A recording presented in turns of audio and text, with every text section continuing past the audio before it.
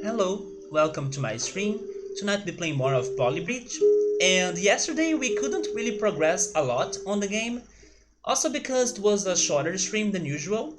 But also because we got stuck on the current level, right? If I'm not mistaken, it is level number 8 from World 5. Either 8 or 7, I'll need to check that again. But yeah, hopefully today we can make more progress on that world. I'm not expecting to beat the world anymore on this weekend because there is still like half of it for us to be solving, and this level has been complicated. Probably there will be a couple more levels that will get me stuck, but let's keep going. Let's see how far we can get, and who knows, maybe we can get lucky as well, and then some couple levels will be easy and fast. But let's see how that's going to be like. I will be continuing the strategy from yesterday, but I have been thinking about what else could I try for that level, right? So if after some minutes I still cannot manage what I have started yesterday, then I will restart from scratch and I will try the new idea I have thought, but I also don't know if it's going to work because the new idea is a bit complicated. It gets two hydraulics working, but I'll see how that goes. I'll need to test that out, right? But yeah, let's go for it. And hey, Nubble, what's up, man? Hopefully you're having a great Sunday. You were trying to play Halo, right? Halo Reach. Um, I asked you if you were doing that on your PC because then I was imagining that you used it to play Halo only for Xbox. So why did you need to make that transition? Like, why did you need to go for PC now instead of continuing to play it on your Xbox? And hey, Victor, what's up, man? How are you? Hopefully, Victor, you're also having a fantastic Sunday, man. I'm doing alright, but like I told Nubble, I was a little bit sleepy. I think it's because of eating a lot of food during lunch. I cooked a lot of food today, but I'm doing great. Like, today has been a very good day. It's just that I was a little bit, slow and sleepy, but I also hope that with time, streaming and playing this game, I will feel more awakened and more energized. So let me see, we were also talking about favorite games. I'm pretty sure if Victor right there tells me like which games he has as favorite ones, I'm pretty sure his list is going to be like super short. I have this idea of Victor being like super selective and then just a couple names, a couple titles, and then very simple answers instead of like a big list like Nubble's list right there.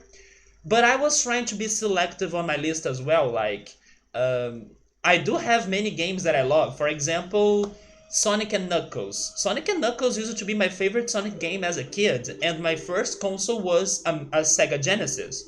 Was it my first game? No, I have never had the cartridge of Sonic and Knuckles. My first game was actually Sonic 2, but I remember loving Sonic and Knuckles a lot because I used to play it after renting it. And I love it more than Sonic 2, even though I had Sonic 2. But yeah, even though I have great memories with Sonic and Knuckles, I decided to not really list it as one of my like favorites, I think that for this idea of my favorite games, I kind of wanted to think about games that they still are part of me today, plus they really changed myself somehow. For example, Persona 3. I played or I got into Persona 3 or into the Persona franchise during a very crazy moment of my life. I was dealing with some heavy things and heavy stuff and heavy situations, and I could connect myself to the Persona games a lot because of how relatable those characters were. And as Persona 3 is a very melancholic game, it really got to my life in a perfect moment. And then, I still feel that game inside me somehow. I just need to sometimes, I don't know, remember it or listen to a music from it. And then it brings me back to that moment of my life and how I was dealing with those situations. And then Persona 3 was part of my life in there as well. I mean, of course, Sonic and Knuckles, for example, was part of my childhood, but it's there on my childhood. I don't know if it is still with me today, though. I mean, I still like the game a lot, but as a favorite, I think I can be more. Um, I, I, I can be more picky regarding the games as I get. for my favorites. And my RPG, it's because it's my freaking favorite game, right? I have spent years checking people playing it myself, learning about the secrets. It was basically one of my first RPG games ever. It taught me English, so I had to pick it. But also Roller Coaster Tycoon, for example. I played Roller Coaster Tycoon for many years of my life, especially when I was a kid. And then I always dreamed on beating it, like completing all of the levels. And then I started streaming, and then I brought back that game and that mission of mine of like, I need to beat all of these levels from this game. It also reminds me of my sister, because it was one of the few games that I played with my sister, since my sister was not into gaming, but sometimes we used it to play either Roller Coaster Tycoon, some Super Nintendo games as well, but just a couple ones, or The Sims as well. My sister used to love The Sims. So, they have something else that connects them to my life, not only necessarily because the game itself was good, or because, like, uh, it was just during my childhood. It's something that keeps going with me, I have a long story with them, or maybe I should say history with them, and they are still alive into my life today. They are still present. Roller Coaster Tycoon, I must go back to it though, because we are kind of taking a break from the Friday streams. But yeah, those games, they really changed me, and whatever they showed me or taught me, I still carry them inside me even today. Maybe not like on the same level as it used to be years ago, but they are still super remarkable and, very lively inside me. So let me check the chat again. But then, Nabu, you were saying the entire Pokemon series. I could not say that, because I did not like the Pokemon Black and White games, especially the second one. I think I told you yesterday that I kind of suffered to finish it, because I was not enjoying the game, but I still wanted to finish it. But you did get other interesting picks as well. For example, the Paper Mario The Thousand Year Door. I love Paper Mario, especially the first one, Paper Mario 64. But again, even though it was a remarkable game for me, or I love it super much, especially thanks to the soundtrack that's always nostalgic and reminds me of the days that I used to go to the video games rental store to play it in there, since I did not have a Nintendo 64 myself. I still would not pick it, because I think it was left there, It was something that I still like, of course, but I don't carry the game with me today or something. And then I still need to play Star Fox, although I never really felt the game. Like, it's one of those games that I would normally start playing myself, but I want to try it at some point, just like Super Metroid. Some games you have to be reminded of, like Mario RPG. No, Mario RPG is something that I remember about it myself, right? Also Warhammer. Riker loves Warhammer. Then Dawn of War 2 Retribution is one of your favorite RTSs that is sadly low player base at this point. But some people still love those games, like Riker. You swapped to PC because you wanted to experience the game with better graphics and frame rates. Oh, there you go then, I see. Hopefully you are getting used to the keyboard and the mouse then. You're doing pretty good, nice to hear that, man. You have been spending the day playing bass. I love bass, man, especially when it combines with electronic music. It's the perfect combo to me. Yeah, I really like bass. It's one of my favorite instruments. But if I had to learn one, I would try keyboard. It's almost as if you know me. I know Victor. Victor is like very, short answers, few picks, but like still great ones. But Victor, I'm waiting for your answer. What are your favorite games then? I think Pokemon Red, Blue, and Green or Yellow, one of those. And what else would Victor really like? I imagine a rare game, but I don't know which one. Is it Banjo-Kazooie? It's probably Banjo-Kazooie, right? More than Banjo-Tooie. Then a Zelda game, I think. Ocarina of Time, right? I think those would be Victor's favorite games.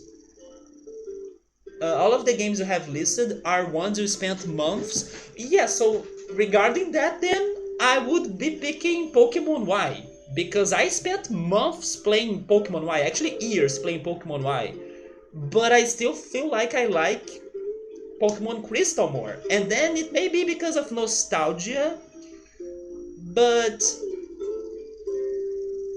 I don't know. It's the game that I feel the best when I think about the Pokemon game that I feel the best when I remember it.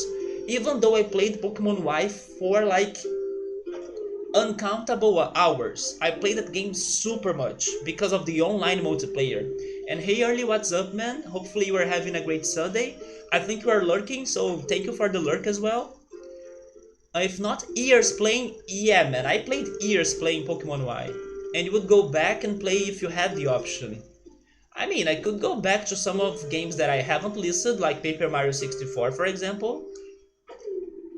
But I don't know. I think I do have a more close connection to the ones I said so far. I have never really given it much thought. Oh, okay, that surprises me actually. I would expect you to already have like a straight answer for favorite games, but I would be really shocked if you do not pick Pokemon Red, Blue, and Yellow. Another thing is that the vast majority of the games you have good memories with were during some of the hardest times. Yeah, correct. The same happened to me.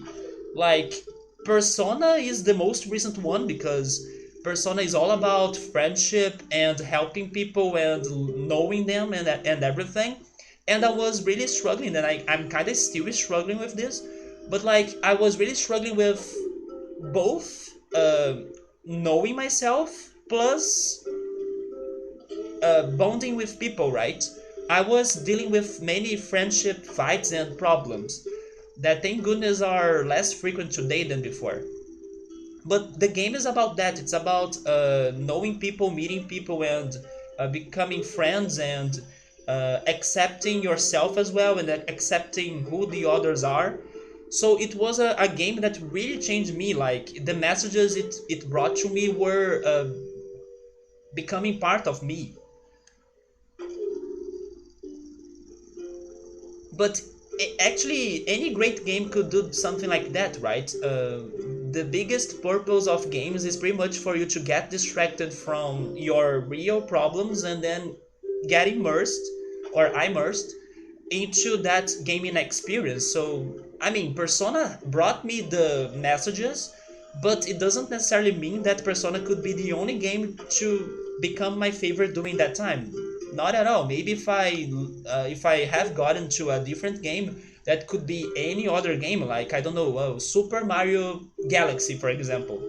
And then I was, super getting distracted by it. Even though Super Mario Galaxy would not give me the messages I kind of uh, wanted to have for that moment of my life, it would still be a great and fantastic experience that helped me through those days. So, yeah, I guess just that the timing was perfect for Persona, and then I got lucky because of that. But it would probably be Pokemon Blue, there we go, or maybe Gold. No, no, no. Victor, come on. I have been talking to you about Pokemon Gold, Silver, and Crystal for these past weeks, and then you are always saying, yeah, Gold and Crystal are good, but I prefer Red, Blue, and Yellow. So now you're like, maybe Gold? Come on, what's going on? Are you changing your mind? Now, are your memories fuzzy? And then Mario 64, yes, of course, I also thought on Mario 64, but then I still think Banjo-Tooie would be a better pick to me. Because Banjo-Tooie, you know, I remember more of the days I played Banjo-Tooie than the days I played Mario 64. And maybe Majora's Mask. And you like Star Wars KOTOR 1 and 2? Oh yeah, right, Tales of Symphonia, man. I even forgot about Tales of Symphonia. It holds a special place in your heart. Yeah, yeah, there we go, yeah. I can understand that answer more than the previous one, that Blue is better, but then... Blue is a favorite of yours, but Gold is a better game, yeah. Sometimes like the best game is not our favorite. For example, Paper Mario 64 is a game that I prefer over the Thousand Year Door, but I totally get that the Thousand Year Door has many upgrades. It is a better game regarding the mechanics and the visuals and everything, but Paper Mario 64 was the one that hit me first. You were thinking that maybe you were changing your mind slightly? I know you too well, Victor, right? You just said that. I know you too well, man. No, you will always be loving Pokemon Blue more than Gold, Silver, and Crystal. I hardly think you'll be changing that. Yeah, I think you have to come back to your senses again. Speaking about coming back though, let's go back to Polybridge. But out of like the recent games I have played that I cannot say they are like my life favorites, but I can say that they were definitely some of the greatest game I have played in the past years. I would list two games: Final Fantasy VII, Chrono Cross. Especially Chrono Cross. Like Chrono Cross has been haunting me a lot after I finished that game. And mostly it's because of the music. Like Chrono Cross music is like out of there, it's out of this world. So once you listen to those songs, you kind of really change your your preferences regarding video game music, because then Chrono Cross will be some of your favorite songs in video games. So yeah, like Chrono Cross did a great impact on me, or impacted me a lot, right? And then Final Fantasy VII was just because it's a great game, and it surprised me because like before playing it I was expecting to be disappointed, or at least a little bit disappointed because of all of the hype. And then I was like, oh yeah, people talk about this game so much that it can't be all of that, you know. And then I got surprised because when I played it myself I was like, okay, this game is really something, it's really fantastic. You remember one, no clue why it was allowed to be shown in your class at such a young age, but we watched the Goosebumps video that terrified you. What? On school? I couldn't go to sleep because you were seeing werewolves outside of your window. And then your dad told you to think of something you liked, which led you to see Mario from Mario Paint, jumping on them like he does in the music section of the game, allowing you to sleep. Damn, you just gave me some crazy memories of when I used to be a big fan of the Tetris games, and there are many online Tetris games, right? And I used to play those games with some friends. And we were so addicted to those Tetris games that after we played them, like when we were trying to sleep or on the next day going to school or something, I used to see the Tetris pieces falling. And then I used to even play a game on my mind on the school bus. Like I used to look outside of the window, and then the buildings in there, I used to imagine the Tetris pieces falling on them or something. It was such an abstract and crazy game that I used to create on my life. But I did that a lot actually. I used to really imagine the pieces falling on the buildings and then connecting themselves or something. It's so crazy, right? It's like one of those things that you start mixing reality and what's not real, but in a perfect match, you know? Yeah, I remember doing that, and even though it's a crazy thing, I used to like it. And it sounds a little bit like what you did with the werewolves. And by the way, Mario Paint, that's a freaking great game.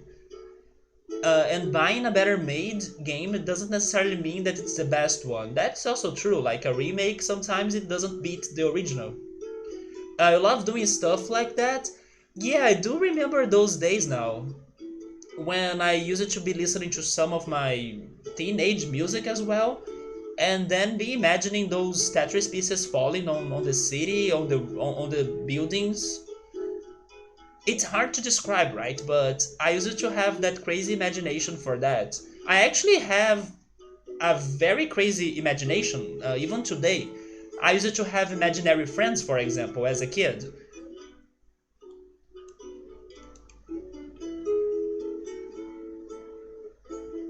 But connecting my imagination to games, I think that was one of the most crazy things that I imagined and I did, right? So we are back to this level, and I will be loading the previous save file. But if this doesn't work, then I will change my strategy entirely.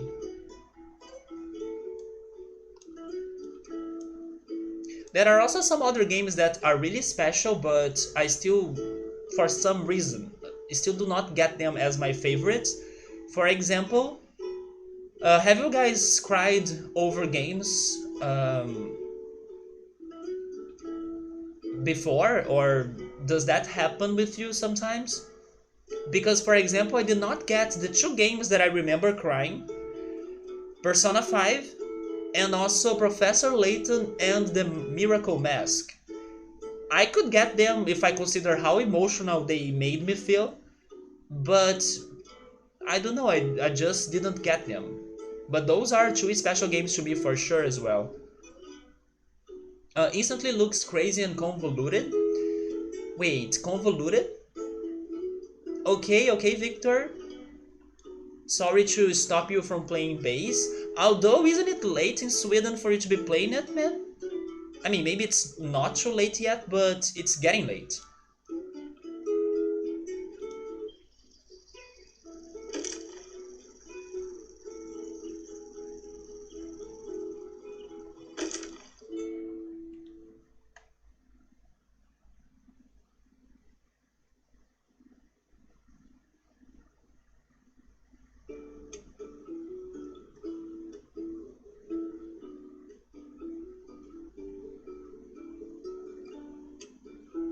So the problem here is that those two hydraulics, they do not resist the weight of this bridge right here, right? So that sucks because I also don't have ropes or cables. So there is no other way for me to resist that weight. If I know what convoluted means, to be honest, I have heard the word, but now I don't know if I remember it. So I would appreciate if you remind me of what's convoluted again. There is a part in KOTOR 2 that makes you very emotional. Isn't KOTOR 2 the game that Nubble also really likes? I think he mentioned it. And of course, parts of Tales of Symphonia. But do you remember really crying? There is a part in Persona 5 that destroyed me. And you guys wanna know what's my biggest weakness? I even mentioned it briefly, like when I was explaining why Persona 3 was one of my favorite games of all time. But I think that my biggest weakness in my life, and maybe this is a curse of the sign of Aquarius, because when you check those horoscope things and signs, they really say that people from Aquarius are like really crazy for their friends, or like they really value friendship. So yeah, friendship is my weakness. Like, if there is a good story about friendship, or if there is a good movie or drama or anything friendship wise that's melancholic, or full of drama, or sad or emotional or something, it hits me hard. Like, friendship is my biggest weakness. And maybe that's why when I was having trouble with my friends, I got destroyed, emotionally destroyed, for many years. So yeah, like Persona 5 had a very strong friendship scene, and also Professor Layton the Miracle Mask. It's also another friendship story that destroyed me in the end. So yeah, friendship is my weakness. One of them, right? But it's the one that made me cry at least on games. It's pretty late, which is why you're putting the base away now. Something especially during an argument that is extremely complex and hard to follow. Oh, okay, that's convoluted, and it's like a lot of information that's hard to really um, connect everything. Like, it's extremely complex. I will actually write that down. I remember crying playing Wario World 3. Okay, that's a a different pick, I would be here like, okay, people will be judging me because I cried on a freaking Professor Layton game. And you know what's crazy? So if you have never played Professor Layton, it's okay for you to have this idea of like, yeah, Professor Layton, how the heck can you cry on a game like that, right? So I will tell you that don't be wrong, or like don't be fooled like that, because Professor Layton can be somewhat emotional, or it can get you emotional. But it's funny that the game, the Professor Layton game that gets the most people emotional, did not get me emotional. I mean, it's sad and everything, but I did not cry over it. I cried for the one that talks about friendship. But there is the other Professor Layton game that everybody cries over that. But for some reason I did not.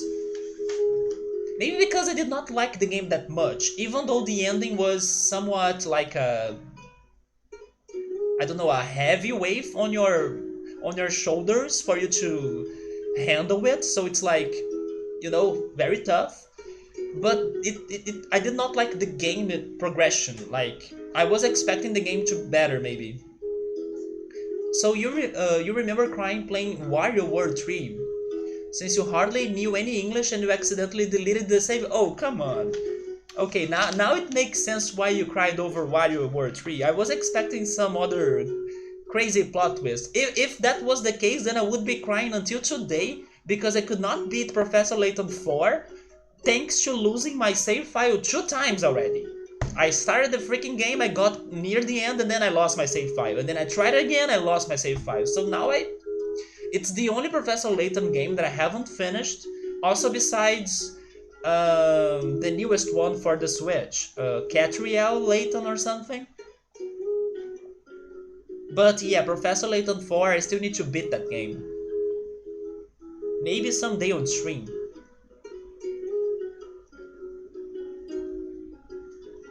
And what about you, Nubbo? Have you ever gotten any emotional thanks to a game?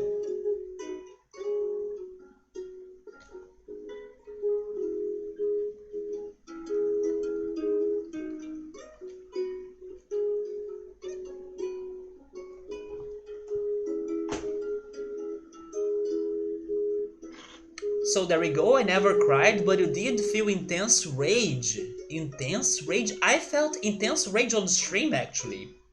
If Scapluni stops by at some point, he was here during that. He even has a command on his stream for the moment I raged, because I had a very strong rage over the villain of Final Fantasy VI when I was playing that. So I could not stop saying how much I hated him. So I remember that intense rage I had once. So you had an intense rage towards yourself and your computer for 6 years because you were trying to beat the fan translation. Wait, what? What do you mean by trying to beat it? You were just like hating the fan translation? But then I'm not sure if that counts. Like, it's kind of like something outside of the game. It's not the game itself. It's the works of an external person on the game, but it's not there really. Hey Draco, what's up, man? You can't stop playing Persona 5 Royal? There we go. Where are you right now on the game then? And did you get surprised by anything else? You can tell me. I will see if I check the game at some point. Also, have you gotten to the new dungeon for Kazumi, right? The new character. Have you gotten there yet? Because yeah, I'm curious about that too, right? But I'm really happy to hear you have been loving Royal. And like I was just saying, and I can tell you this because I'm pretty sure by the time when you played Persona 5 Draco, you finished Anne's social link, right? Or confident quest, didn't you? I cannot be 100% sure of that, but as Anne is your favorite character of Persona 5, I'm pretty sure you completed that when you were first playing it. And that confident quest was the moment that made me cry in Persona 5. Because I was just talking to Victor and Nubbo about games that made me cry. And Persona 5 is one of them because of Anne's confident link. She may not be my favorite like she is for you, Draco, but her confident story and everything really made me cry because of her friendship uh, with the other girl, right? Shiho. That friendship story destroys me, like super crazy. You still haven't seen the new dungeon? You are on the cruise ship? Wait, what? So you are really almost beating the game. You didn't hate the fan translation, you kept losing your save file. It's also the save file issue as Victor then? When you were close to beating it? Yeah, so I feel that too because of freaking not Persona. Freaking Professor Layton. Professor Layton 4. Including... Wait. Beating it for various reasons, including but not limited to overwriting a save file, corrupted save files, and the computer dying. Computer dying happened to me when I was trying to beat Roller Coaster Tycoon, and then I always use it to lose my save files. And hey, Belliot, what's up, man? I'm doing okay, man. Belliot, have you ever gotten emotional over a game? That's the talk right now. And also I wanna hear Draco's answers. You did Kawakami and the fortune teller much earlier this time. There you go, man. Now you're saving time thanks to Kawakami and using the fortune teller to improve your skills and your abilities, right? You have for sure share your stories in here, Bellius. The two games that made me cry that I can remember, Persona 5 and Professor Layton 5, which was the Miracle Mask. Early, what is this bridge? Well, it's not finished. And I honestly don't know if I will keep going with this strategy because I do not have the budget for it. You know what? I'm kinda almost restarting it. But yes, this bridge looks completely messy. But the idea was for like this van to go across the upper part and then make a jump to get to flag A because that's where it needs to stop. And then after it gets there, this section right here, it falls to connect to the bottom bridge and then allow the truck to get to flag C, you see? It's crazy because it's like a cross. So basically, the van needs to go down, the truck needs to go up. But how can the van go down without crashing into the road that the truck needs to go up, you know? I'm struggling with that. And this level does not allow me to use the hydraulics before the freaking van. And that's the issue, because otherwise I could totally have full control of what's going on in here. But as I cannot put the hydraulics before the van needs to get to flag A straightforward.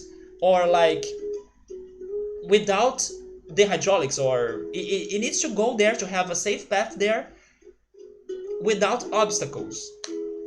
But it's been complicated. I still cannot solve this really well. I'm almost giving up and starting it over. So Bellius has cried over Final Fantasy X. Without spoiling main character and another character, I kinda can imagine which sort of things may happen. But yeah, I need to play Final Fantasy X still. Wish me and your dad could talk like that. There is like a big difference between us, and I see him as a POS. Wait, what? What's a POS? It's like I wish my family could make up like that. Draco hasn't have, right? That's right. Many games that made him cry, but he definitely have had or has had tears in tons of games. I have no problem connecting with well-told stories. Yeah, man, I can also get very emotional on some games, but to really cry, I think it were only those two. Oh, there was a game that got me choked up a bit, and you forget which Final Fantasy game it was, but it was on the Xbox One with a cutscene that got you in the feels. Let me think about Final Fantasy games now and if I can remember which one made me get the most emotional, like which moment. I will try not to spoil it, but like which Final Fantasy made me feel the most emotional? Hmm. I need to recall the events from the games now. I mean, in Final Fantasy VII there is like something big that happens, but unfortunately I was spoiled on that before playing the game, so that doesn't count. I would say that Final Fantasy VI is very like it's very depressing. You know, the memories I have from Final Fantasy VI is like a very heavy mood that happened in there. But I don't remember really getting emotional. I just remember getting depressed over a very particular moment of the game that, thanks to my choices as well, many disasters happened in a sequence or like in a row. And then that was freaking depressing, but I did not get emotional over that. What about Final Fantasy VIII? Was there anything really sad on Final Fantasy VIII?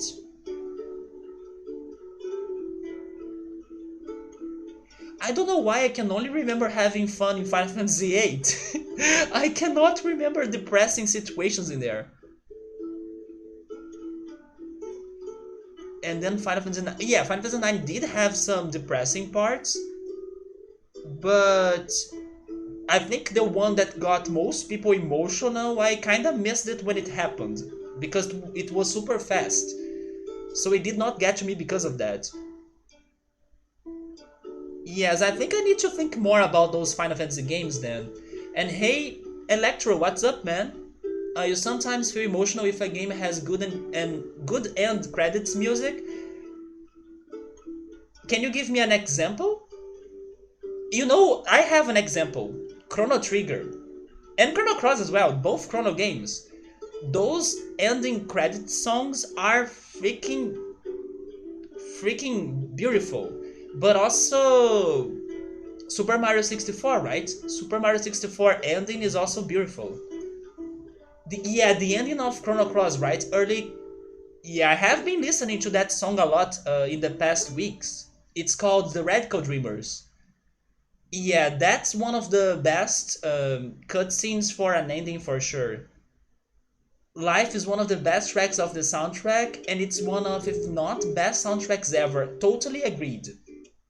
But Life is the one for the battle against the final boss, right? The one that plays during the credits was Radical Dreamers. Or are they the same? Oh, POS is like piece of shit? The Final Fantasy game Nubble was talking about was Type 0. What's Final Fantasy Type 0? I don't know a lot about that, if I even know something about it. The name sounds familiar, but I don't know the details of that game. You also shed a tear in Undertale. Oh, look at that, Reiko. Maybe I did not get emotional on Undertale because I was watching somebody playing it, and also I kinda was unfortunately comparing it every time to Earthbound. Oh, you know what? Okay, so probably I have cried on Mother 3, but maybe not on the first time I watched the game because I also checked somebody else playing it, but I do not remember crying on that game the first time. But I remember going back to people playing it and then getting more emotional over the story and over the situation. Mother 3, very heavy game too.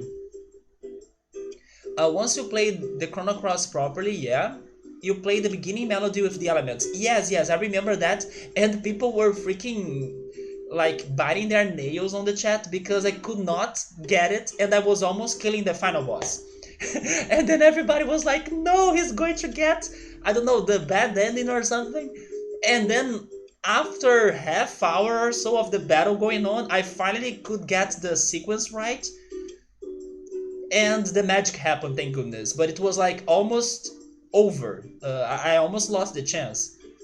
So Electro hasn't played many games, but Legend of Zelda on NES is great. That was actually the first one I beat. Yeah, it was the first Zelda I could complete, even though it was not the first Zelda I have played, but it was the first one I completed. It starts with the game over music and turns into a happy tune. I do not remember that. Do you mean the like when you load the game, or do you mean the credits music? And hey, Subaru, what's up, man? How are you? Subaru, have you played games that made you cry? That's the topic for now.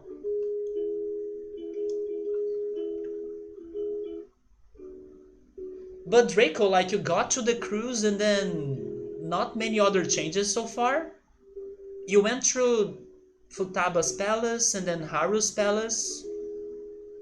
Oh, the credits like that. It starts like with a game over music and then it turns into a happy tune. I do not remember that anymore. But you know a credits music that I never really paid attention to it, and then after hearing Scapluni saying that it's one of his favorites, I finally gave it a better listen. The ending of A Link to the Past.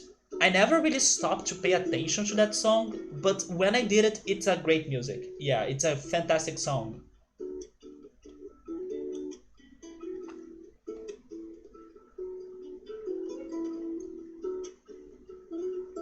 But regarding crying over the ending of the game, the only one I can think right now was Professor Layton 5. Yeah, the Miracle Mask. Because the moment that I cried was just like before the credits. So that's the one that made me cry on the end. I kinda wanna restart this level, guys. The ending music from Link to the Past is great. It is, but it took me forever to pay attention to it. Somebody is saying that Melodies of Life from Final Fantasy IX hits him a little bit. Memories of Life. Oh, is it the one that Zidane and Garnet they sing together? And then you can hear it throughout the whole game? I think I know which one you're talking about. But then once again, unfortunately, when a very sad situation happened on Final Fantasy IX, I kinda skipped it. I kinda was distracted, and then people had to tell me that it happened after the game was over because I kinda missed it. And then Final Fantasy IX was not that sad to me thanks to that.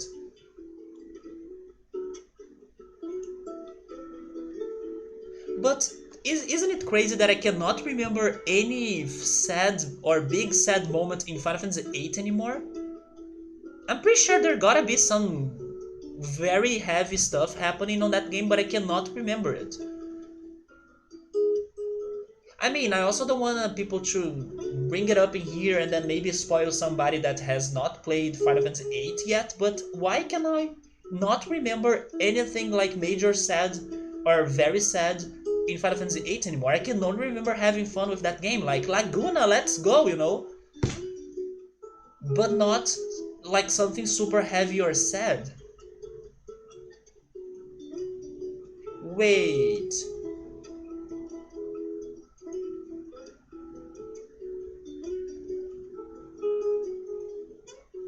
I mean, there is okay. I remembered a moment, but yeah, like it kind of surprised me, but it was not bad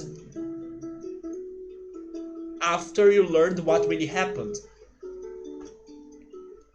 But anyway, let me try to complete this level. Hmm. I kind of want to restart this though. Because I don't know how can I make that stable. I don't have money to make any big changes. Then the van when it's falling, it's not really rolling to the flag. I will restart this. If I need to go back to the save file and I will try the new idea I was thinking offline.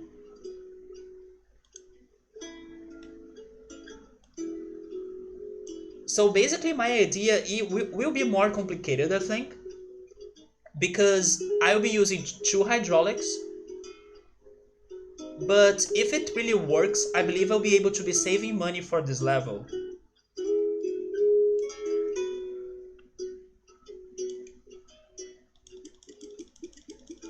The idea is pretty much to put that van to the bottom bridge, right? Like something like this. And then when this truck decides to cross the bridge, we lift this. And then we also lift that part to get to that red joint. And then because of those two bridges that will be using hydraulics, we won't have that other very long bridge that was getting up to that point right there. That was expensive. So I believe this will be saving money even though it is more complicated to make it to work. So I want to try this out.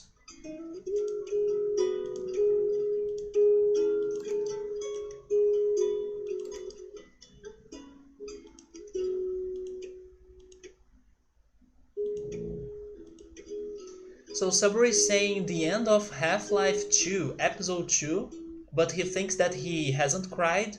He was like more shocked or impressed when he was checking that for the first time, and he doesn't really remember his reaction entirely.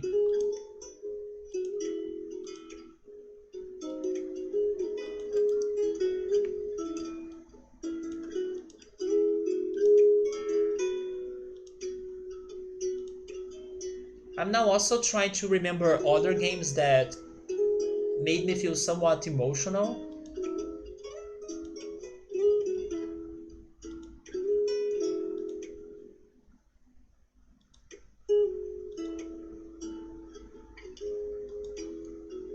But I'm kinda getting to the conclusion that I haven't played many story-heavy games. I can only remember platformers, RPGs. I mean, some RPGs have fantastic stories for sure, but not like one of those games that are basically all about the plot. For example, What Remains of Edith Finch, that I tried to play on stream but it didn't work for me. And usually those games are very sad, or they do have some very emotional moments. Also, Life is Strange as well, but I still haven't played that.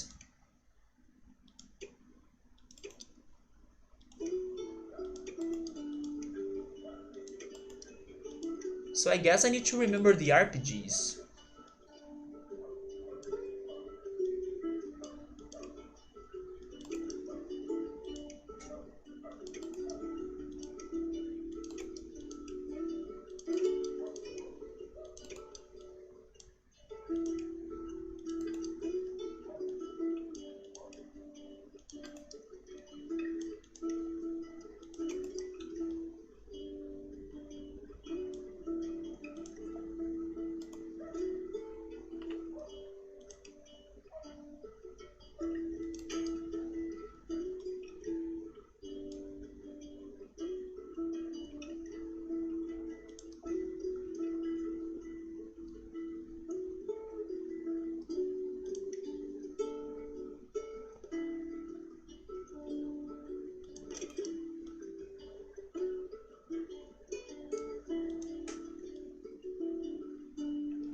Let me test this out.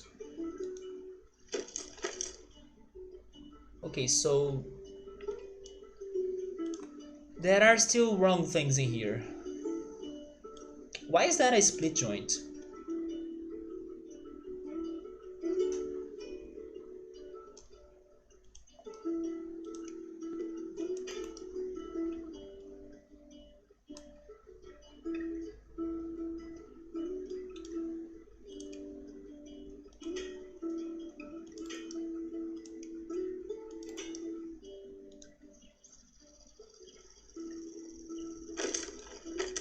Yeah, the problem here will be like making this very smooth for the van to reach the bottom bridge.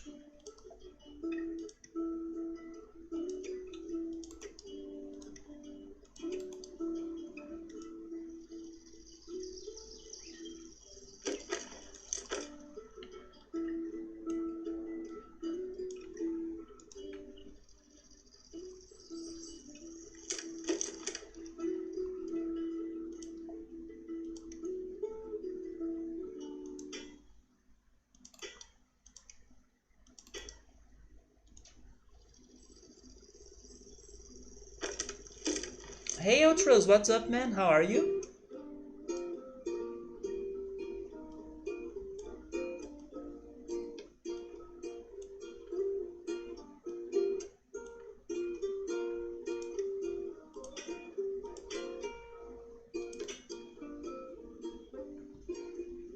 Sabri's saying, do you remember that probably there is no collision on the road? Wait, collision on the road? You are a rever? Whatever, how are you? I'm doing okay, man.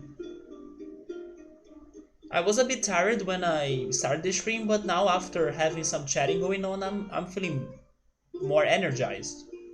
But I'm doing good. Wait, Sabro, I do not get what you're saying. Like, do you remember that probably there is no collision of road? Collision of road? What?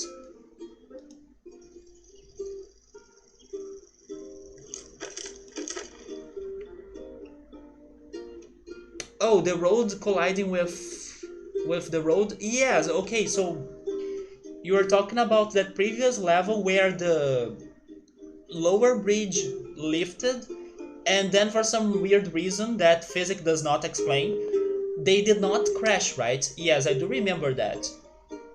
But the thing is that in here. Oh, wait, you want me to really put this super close like this? Because there is no collision, so if I manage to lift this, then it's good, right?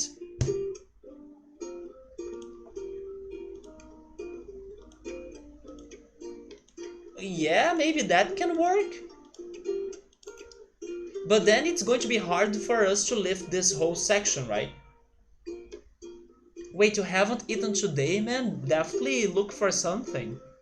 You're probably gonna give it until 7 and then go get something. Today I have actually eaten a lot. I think that I was feeling tired because I ate a lot of food for lunch. I finally decided to buy I finally decided to buy some different things because I went grocery shopping this week.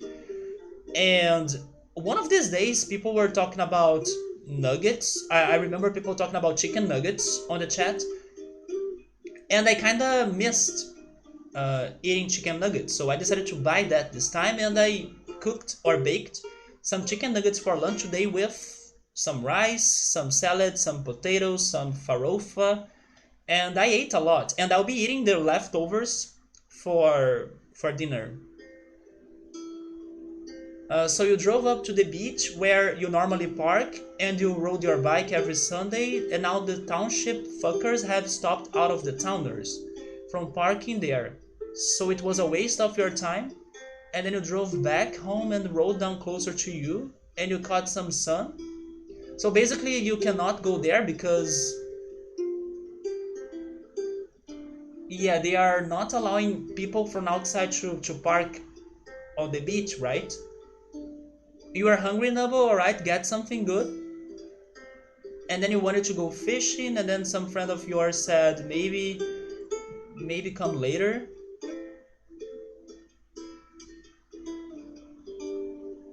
I mean, but still, like, some plans were definitely cancelled or did not really happen on the way you wanted, but don't get stressed over that. Like, it's all good.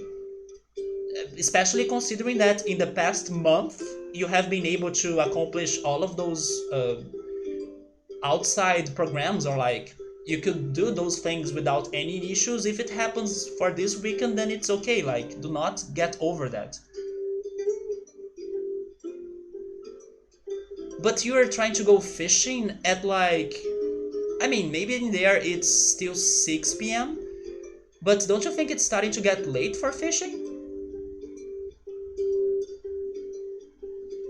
Because it's angry, bitter old people who live there in their massive homes and they hate people. I mean, maybe they are doing that because of the COVID and quarantine as well, because maybe many people were gathering close to them. But yeah, it sucks, like, for you to not be able to go to your favorite place because of like because of others pretty much.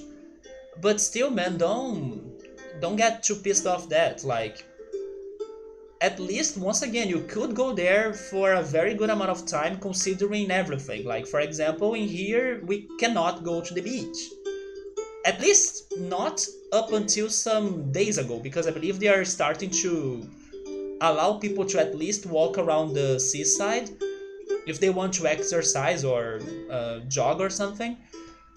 But it's not a word for you to get stressed over that. So the sun will only set around 9 p.m., so you still have some 3 or 4 hours for that.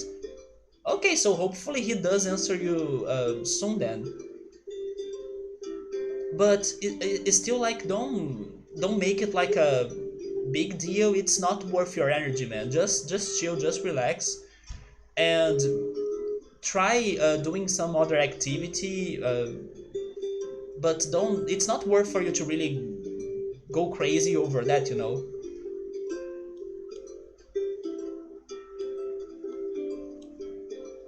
It sucks because like it's those people that are doing that, but then on the same time, like, what could you do to avoid them, or to like um, change that situation that they are giving to you? You kind of cannot do much, so it's better for you to not stress that much. You'll be waiting up until 7. You should get something to eat though. You should go fish with him maybe, but with a full belly, right? You should be eating something, at least getting a snack.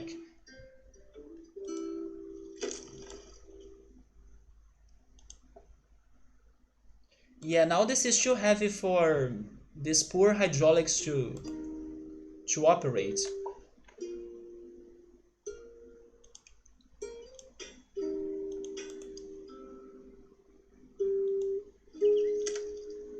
But yeah, man, I do think you kind of could really enjoy going to the beach and doing activities outside and everything. And just like think that there are people that they cannot even go to any of those places. So you kind of should be glad that you could still enjoy those places for so long. And then if you cannot go there for a while, then be patient. It's definitely going to be open for you again, and those people will eventually change their minds, or the laws will start changing as well. But it's not worth for you to stress over that. There are so many other things you could be getting pissed off, and don't get mad over it. I would have to get stoned, and then you have no energy to fish.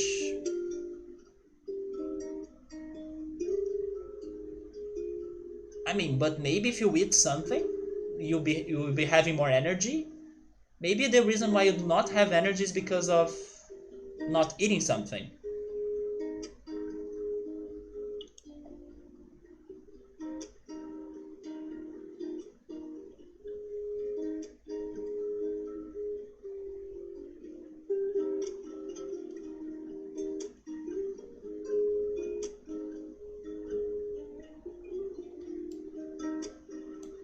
Sabaru, I will give up on this idea for now.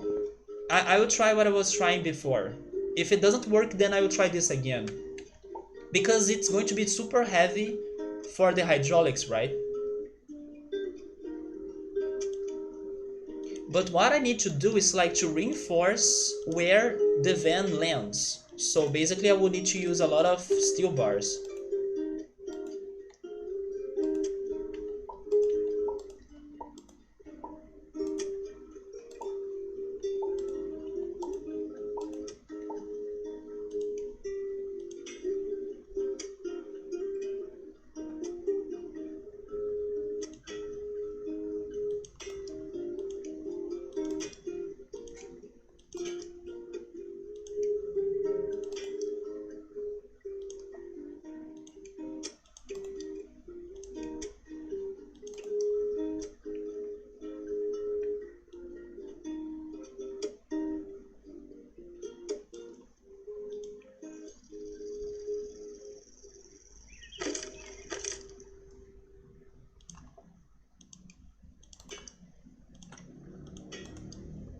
And then we already got to the budget.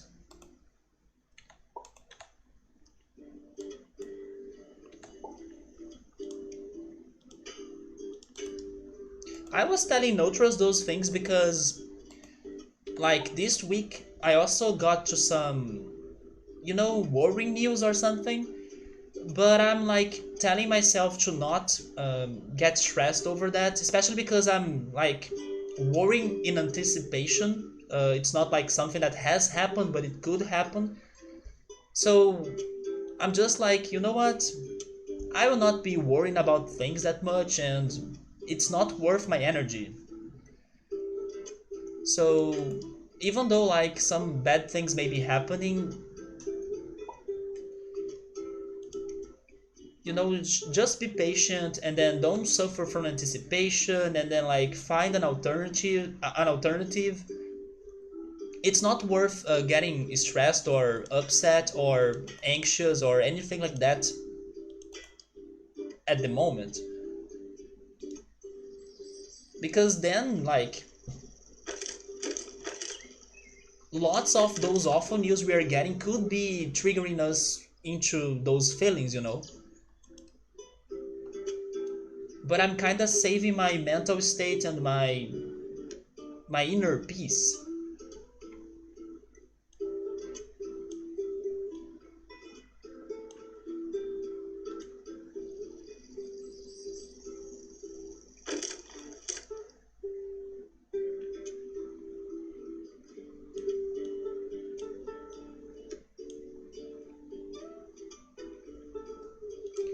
Maybe I still need another one.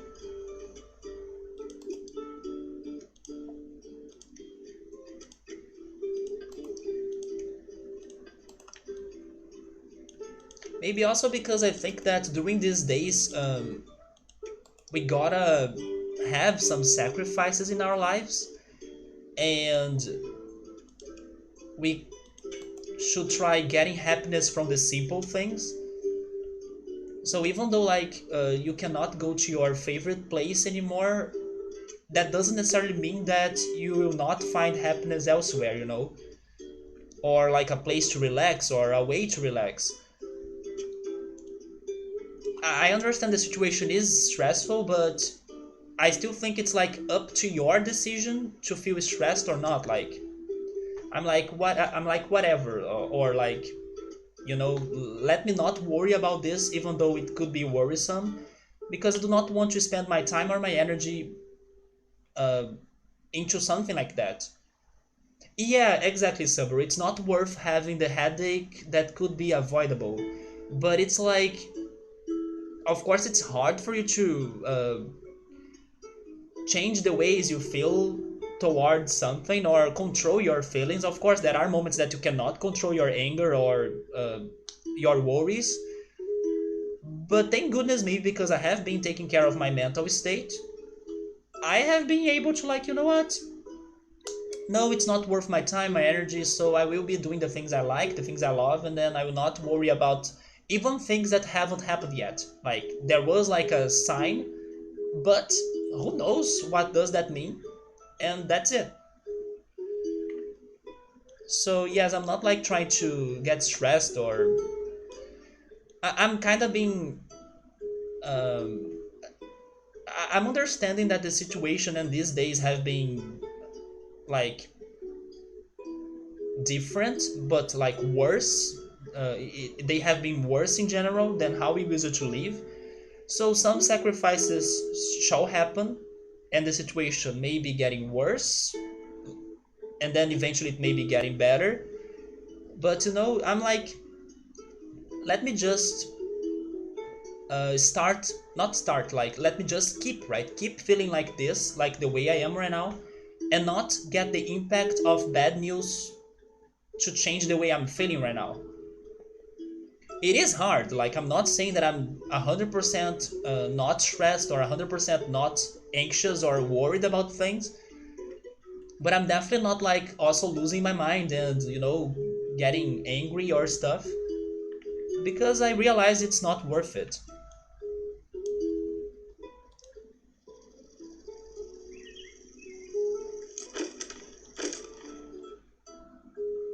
So this idea is also not really working. Man, this level, come on. I don't want to spend a whole day on this level anymore.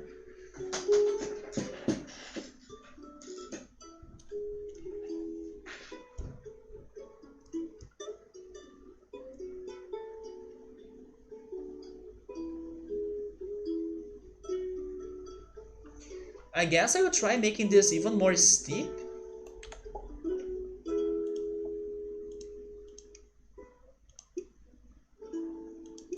Like that.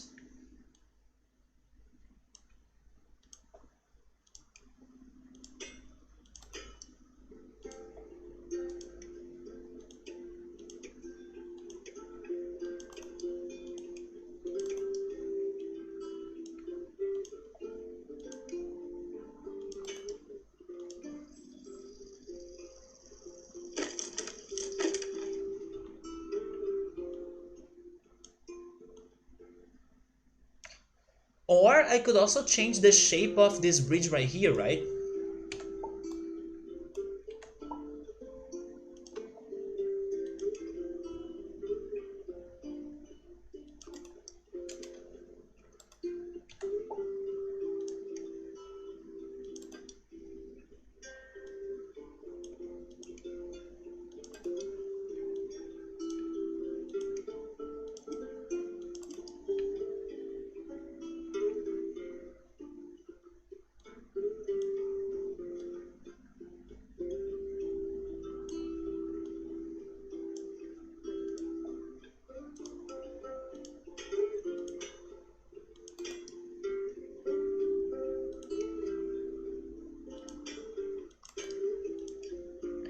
By the way, remember yesterday that I finished the stream sooner because I wanted to check the live stream that would be discussing Dark, and like the fans would be gathering together to discuss Dark. Well, I got unlucky because even though the live stream started and everything, the the YouTubers, the people, they had some internet issues. So after 50 minutes, the stream was over and cancelled. And then it's happening right now. But that's fine. After today's stream, I'll be catching up with the rest of that discussion. But I got unlucky yesterday.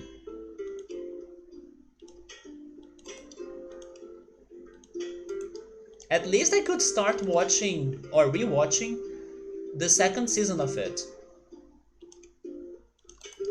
Yeah, but that happens, man. It's so good. You know that sometimes in here I also have some power outages and internet issues, so it's common. I can totally relate to them. At least we had 50 minutes of discussion, and then the internet in their place, it could not return, or they were still having the issues. And according to them, it was because of the weather that got windy. So the wind was bugging them. Hopefully now everything is alright on their stream.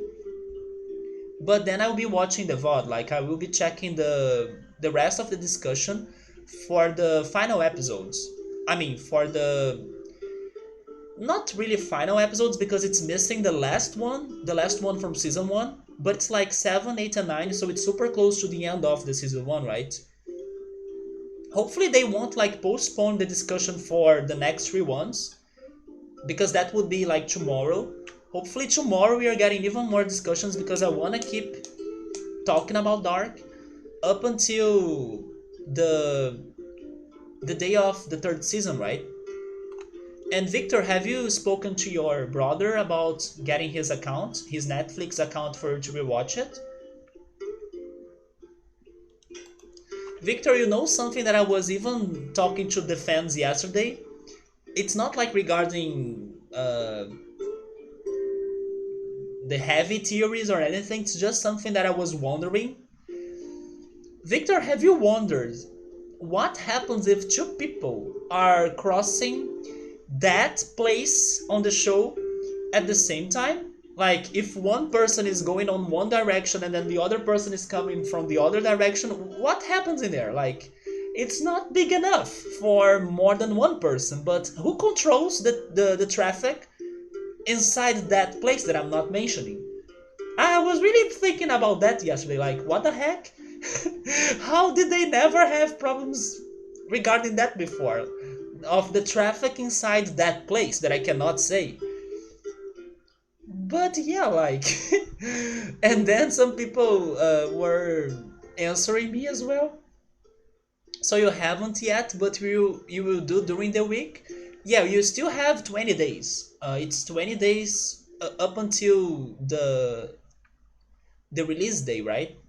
You never thought about that, right? I was like, how do they know that nobody else will be coming from the other direction? They can't. And then what happens? Like, imagine if you meet your, I don't know, biggest enemy when you are crossing that path that I won't say that much. I was thinking about that. But the character that I have been thinking the most about now that I'm rewatching the show this time? Ines Canvald. Yeah, Ines Canvald. There are some things about her that I have been, I'm not sure if she's good. Like, I'm thinking about her a little bit, some theories about her. Wait, you don't think you'll be able to rewatch it all in time? Yeah, I was also thinking about that because it usually takes you a lot of time to go through the episodes, right? So maybe you won't be able to watch them all. But at least consider watching some recaps of the episode, some summaries on YouTube. You have checked the trailer, right? You have checked the teaser for season 3, haven't you? Oh, this is not stable? Why not? Oh, wait, I see why.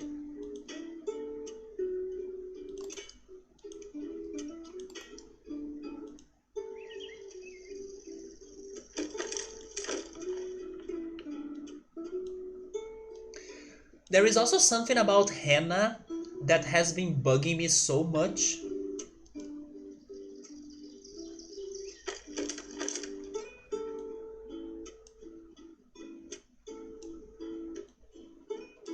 I think I will even.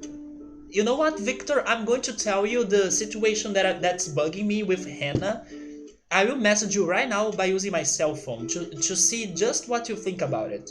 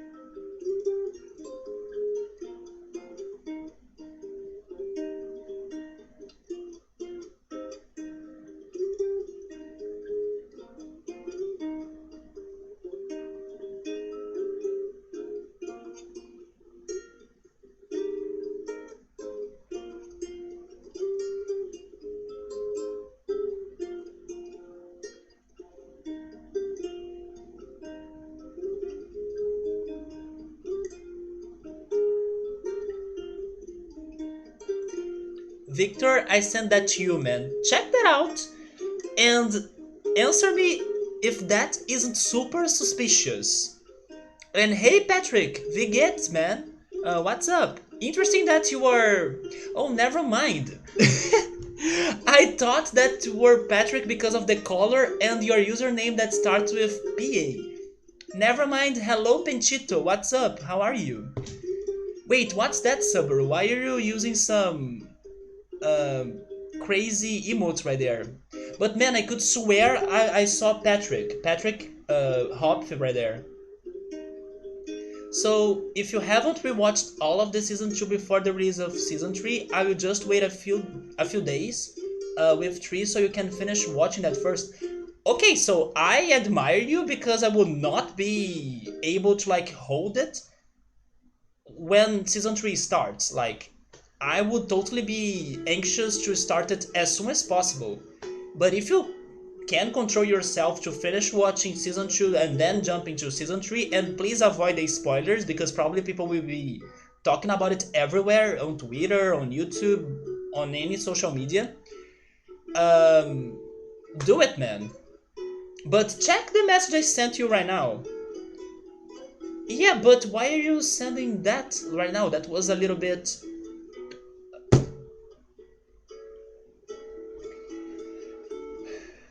Sabaru, come on, man. Don't make me think on Portuguese when I'm speaking in English and then get the references in Portuguese when my brain is like set in English. I get it now. It's Hannah, right? Yeah. I actually never realized the pronunciation was the same. Or almost the same, but. Good one, man, but don't expect me to really make that connection when my mind is working in English right now.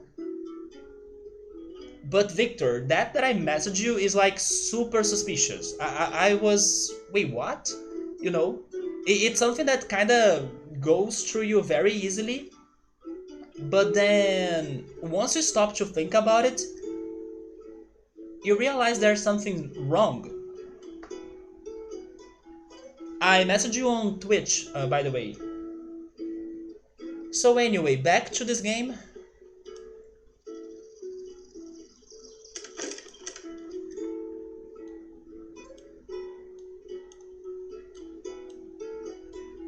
I still cannot believe I read the guy's name right there as Patrick. Maybe it's because I was thinking on Dark, and Dark is a German series, and then I was, connecting all of those things together because Patrick is from Germany. I miss him, by the way, but he's only around the channel when I'm playing RPGs.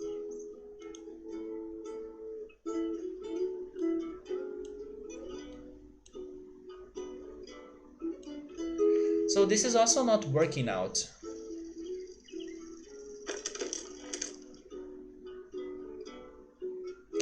Not even if I add hydraulics.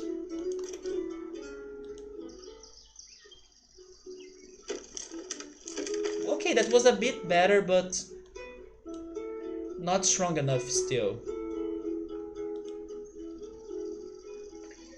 Yeah, just added it. Oh, wait. Okay. It looked a little bit better now. It was the hydraulics and the angle, right?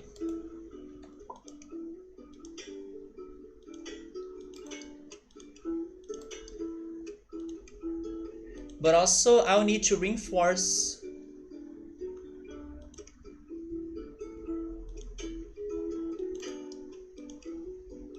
the bridge's edge.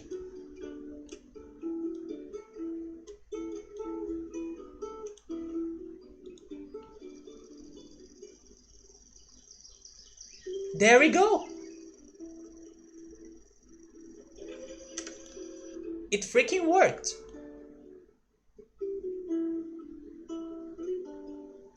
But then we have an issue because this truck may not be able to go across that bump, right?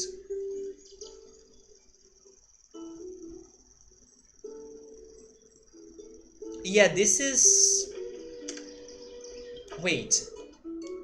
Split joint, right?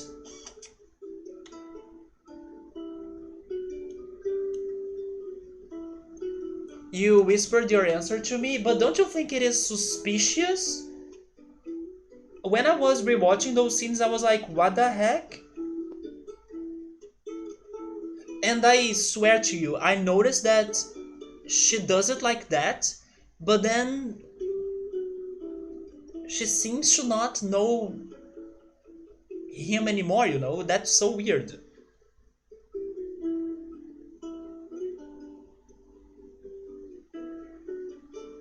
Wait.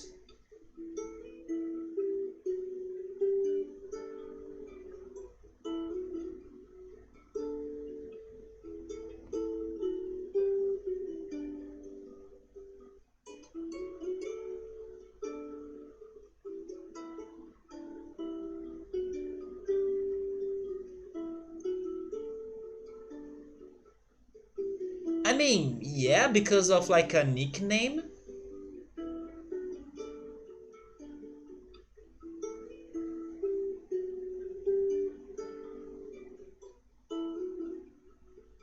But she does know it. That's what's suspicious, you know. She must know that her husband would use it to be called as Mikko because that's how they met each other. Okay, yeah, it may not be like a big thing, but she knows it. She must know it, you know.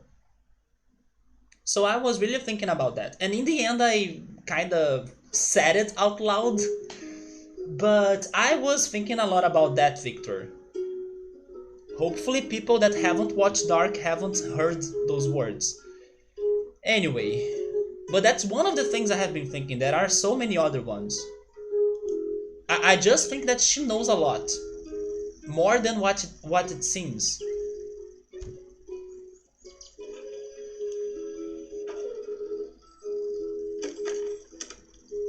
Yes, I was concerned about that bump right there.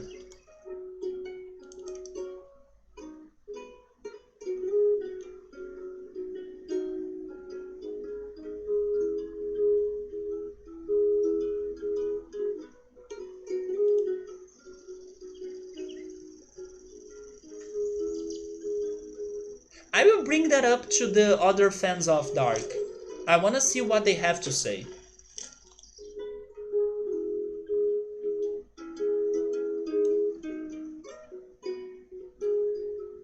But that doesn't necessarily mean that she knows that much, really. Yeah, but knowing her character, I kind of feel like she knows more, you know. It really feels like she knows more. I mean, that could work for both actually, but then that's another talk.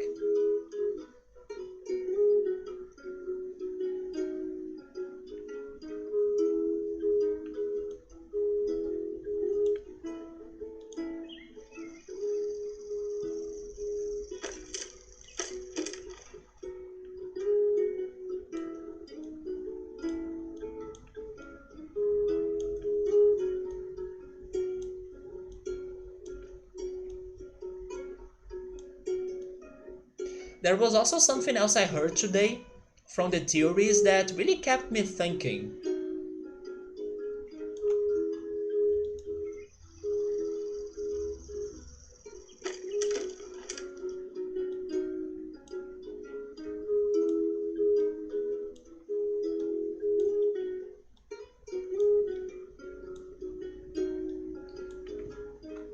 You're just trying to think, oh no, we are out of budget.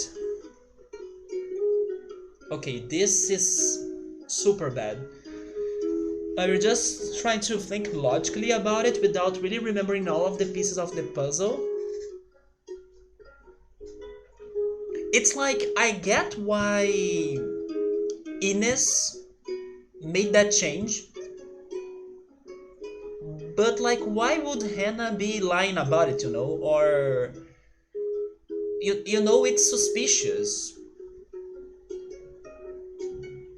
But I get why Ines Canvald uh, did what she did, pretty much.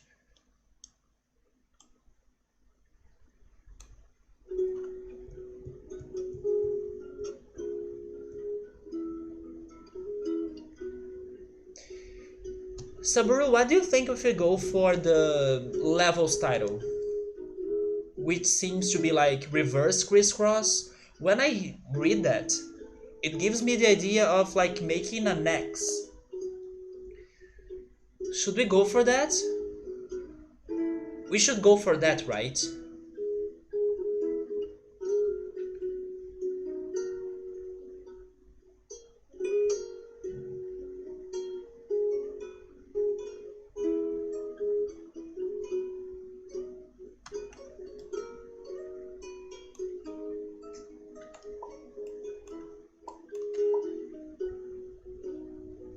You were saying that the iron bar that's close to the truck would be stopping the ramp or the bridge to lift.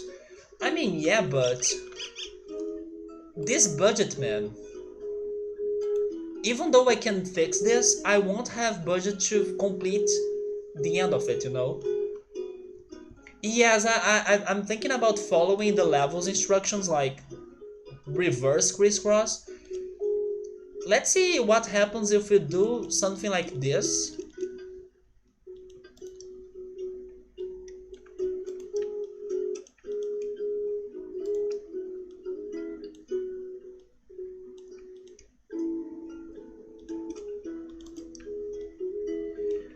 And then we work with this connection somehow.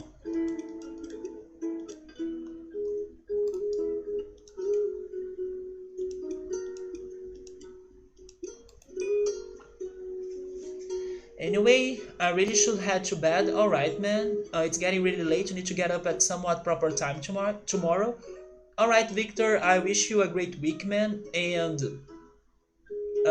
hopefully you can keep playing bass because it's one of my favorite instruments. So good luck on those songs as well.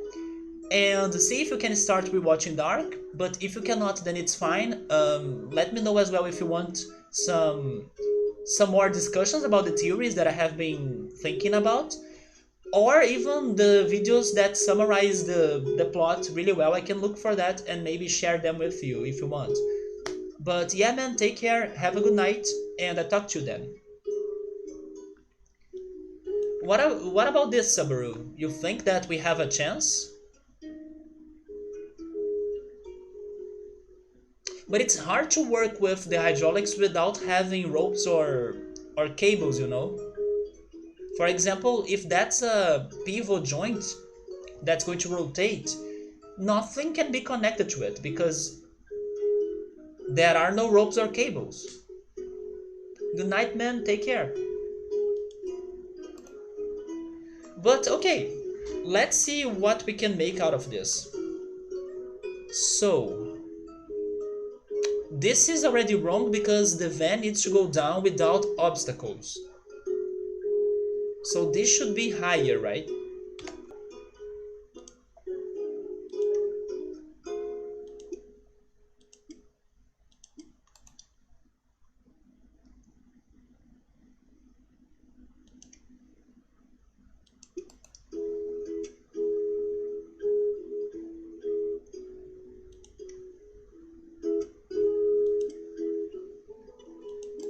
Maybe like this, and then I put this down, and then I put this down as well. I will see how this goes.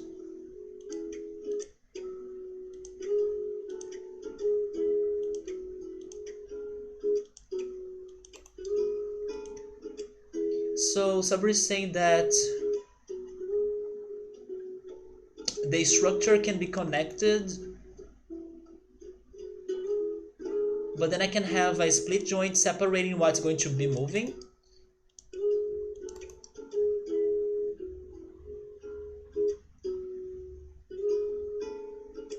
I was thinking about putting those two pieces of road down, and then this one falls even more, you know?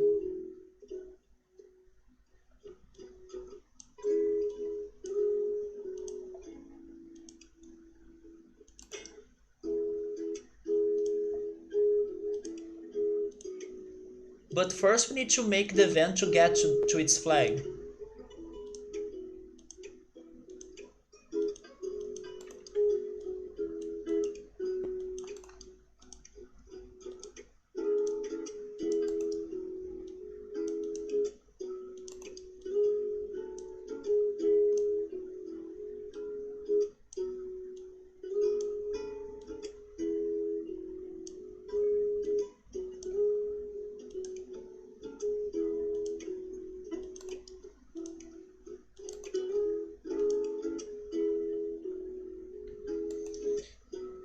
You are saying that I'll need to lift the ramp that has the van. I mean, I will see if this is good enough. If it's not, then I will try changing it. But I cannot lift it before it gets to the flag because it's only after it.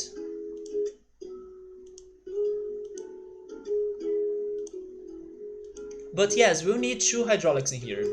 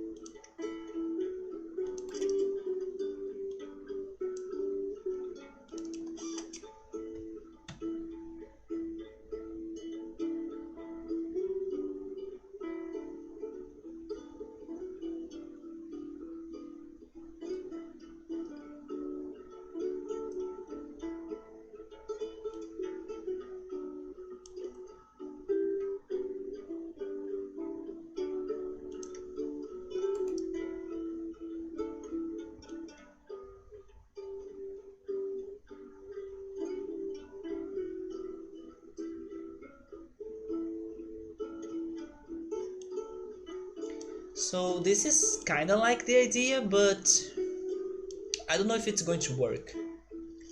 It's still breaking on the edges.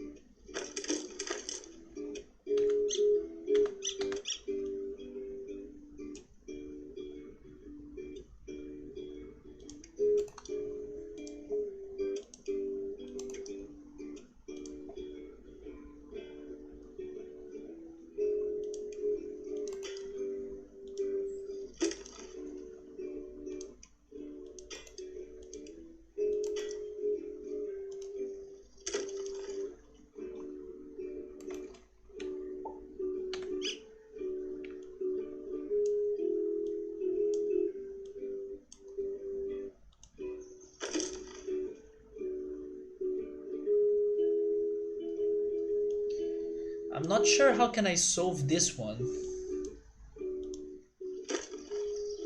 So it's also breaking that one. Okay.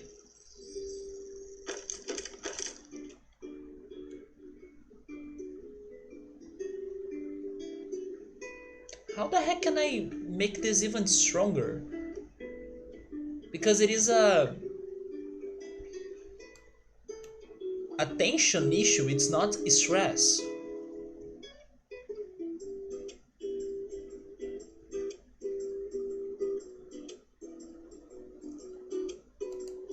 I'm not sure though.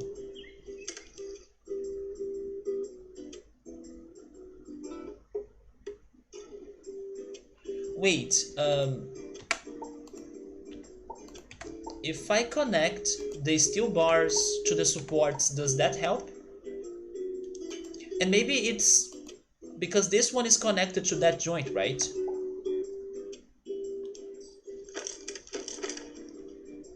Maybe it does help a little bit.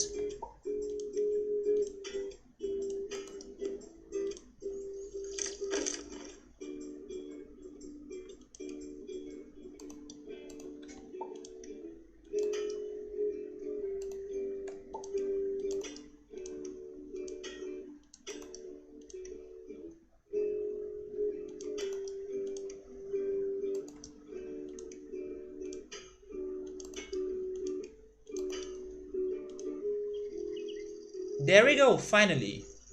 But it's getting stressed. But that's progress. So how can I help the middle bridge?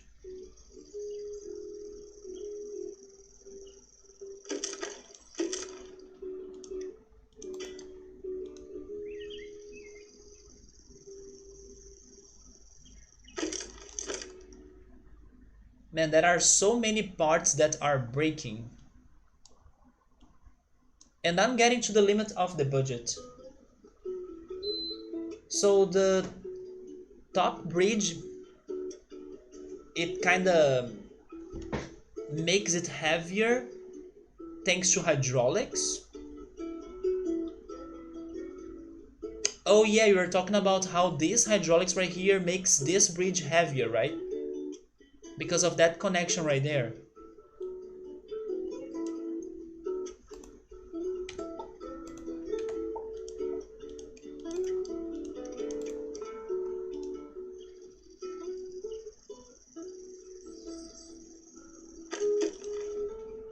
But now the problem is right here.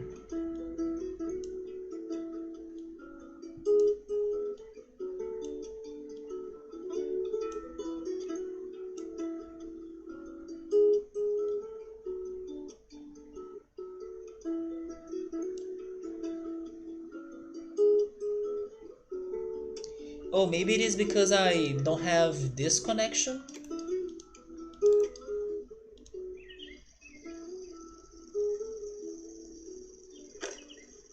It was because of that. Okay, so what's breaking next? It's that again. Hmm. Does this help? Nope.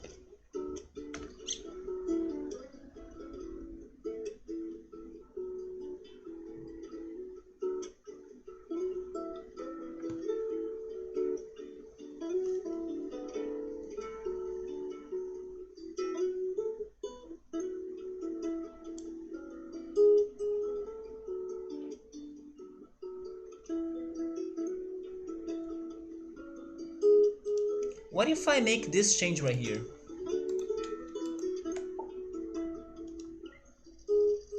Okay.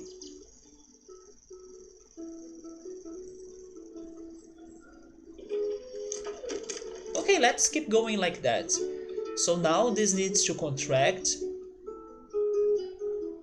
Um,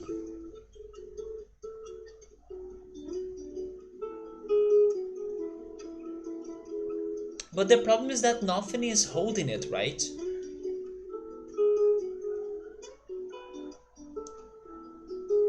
Or maybe the problem is that the hydraulics, one single hydraulics cannot stand two pieces of road.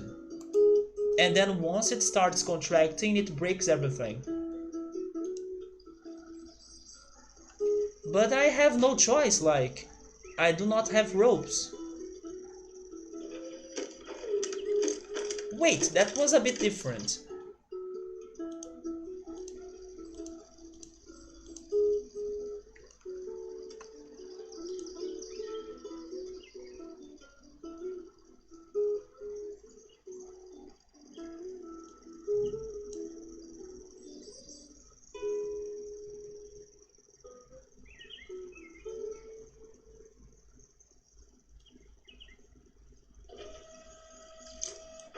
Yeah, this was a bit different.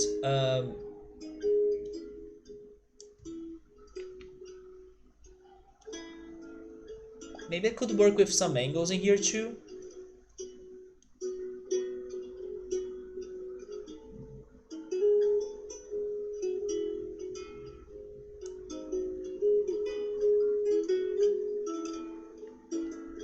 The one on the bottom is like, don't give me hard words to translate, Sabru, come on. It's like, how is that in English? I actually don't get it in Portuguese either, like, what do you mean by that in Portuguese too, you know? Do you mean like a switch? Uma alavanca? In Portuguese? Because alçapão is not making sense to me.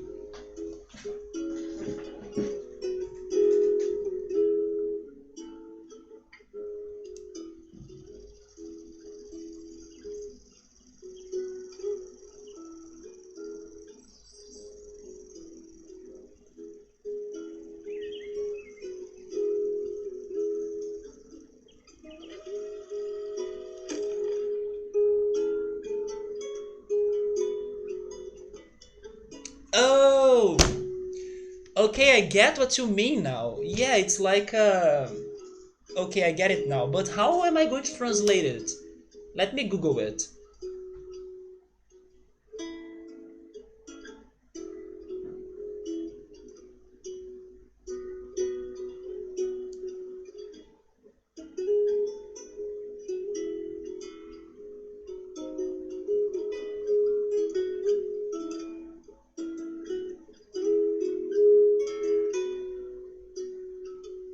Oh, it's called trapdoor. It's actually just called trapdoor. So he's saying that the one, this hydraulics right here, it's working like a trapdoor. Now I could see it, yes. Yeah, trapdoor. It's such a specific word. I have heard of it before, but I could not remember it.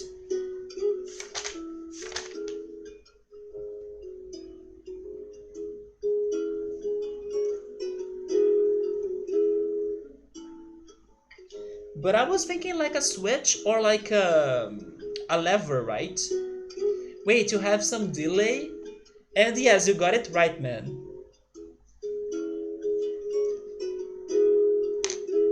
But the thing is that it's like a trapdoor because this hydraulics right here does not support its wave. But I do not have ropes. And I cannot make this as an elevator, so... Man, this level! Wait, but don't panic yet.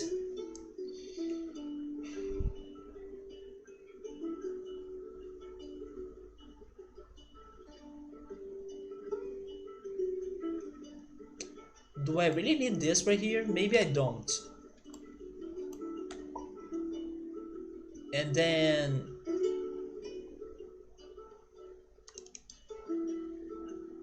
If it is not a matter of numbers, I don't think it is. I can check, but I don't think it is.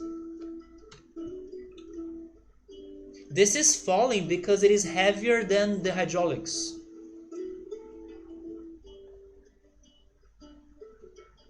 I mean, I don't think if I put one in there, it's going to change, you know?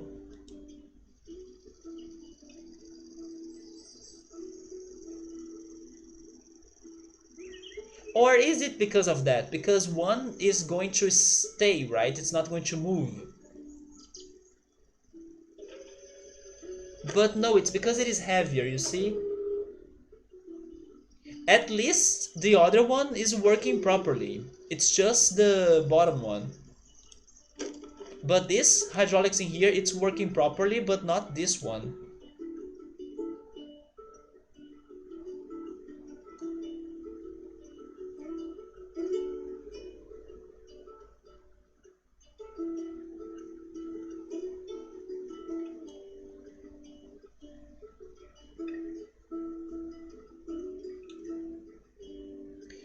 So let me get rid of this.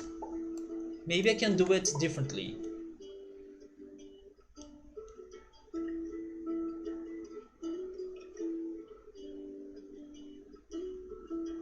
For example, maybe I could place it there. And then I can ask it to expand just a little bit, right?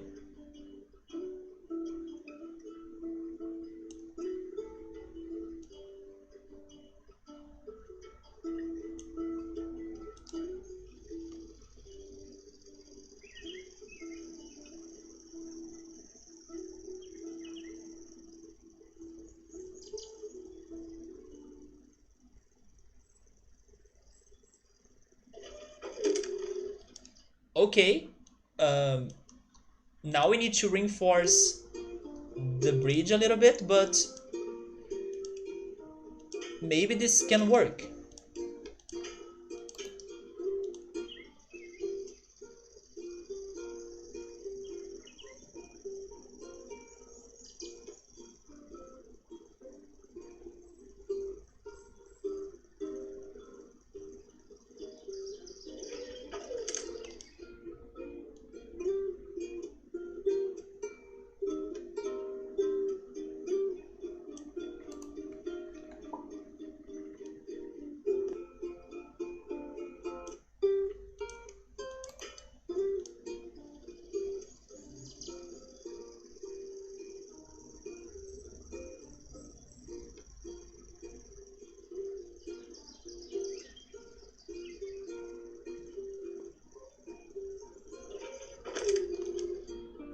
No, now I'm not sure anymore. I still need to find a better place for that hydraulics.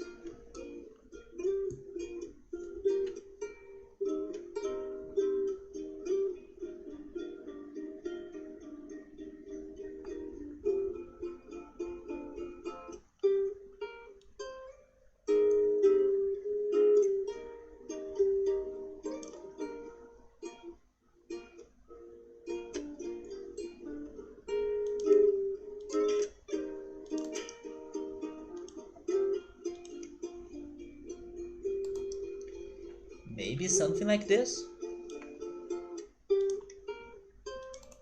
Wait.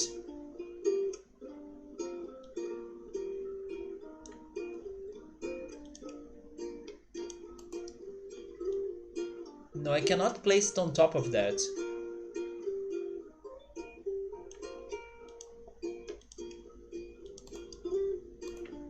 Yeah. But can I make this connection right here? And then I change that bar for hydraulics.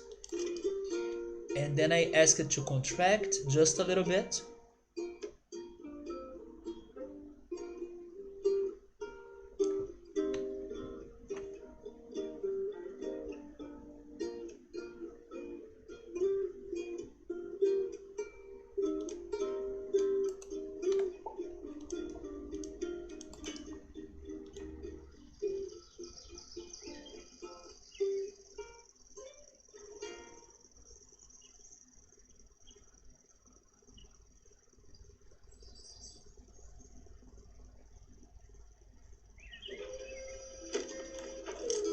So now I'm back to the same issue of this being too heavy. You need to remember that this part will be moving so the truck does not hit it. Oh wait, you are talking about this one? That's true, right? You are right.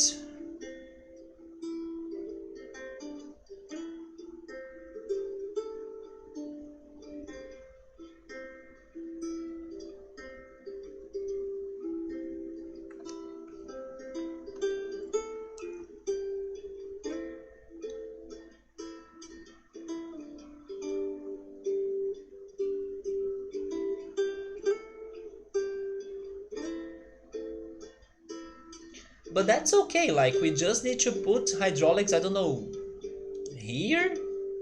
Wait, there maybe? And then it lifts it, right? This may not be a big deal.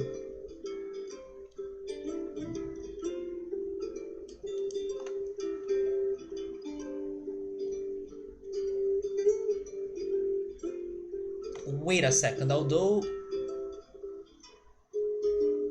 Yeah, there are some bad connections. No, this is a big deal.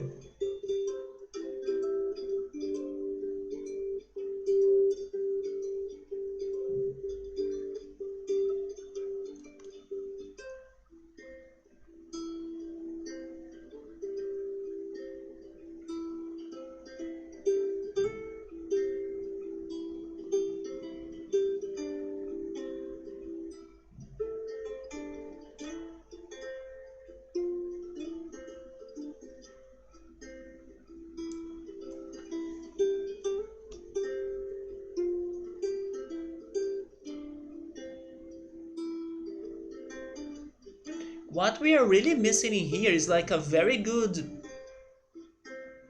structure to resist everything, to resist the bridges, to resist the hydraulics. Should I go for an arc?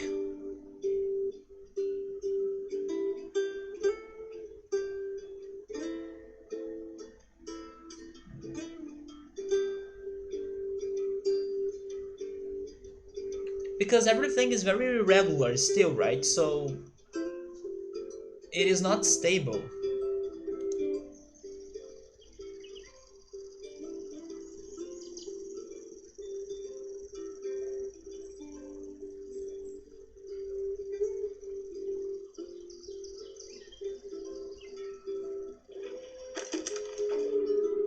So this one is breaking because of that, right? Maybe.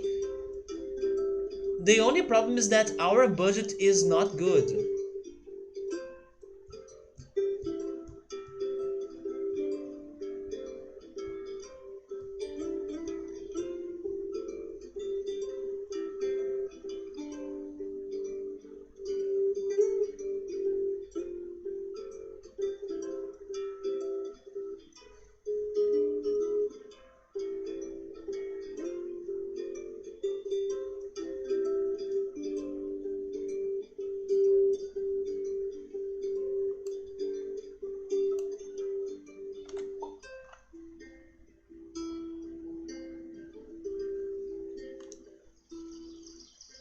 Seriously, the hydraulics can resist that?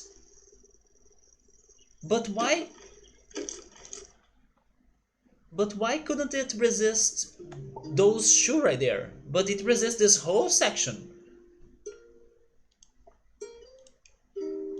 It makes no sense to me. Maybe it is because of where it is located, like it's very straight and on the center of it. Maybe that's why it is resisting or supporting this whole section.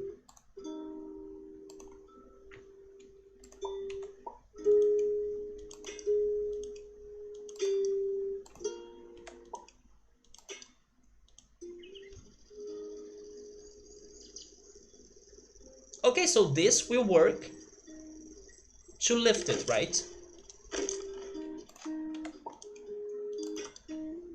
This one.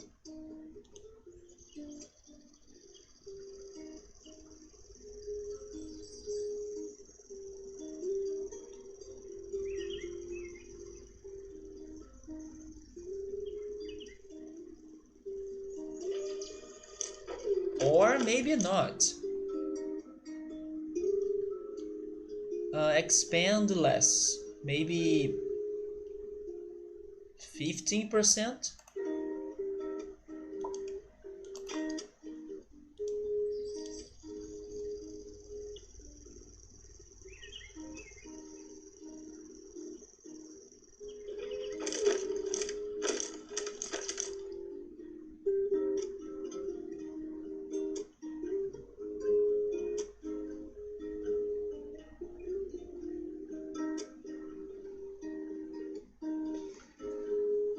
Yeah, this level is... It is little by little breaking me.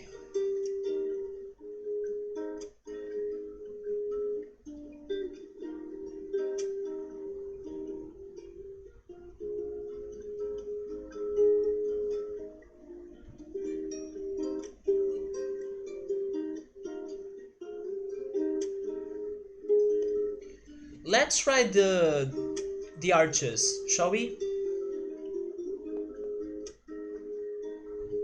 I will save this as attempt 2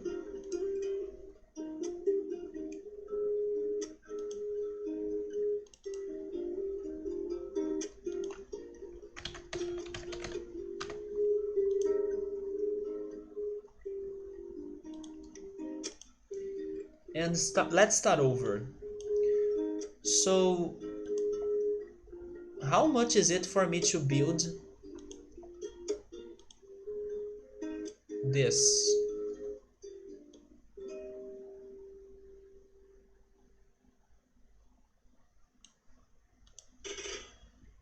It's 9,000.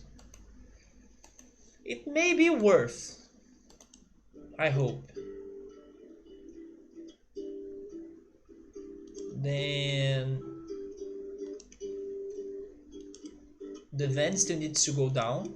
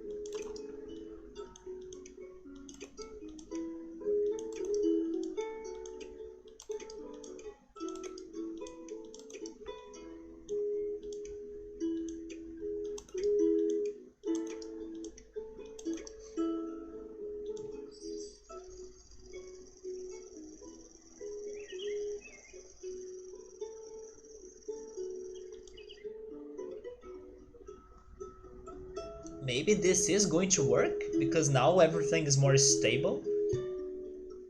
But then how is part 2, right?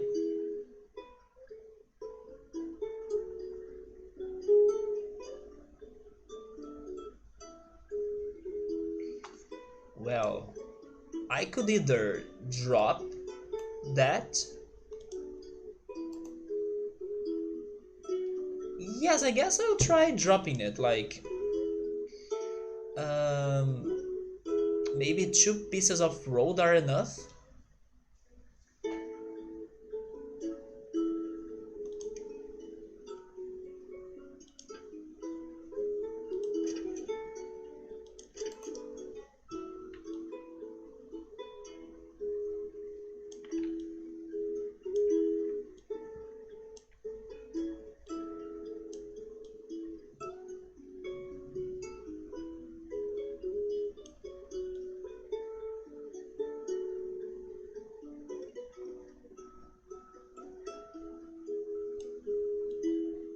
And then we'll have a split joint right there. Actually,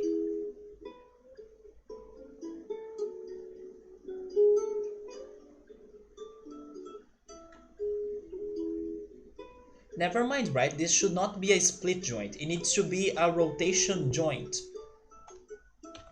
This is the one that needs to be a split joint.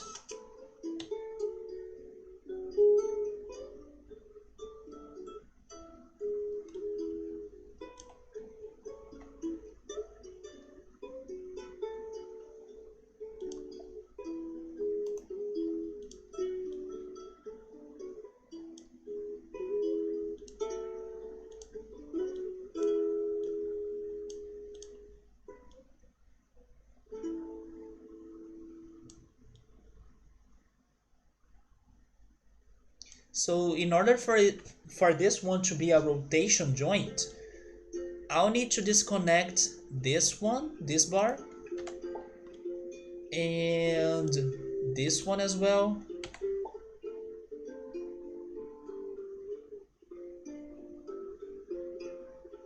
Welcome back, Ultras. Oh, you bought some Domino's? That sounds good, man. I'm actually thinking about baking pizza this week. So, have you got your answer regarding going to fish or like going fishing?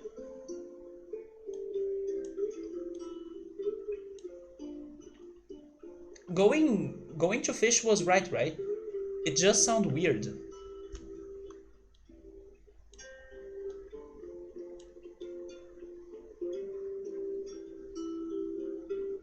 Is this stable? I cannot say. It is. Okay, are you doing what I want? Although we have more issues in here.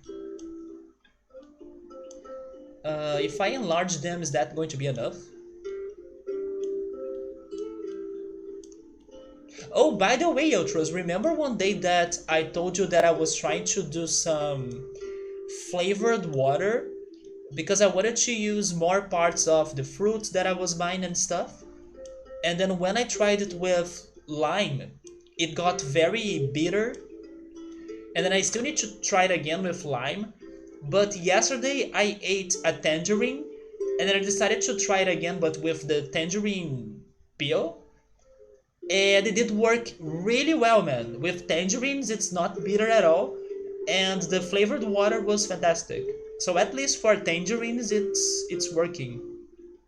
Going fishing, yeah, there we go. And nope, no answer from him. So that's why you got some food, and then you are also smoking, and then no fishing tonight. That's okay, man. Like, sometimes we do get some days that our plans do not work out, but don't let them like change your mood that much or make you too angry. Just chill. It's not worth the stress. Just relax, man. And then enjoy the Domino's. I really need to eat some pizza this week. I bought the mozzarella. I have the flour. I just need to bake it. I haven't baked it yet actually because as I went grocery shopping and I carry everything on my back and on my arms, my joints are still hurt because I was carrying a lot of weight. And yeah, man, I'm still waiting for my joints to be like 100% without hurting me or aching. And then I will be like feeling more comfortable about making the dough and mixing everything, so I can bake pizza. So I'm waiting for my arms to stop aching pretty much, my joints, so I can bake the pizzas. So you made a low carb lime cheesecake, man. A friend of mine sent me a video, I think 2 days ago, showing her baking a lime cake. And then she was putting like um, a lime layer on top of the cake, like, right? She was putting like a lime layer on top of her cake. And I have been wishing that so much, like a lime dessert. So you have done a lime cheesecake yesterday. The crust was ground almonds and pecans, and then butter, coconut oil, some cinnamon, and nutmeg. The filling was 3 blocks of cream cheese, and then 3 eggs, one egg yolk, right? One egg yolk. Then some lime juice, lime zest, maybe zest, and vanilla. And you were perfectly okay with not hearing back from your buddy. You were just wishing people would give you straight answers at first. You know what? I agree with you about that. I prefer people that are more direct regarding, like, oh yes, I can do it today, or no, I cannot give up. I also prefer the straight answers, replies, right? Because some people, they like take forever to give you an answer, or like they take forever to decide on something. Sometimes I also do not have a lot of patience for that. Otherwise, I wait around and waste time. Yeah, right. And then it kind of makes you spend even more hours without deciding what you are going to do with your day. Welcome back, Subaru. And also to the filling and the crust, it was swerve, which is a sugar substitute that is natural and zero carbs or calories. What is it made of? But man, I need to learn how to bake or how to make any lime desserts because I like it so much. I should try getting into lime mousse, right? Maybe it's not going to be very hard for me to make lime mousse. Or maybe a lime cake just like my friend did. Although I do have some struggles with baking cakes, right? Yeah, it's probably not hard at all. Probably you just need to put everything on a mixer and then let it on the freezer, because 100% of the time they know their answer. They're delaying because they don't want their comfort. Yeah, exactly. Sometimes you know, they take forever to give you straight answers even though they know what they want to say. I mean, I'm not going to be hypocritical and say that sometimes I do not do that. Sometimes I do that as well, but definitely not like one whole day, or like when the event is nearby or something, or it's coming up. And then there are people that takes days to give answers, or to decide upon something. But in a situation like that you are inviting someone to go out, like, it's polite to give a straight answer.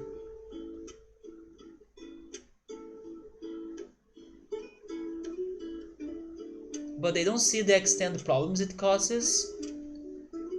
Yeah, when you have like a lot of intimacy with the person, if the person just says no and then I'm lazy, or no, I kind of don't feel like doing it, maybe another day or something, you can totally get it. Like, you don't need to really give crazy explanations of why you don't want to hang out with me or something.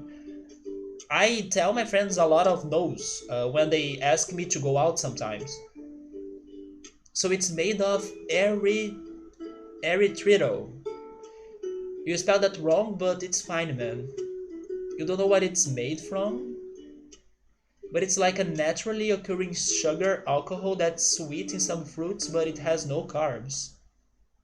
Most people do it, yeah, right. But then when it's regarding an invitation for something to do on that day, come on, it's like almost the end of the day and then no answers. And to me, it's even worse when you can see that the person is online, or when the person is active on the social media. But it's people, right? There are people and people, and then we need to either be patient or just move on to make new friends or meet new people. But like people do that chronically, like with everything. No, I do tell my closest friends, like, no, I'm not feeling it, or like, I'm lazy. I give them one of the shittiest possible answers for why I'm not hanging out with them or something. Or I just tell them that, this doesn't sound appealing to me. Like, sometimes they like to go drinking, and then I don't drink, and then I don't know. I don't like to go to bars that much, but they love drinking. So sometimes I'm like, no, I don't feel like going to a bar or something, or I'm just watching series on at home or something.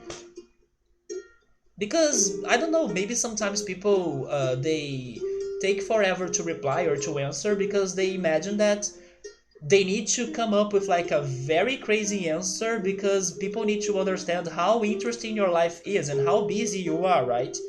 And in reality, no one is that busy, no one has that interesting life. So why not be more direct and then save your time, save the other person's time, and just accept it, right? Your best friend of many years who doesn't talk to you anymore did that with every single proposition. I used to know a person like that too, and yeah, like the person used it to take forever to answer me, and then I will tell you what's the worst in my opinion, Ultras. The worst in my opinion is is that I will be more understandable when like people take more time to reply or to answer or something. I can be that more patient and more understandable even though I don't act like that or I don't prefer it that way, but I can understand other people dealing with that. But to me, what's the worst is that when you get the reply or when you get the answer, it's a very empty answer or it's a very short answer or like it's ending the communication or like the person does not keep it going. you know it kind of feels like the person felt like forced to give you an answer or something. And yes, I used to have this friend, we are not friends anymore, that I was like confronting him like, why are you taking forever to answer me, or like why are we not like chatting more or something, or uh, developing our talks or evolving our talks as well. And then the person is always like, no, I have this certain amount of time of the day to talk to you, to talk to this other person. So I was like, okay, so basically what you're saying is that you don't have time to talk to me at all, so I don't feel like we are that close friends anymore. And then little by little the friendship was ruining until it was completely gone. But yeah, like I do have friends today that they do take long to answer me, but when they answer me, it's a very good answer. Like it's an answer that keeps the chatting going on. I mean, not every time, every day, because of course, once again, people's lives are not always that interesting at all. Anyone's lives. So of course, sometimes the talks they will end or stop, but you see that sometimes they do keep it going or keep it happening, or they bring a new topic to discussion. Even if the talks are in a slow speed, or like if they take some time or even days to continue. But it's more regarding the sort of reply you get, other than how long it took for you to get it. And there are people that will give you a shitty reply on a shitty timing, like only after many hours, unnecessary wait. But thank goodness, at least the friends I have today, they do reply me either fast or they give me good replies when they are answering me. And that's what I think that's the most important. Because then, even though it takes long for the person to reply you, you see that it is like a reply that the person cares for you. It seemed always like an inconvenience for him to hang out with me. Yeah, I felt like that too with this one friend as well. Even when I tried to like have a straight conversation, like, hey, let's spread the cards on the table and then have it settled, settled, right? Have it settled here. And then even after talks like that, I still felt like, okay, I guess that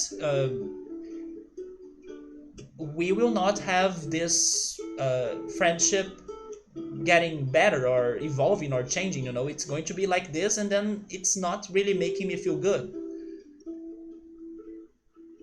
It always felt that way. You guess it makes sense. He stopped talking to you, but you still don't understand why. It's also like different people, right? There are people that they like to give straight answers. There are people that they take forever to answer you. There are people that will take forever to answer you and not give you a very good answer either. Yeah, we all probably have met people like all of those um, ways of replying to others, right? Another thing is when you ask a question, but also throw in a few extra points or other top. Wait. Or another thing is when you ask a question, but also throw in a few extra points or other topics, points in a message. Oh, yeah, right. And then the person kind of ignores the question. Yep. That happens to me too sometimes. And then when you bring it back, sometimes the person ignores it again. And then even when you say, oh, but I would like to get a straight answer from you about this, and then the person, may keep ignoring it. Yep. I also had a friend like that too that I'm distancing from him because I feel like he does not treat me seriously. Exactly because of that. I make questions, some of them are answered, and then when he asks me questions and then I give him like a solid answer, it feels like all the effort I had to make that answer was for nothing, because sometimes he doesn't reply back or comment on what I answered or keep the talk going on. So I'm like, nope. So example, hey, how's it going? Do you wanna come by on Saturday? I got 2 paddle boards a few days ago and the weather is going to be nice, so if you want to come by and hang out for the day and paddleboard, the answer is, oh cool, nice, paddleboards are fun. Outros, I'm so sorry, man, but don't feel alone because I also have met people like that. Probably everybody. So yeah, just I think last weekend I was saying this. Just like pick your expectations and move them to something else. Like if you have expectations towards those people, those friends, don't feel upset. Like just get your expectations and put them into something else. It can be other people, it can be other friends, it can be other activities, but like, expectations not for you anymore. Now it's for this activity, those people, these things of mine. Yeah, man. It can happen just like what you said. I also have been through that. And what I have done, changed my expectations. Now I'm giving more time and value to other people and to other activities of mine, so I do not like stress out or get angry or start fights. Nope. And it's okay because that kind of happens a lot. But at the same time, if you do have one or two or like a couple friends that give you attention when you ask for it and then they show that they care for you and everything, you see that's all you need. Like you don't need to have a bunch of friends that, just a couple ones are already great enough. If you if you kind of um, have like the right moments to be talking to them. For example, maybe this friend cannot be there for me during this time, but maybe I still have that other person. If you can manage them. So Those people, man, just move your expectations into something else. That's my advice. I did that last weekend. I'm still doing that. And it's all normal. Just don't like spend your energy, your time, and it's not worth it.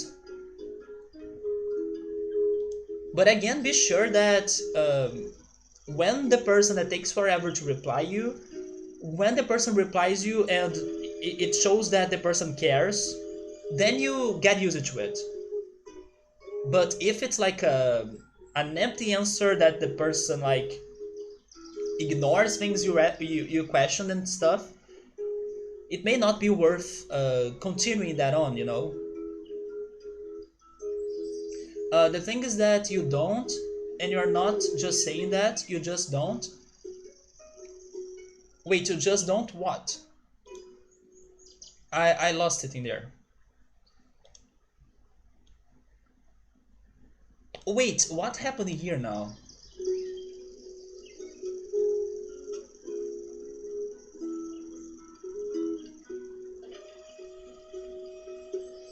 So the hydraulics are not working. Why? Is that not a pivot joint? Is it because of those two connections?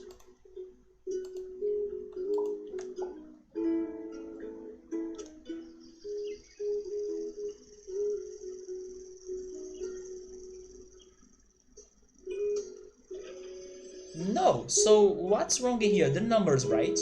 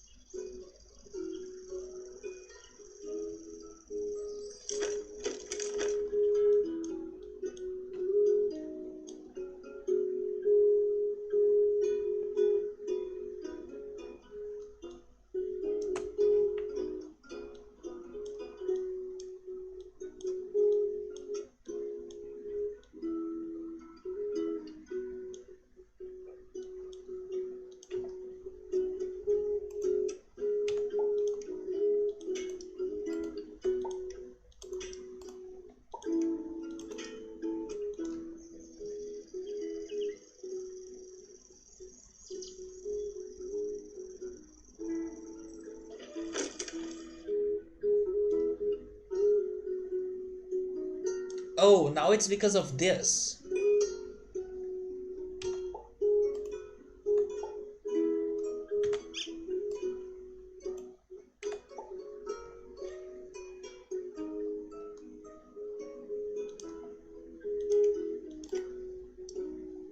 But once again, can those two hydraulics resist those two pieces of road now?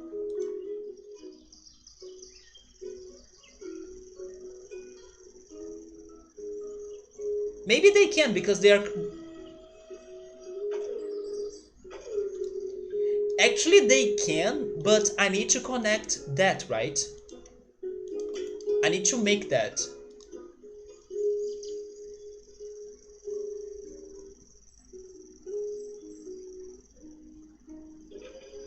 Yes, I mean, almost yes. But I'm starting to believe this may work.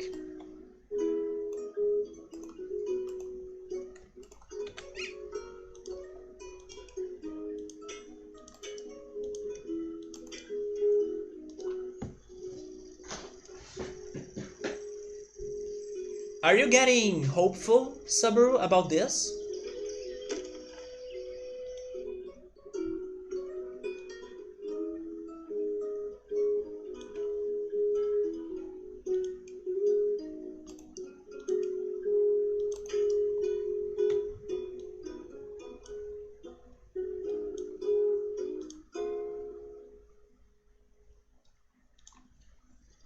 Or am I just dreaming and, you know,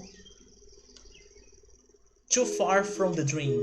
Wait, there we go! There we go, there we go!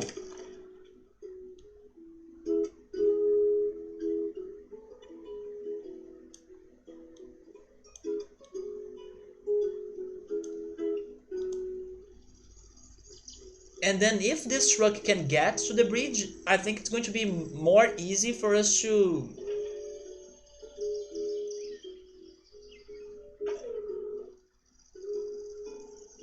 Oh yeah, there is also this issue, right? How much steep it is.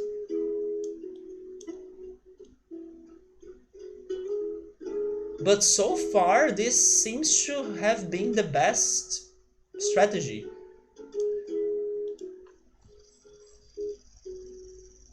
Wait, you don't have the other friend that you think about? Oh wait, do you mean you are not friends anymore as well?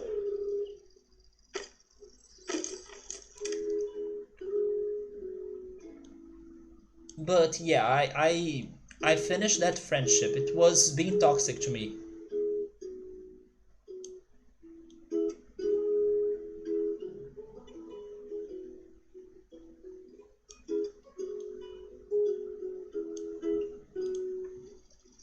Yeah, Sabri is saying the problems are just happening just because I started to feel more inspired, right?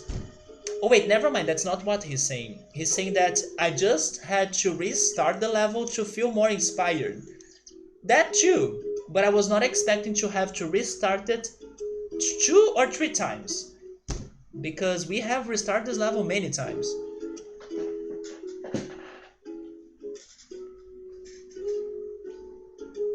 Oh, as long as you have other friends that you are good with, then focus on them.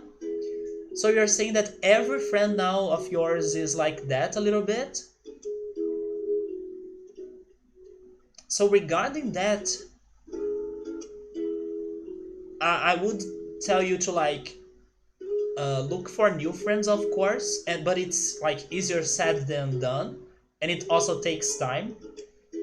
But the only way you can really like meet new people in real life, at least, it is by starting new activities. So I would tell you to like think about something you could start maybe studying or a new activity, maybe some sort of sport as well. And then that's how it kind of happens. Like when you are kind of forced to be part of a certain group, and then on that group, you kind of hope that you can start new friends or making new friends. But yeah, man, it is rough. Like it's hard to make new friends.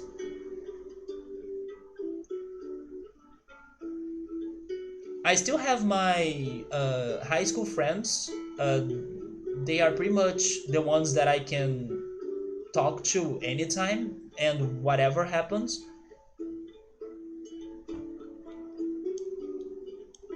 But of course, there are things and things, right? For example, the different people you meet in your life, they will have different interests. So there are things that you wanna share with someone, but then maybe someone doesn't enjoy talking about that interest of yours. And that's the magic of like having many friends. But to be honest, you also don't need to have like tons of friends because people can also surprise you and change with time, especially after knowing you. But yeah, people are totally different regarding how they give attention to others and how they reply to others and which sort of things you can talk to them as well.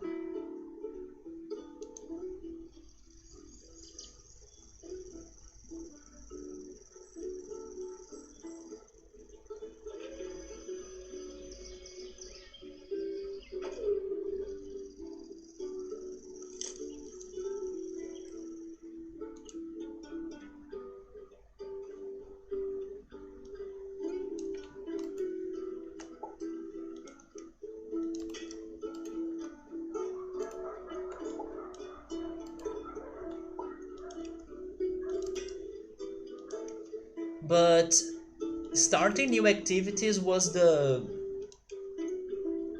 best way I could find to try making new friends.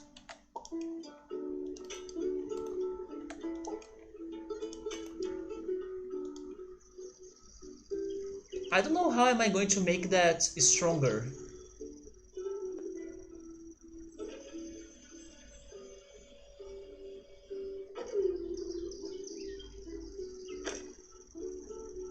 I have no idea how am I going to do that.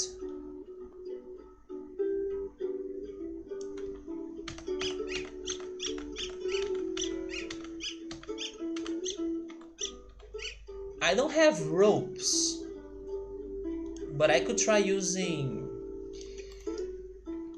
a hydraulic that's not moving as a rope, but not really.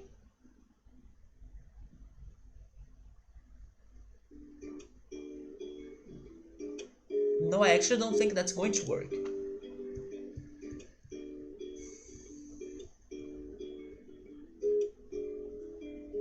Yeah, the problem is not being strong, it's that it's too steep.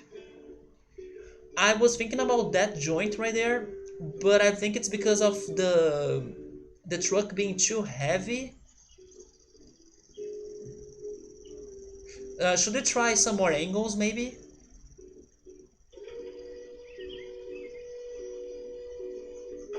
Yeah, it is very steep, right? What if we do something like that? Does that help? Or does it make it worse?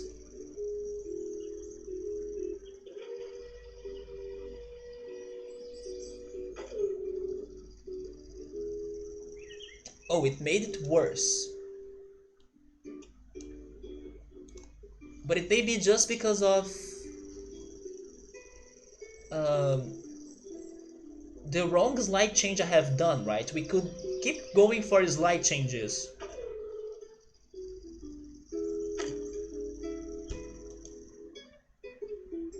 Or maybe not.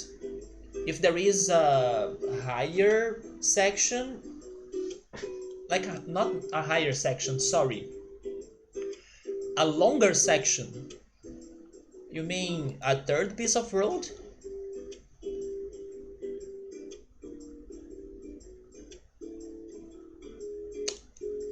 We can try.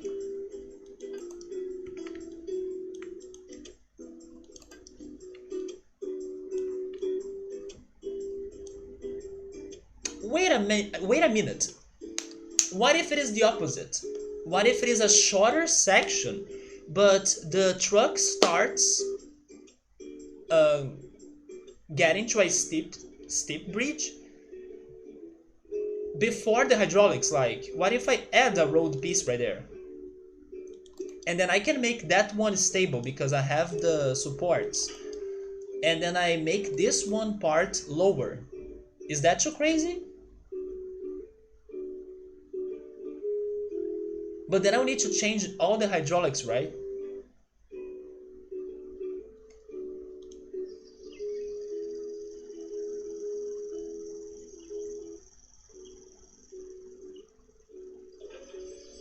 Although we learned that the hydraulics are... Yeah, they are like that. Can we use this glitch to help us?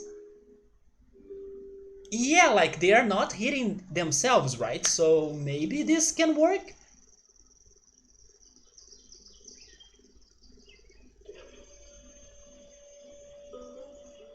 We are cheesing this super hard right now. I actually think this will work.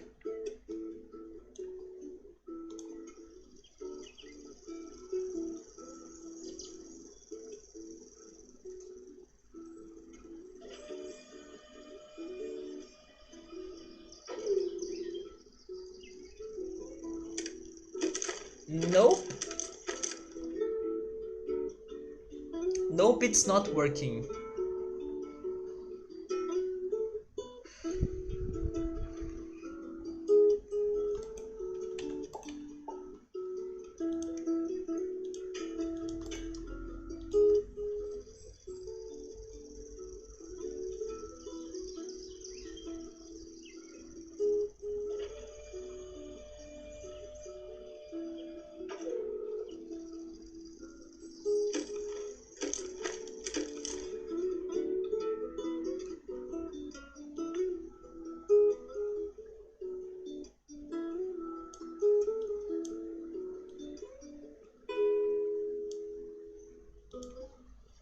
You want me to add another? Yes, we could try that.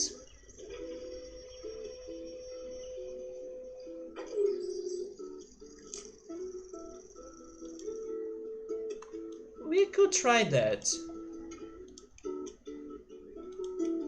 But it's going to break it, don't you think?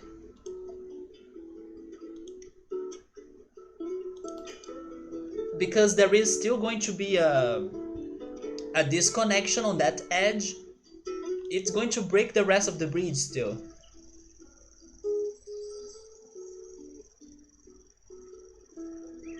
Unless I add better support, right?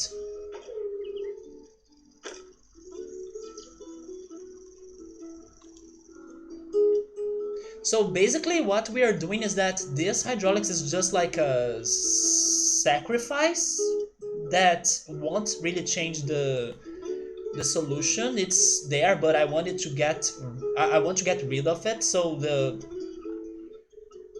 other parts of the road right there, they can connect to the main bridge instead of the hydraulics. I guess that's what we are doing now, right? We are sacrificing this after the first van crosses it.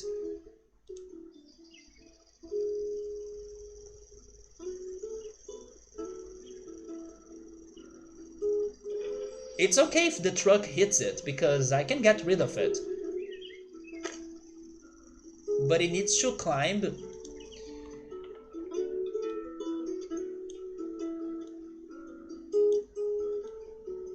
It needs to climb the one that's fixed.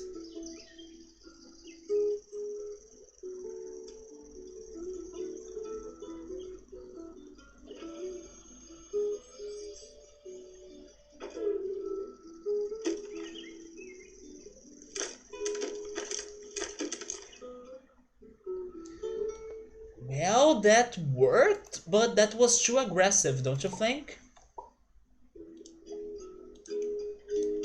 I don't know what I can do about that. Maybe shrinking that more?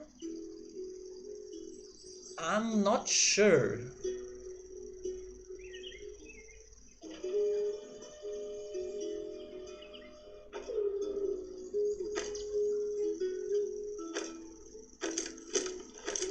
Well, it is working, right?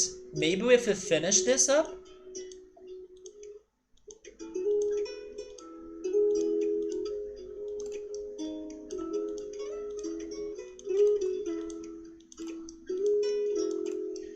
But this is doing it better than anything we have tried so far.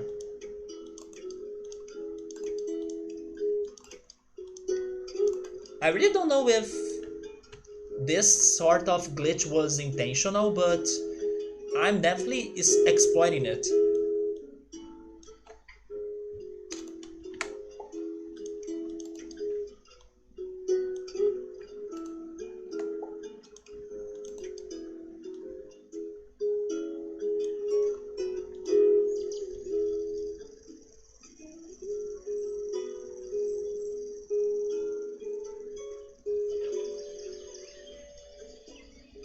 Now you want me to connect them both?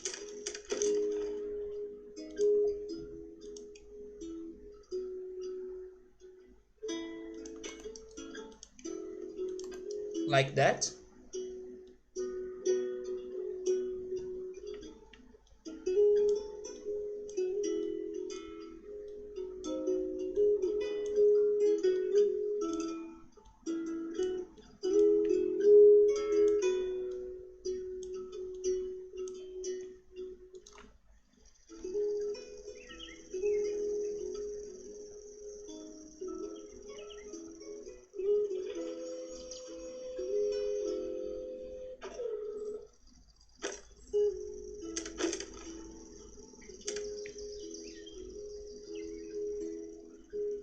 It is working.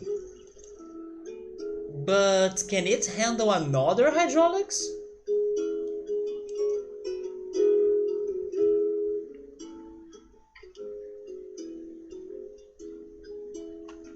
But wait a second.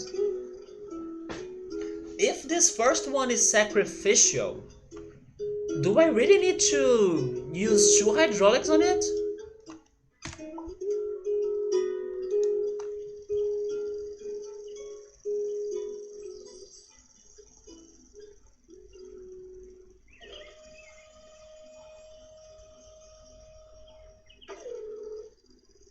I don't, right? You see?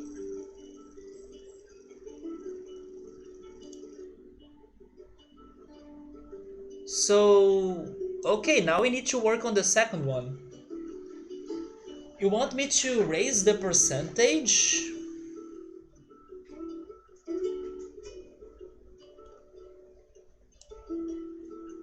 Wait, you're saying no, it can only be two splits?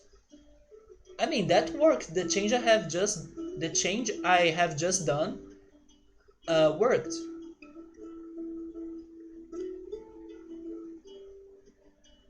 Now we need to think about this.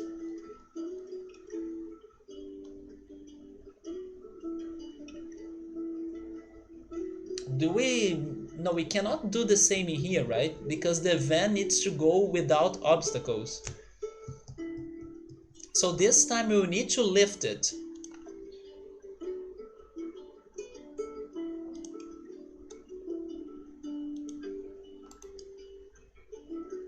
If there are two splits, yeah, if there are two splits, it's going to be a loose section. So you want me to do two splits? So it's falling? Maybe that could do it?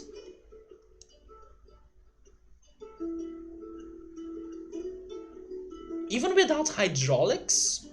Wait. What? Man, this is such a crazy idea.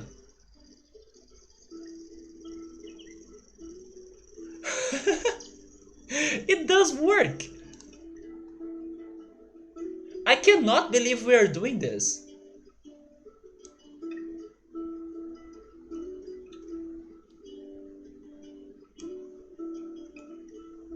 Wait, what is the loose steel bar that I cannot get? Oh, it's that one. This one right here, there we go.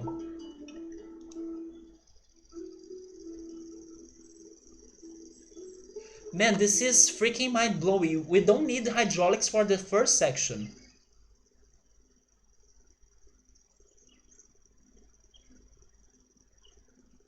But we definitely need hydraulics for the second one, so let's go for that.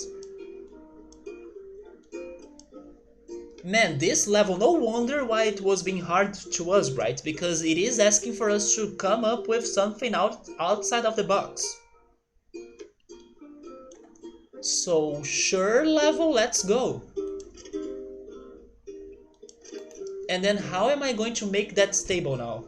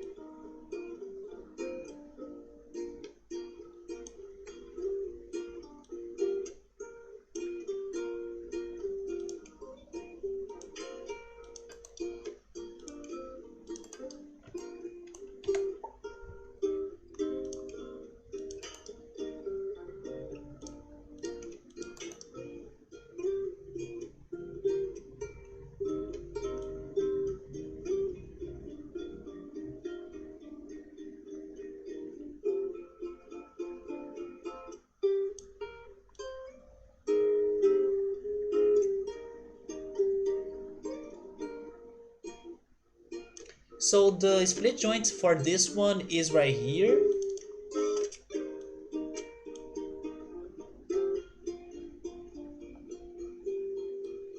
Wait. Wait, I'll need to change this, right?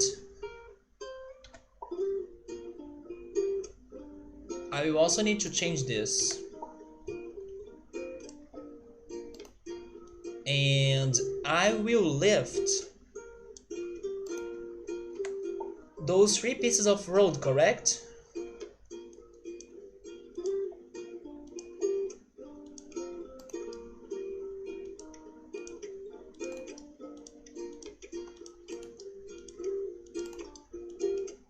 But is this still stable?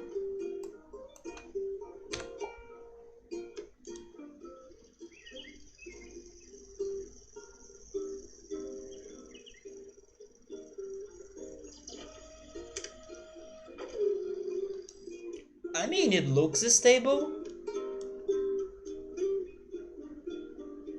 but I don't think it's going to contract everything high enough.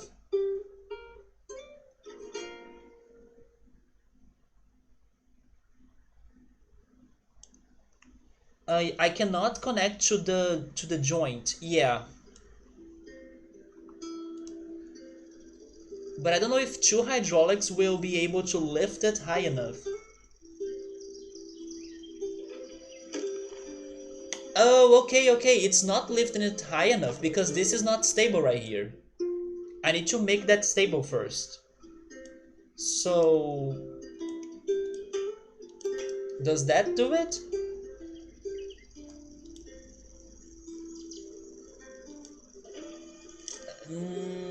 Not really.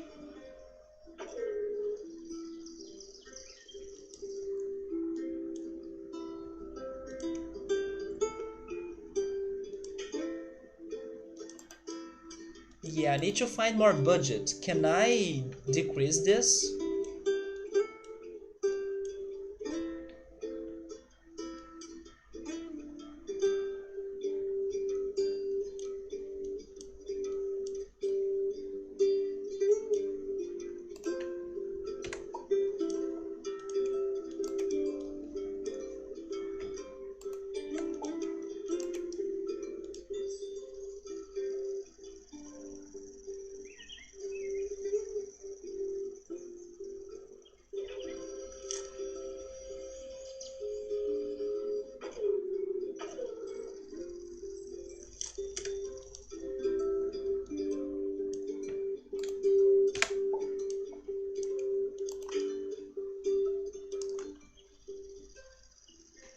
Oh, you're talking about the connection of the hydraulics?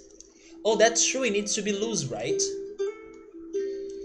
Yeah, those two right there needs to be loose, but I need to connect that one to the rest.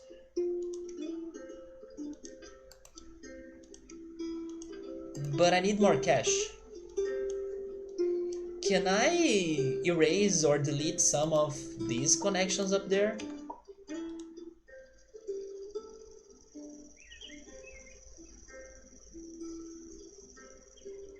It looks like I can.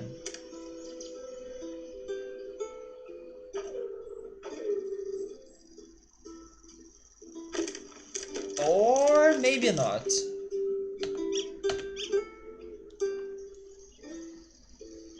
No, man, I did not connect it. I was connecting the top one.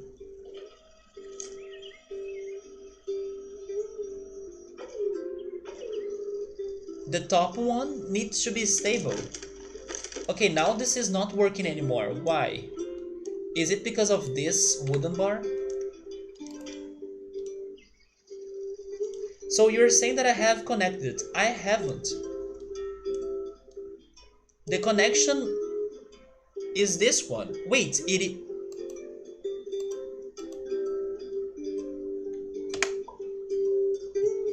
okay, I did connect it. I did not see that anymore.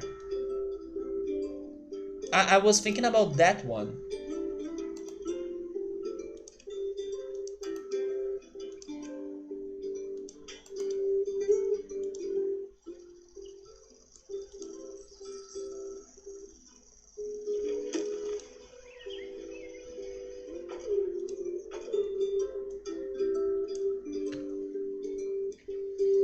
So how the heck are we getting more budget in here?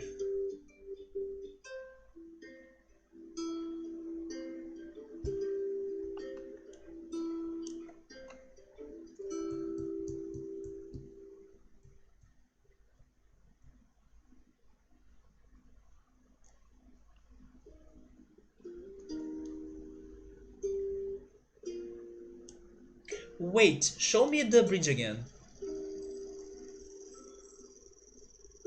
Okay, can I replace those iron bars for wooden bars? Not all of them, but at least that one and this one as well.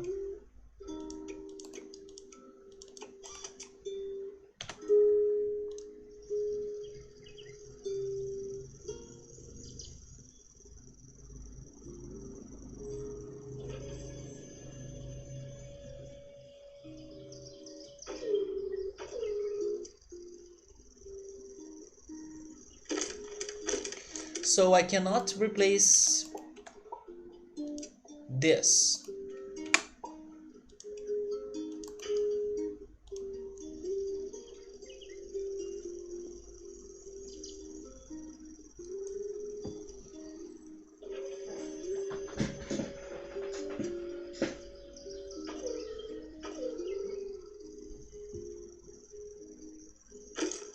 Now the truck is jumping so high, don't you think?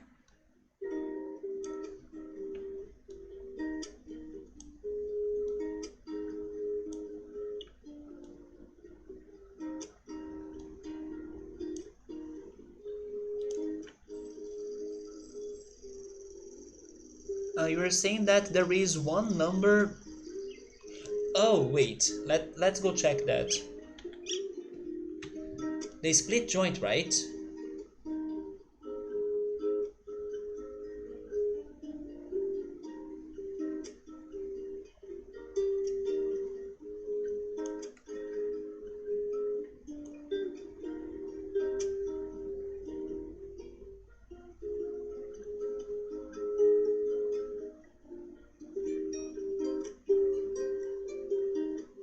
It is this one. No, wait a second. It is those two right there.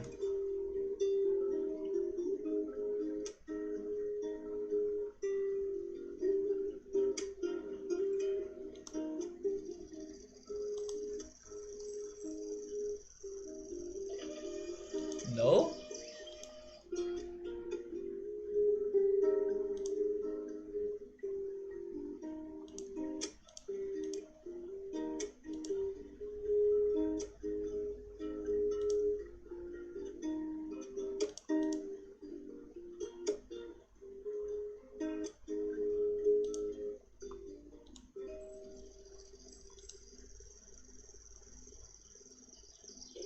There we go.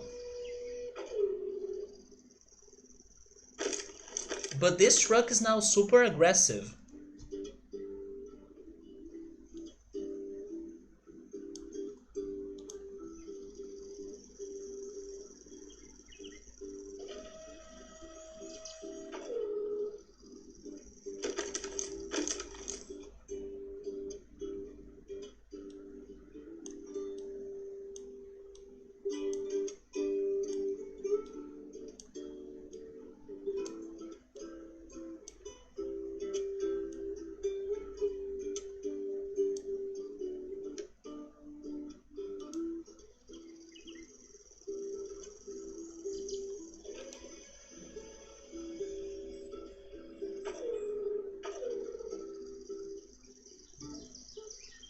Oh, there we go.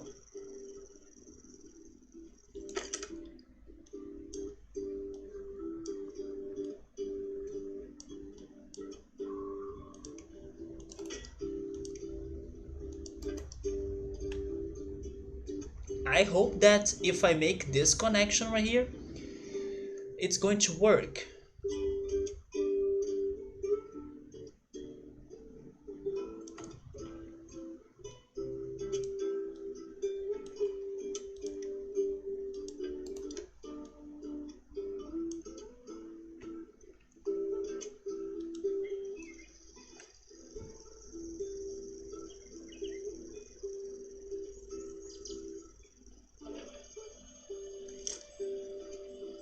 What was that now?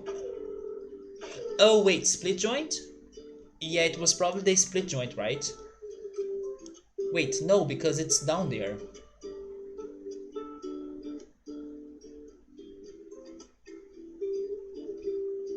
Wait, what?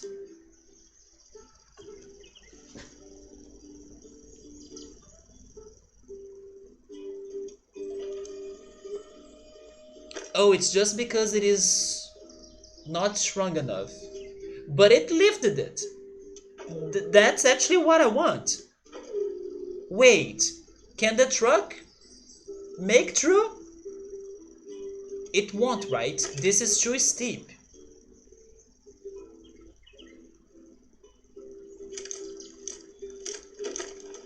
But it's close. So first of all, contract a little bit less. And we need to find a way to make this stronger. There is something else connected to the split joint.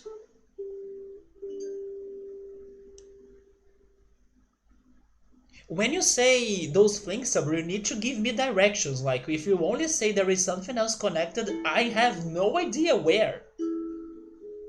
It can be anywhere. But this split joint's safe.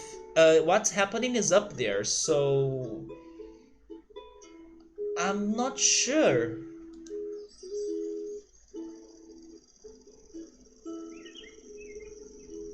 Should the joint?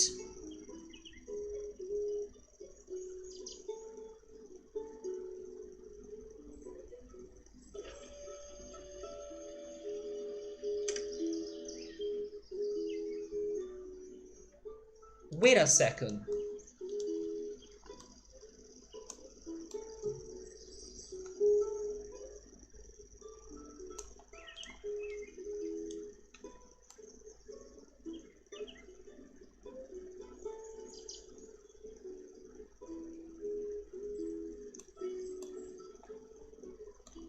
Man, the camera here is not good. Oh, there we go.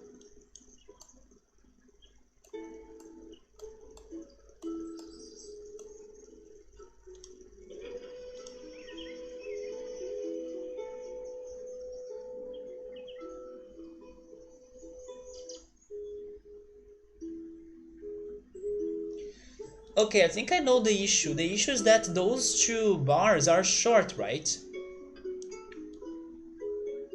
Let's try it again.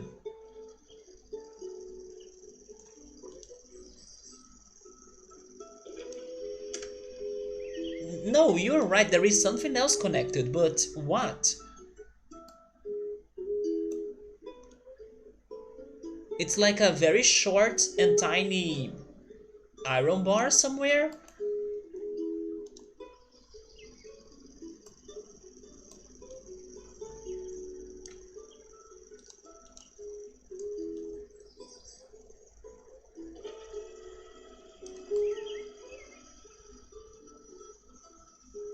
It is. There is a tiny iron bar connected to the joints. That one right there, come on. Oh my god. How am I going to get rid of it now?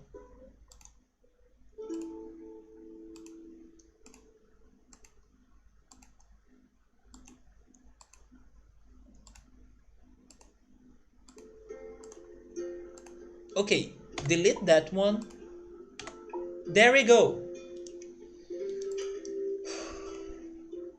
That was hard to see. But progress?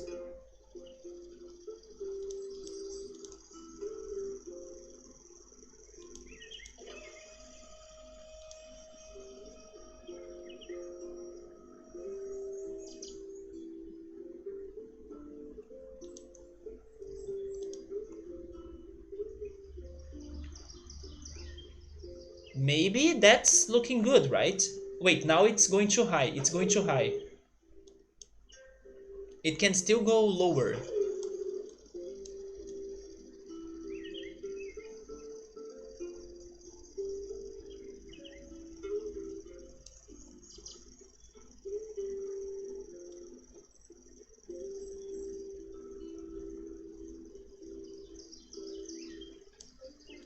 The clutch of those two wooden bars up there.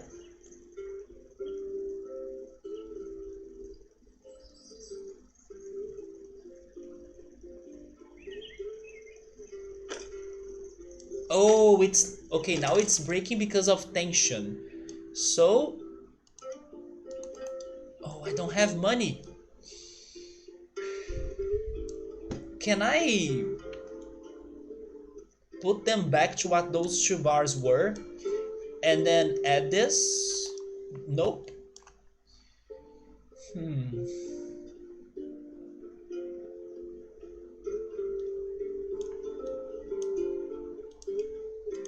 There we go.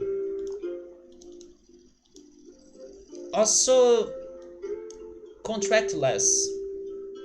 46. Man, this freaking level. No wonder why we could not beat it yesterday.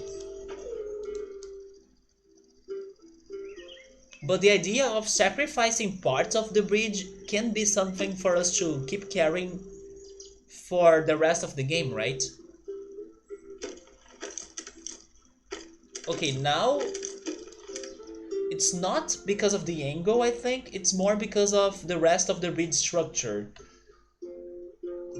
But how am I going to make this any better, like this spider web?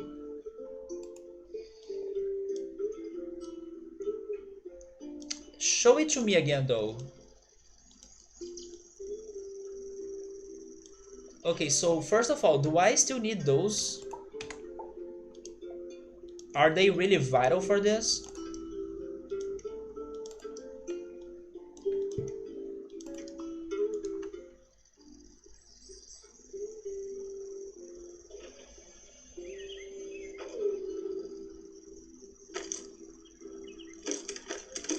They were not, right?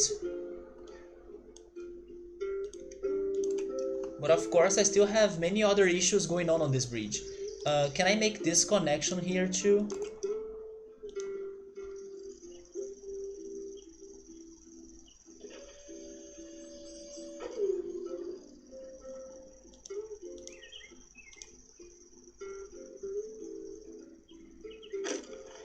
Okay.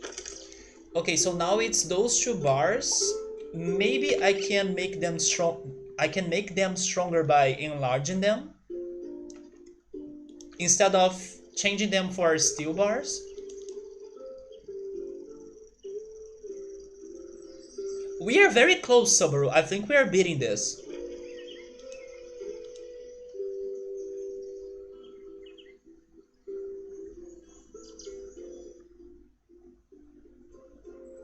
And thank goodness we went for the arc, right?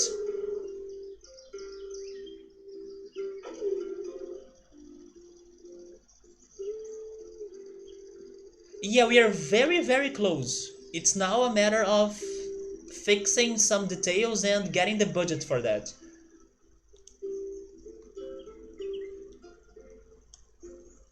But this level was surprisingly hard. Okay, now it's a different one that's breaking, so I will try the steel bar there.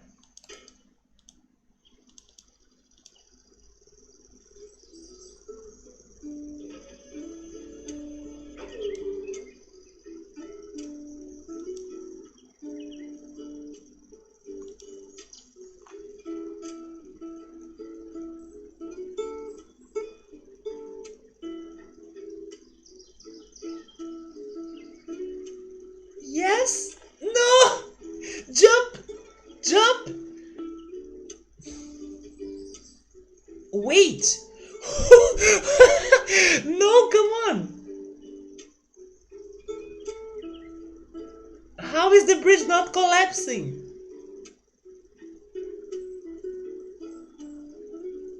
Okay, now this became torture, right? What?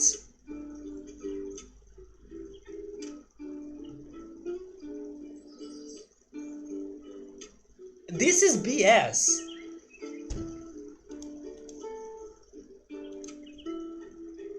Oh no, it's falling. Is it really? I don't know. Okay, now it's completely stuck, right? Yeah, it's a trap for trucks. Yeah, someone needs to go out and pull the truck. Just a little bit. What broke this time though? I could not really see it.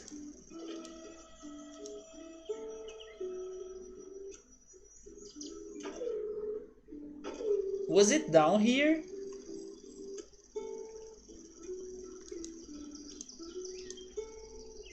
But come on, I'm tired of this level. Go truck, please.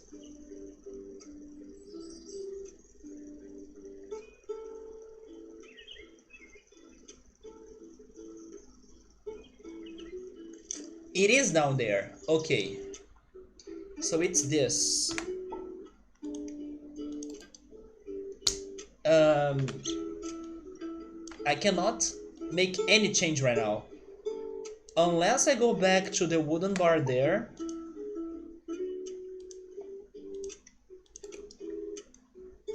But my budget though. And I also cannot enlarge those wooden bars either, so... Show me the stress again.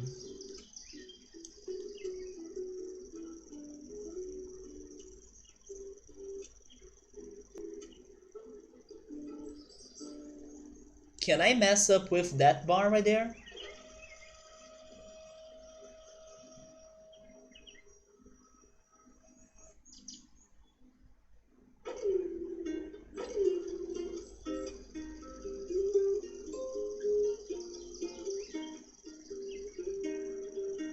I kinda can, I think.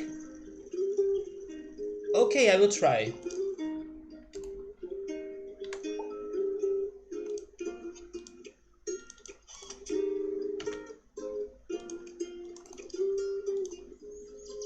The two iron bars connected to the hydraulics.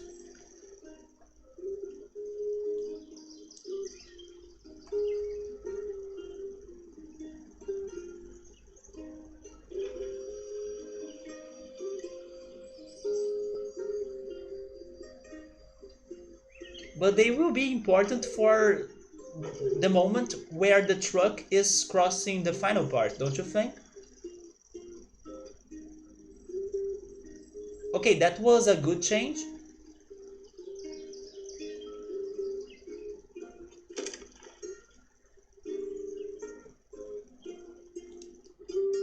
So can I make this change down here now?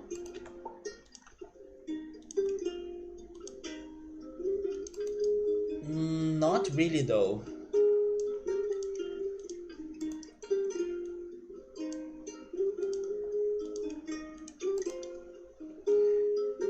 You mean this?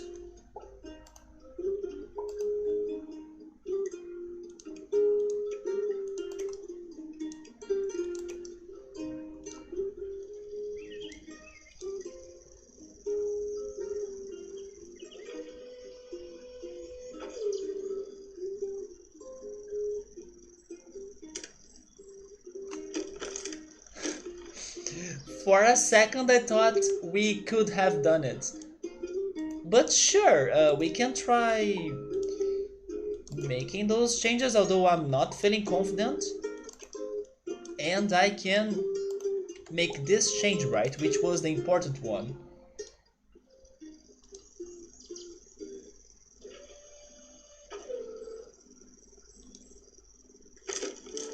Oh, so close. Wait, what broke this time?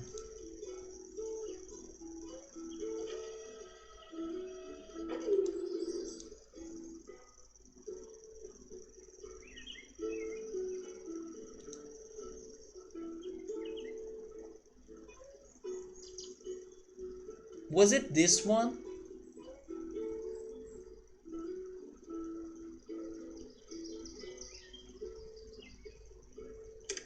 No, it's up there.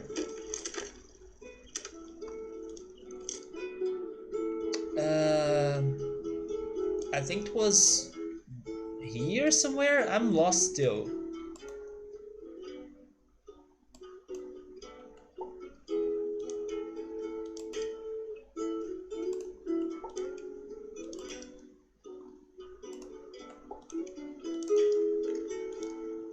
What about that?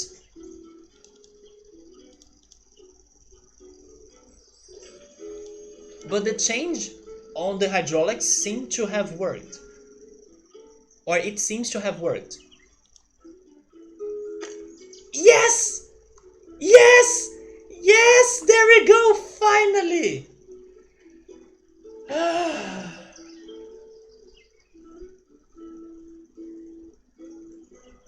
I still cannot believe we solved it in the way we solved it by adding the arc, which was like a very expensive idea, plus by the sacrificing stuff.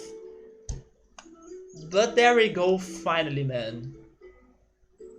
What's next? Please give me something simple. I cannot take another level like this. Something short. There we go, man, finally. But I get why we got stuck on it, because this level was really, you know, outside of the box. We were not 100% ready for it.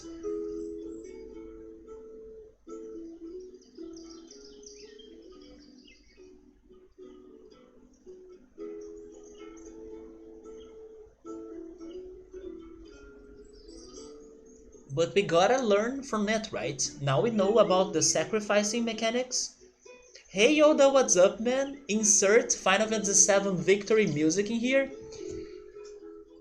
Pa pa pa pa pa pa pa pa pa pa.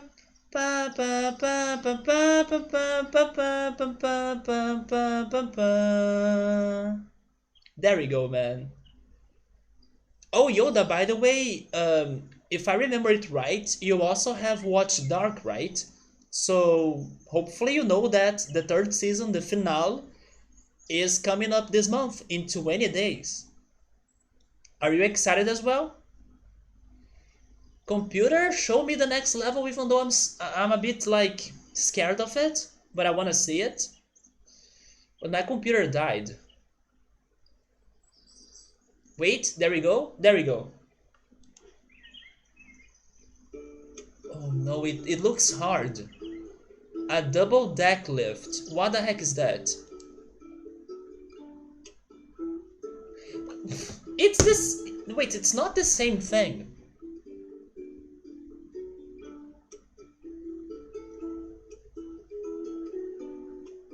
Wait, what? What is the catch in here?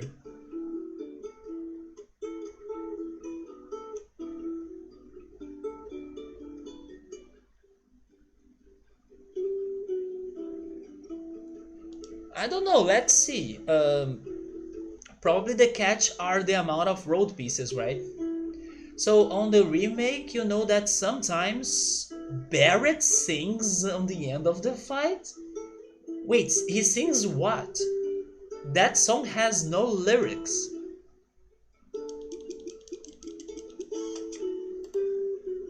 Okay, so yeah, the problem is the amount of road pieces. Oh, wait a second, I see, so... Yeah, we cannot build the bridge for car C at all. A double deck lift.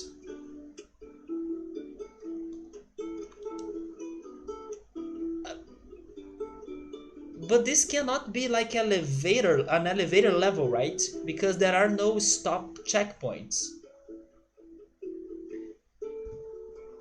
A double deck lift?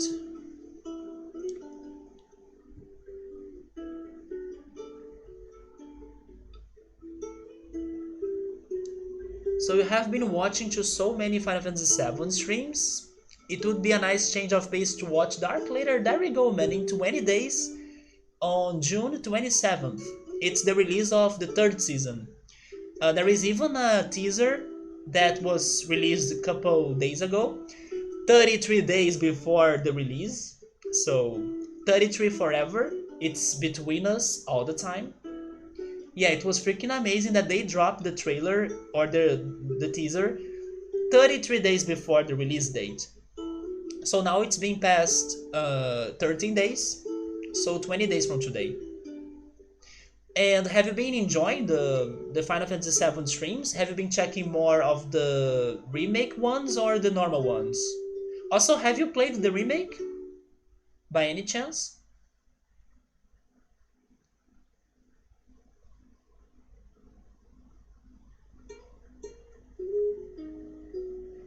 How am I lifting everything?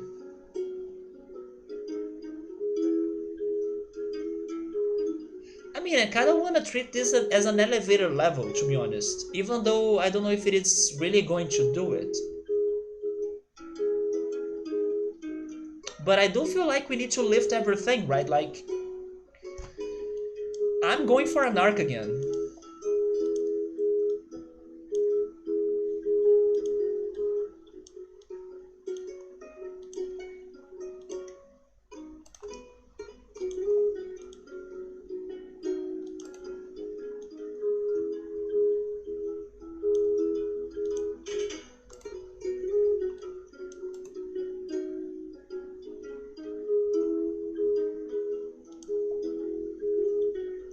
This arc needs to be higher because... No, it doesn't need to be higher, but the hydraulics will need to be very high, like...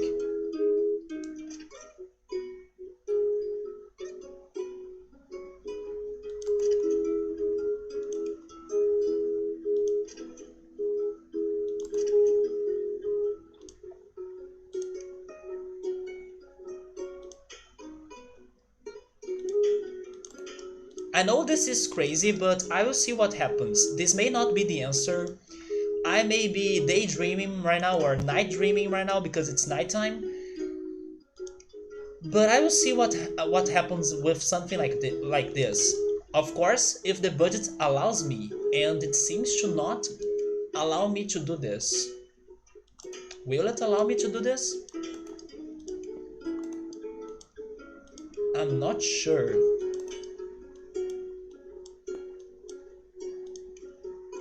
But I need to lift everything.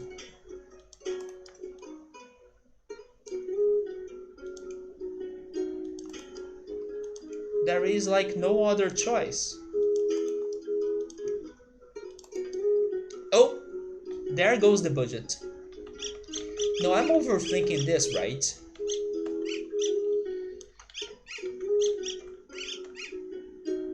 Actually, even though we need to lift everything, that's not like a very long distance, so maybe this could be shorter.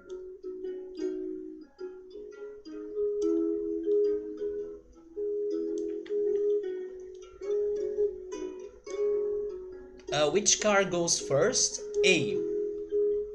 Usually they follow the letters, or the order of the letters.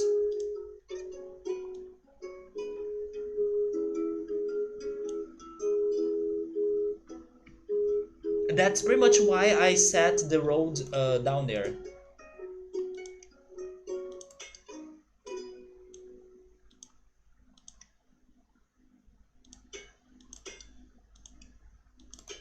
And after Ultros mentioned some pizza he bought, it's making me hungry. But thank goodness I have food. The leftovers of lunch.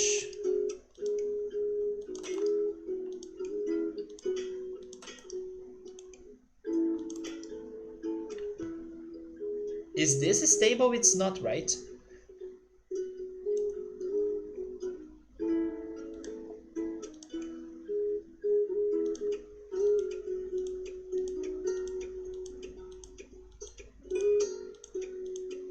So these levels, by the end of this world, have been getting harder. Or at least, not too simple for me to see what they are asking for. Or maybe I'm just not on a very good and creative day. That could be it as well. But I don't think it's not that. I think it is more regarding the world starting to get harder.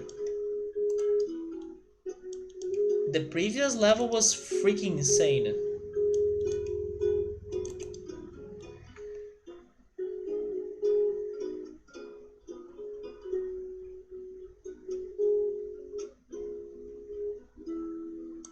This is also not stable, right?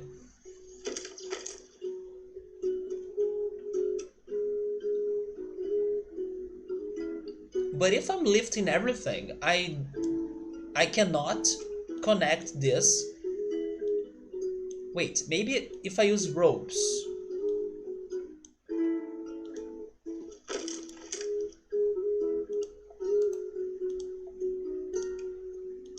Yeah, maybe if I use ropes, that can be okay, right?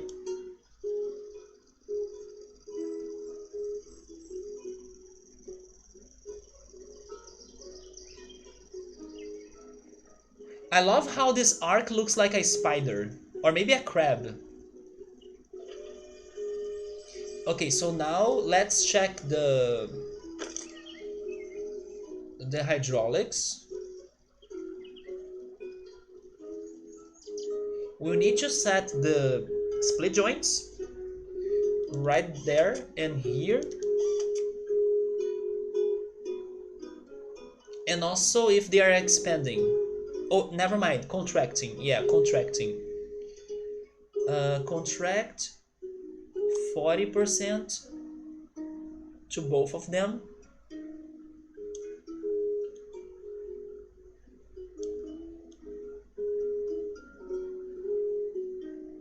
But I know that I will also need to mix, not to mix, I will also need to mess, right? To mess with,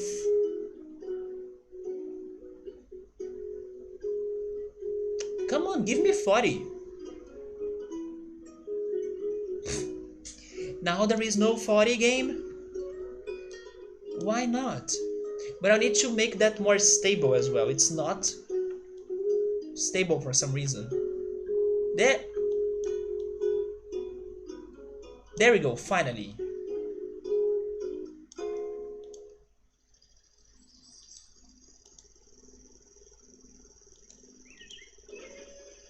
Whoa. Well, that's no good.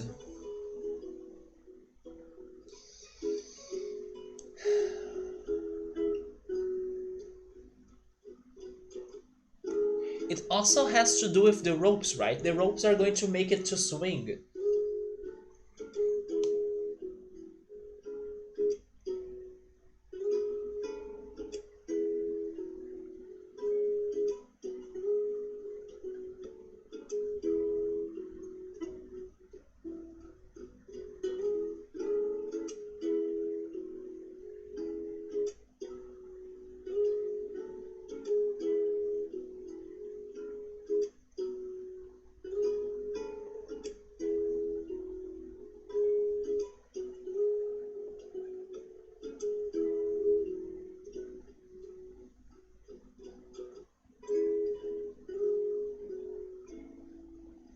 I did get some other ideas, but I don't think I will have the budget.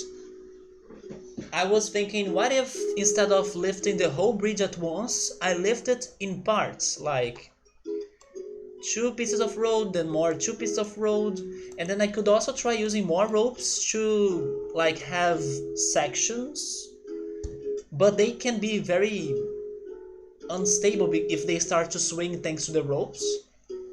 But as long as the car can go across them, then that's fine. But I don't have budget for that at all. At all. So I'm not sure if I should say this, but several streamers did not finish Final Fantasy VII Remake because both the streamers and the viewers got bored of the battle system. Most of them are the ones who did not play the original. Wait, both the streamers and the viewers? Yeah, in here our enemy is pretty much the budget. Because there are ways to come up with this, even though it's complicated. But the budget? So Yoda, Mithril stopped by here yesterday saying that she did not like that in order for your party members to be attacking, there is like no gauge for them to be waiting to get complete thanks to time anymore. It seems that you need to be attacking in order to complete that gauge, and then you can get a move or choose an option for your party member to be doing something in the battle, right? So it's not like regarding time anymore, it's more regarding attacking. And I did not like that idea at all when she was telling me about that mechanic for the battle system. Is there anything else that makes it super bad, as you are saying, that people could not like it at all? But still, Mitro enjoyed the game. She even beat it like 100%. and she's thinking about playing it again. But it's funny that you were saying that new players are not liking it. Isn't it crazy though? Shouldn't it be the opposite? Like people that play the original would be comparing it so much to the original and then getting picky about it?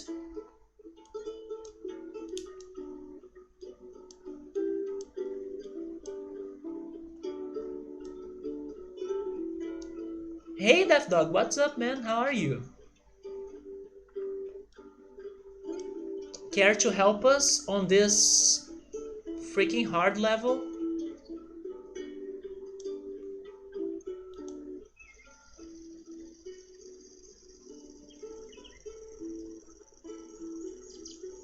Wait, you just ate some dinner? That sounds great. What did you get? I am getting a little bit hungry because Ultras was mentioning some. Wait, what happened in there now? Ultras was mentioning some pizza that he bought. I miss eating pizza. Although this week I'll be eating it. I'll be baking it. Wait, what's the difference in here? Okay, so maybe I need to put this on number 2 as well, right? But that was not what made we fail, I think. Wait, you had some scallops? What are scallops again? Let me Google that.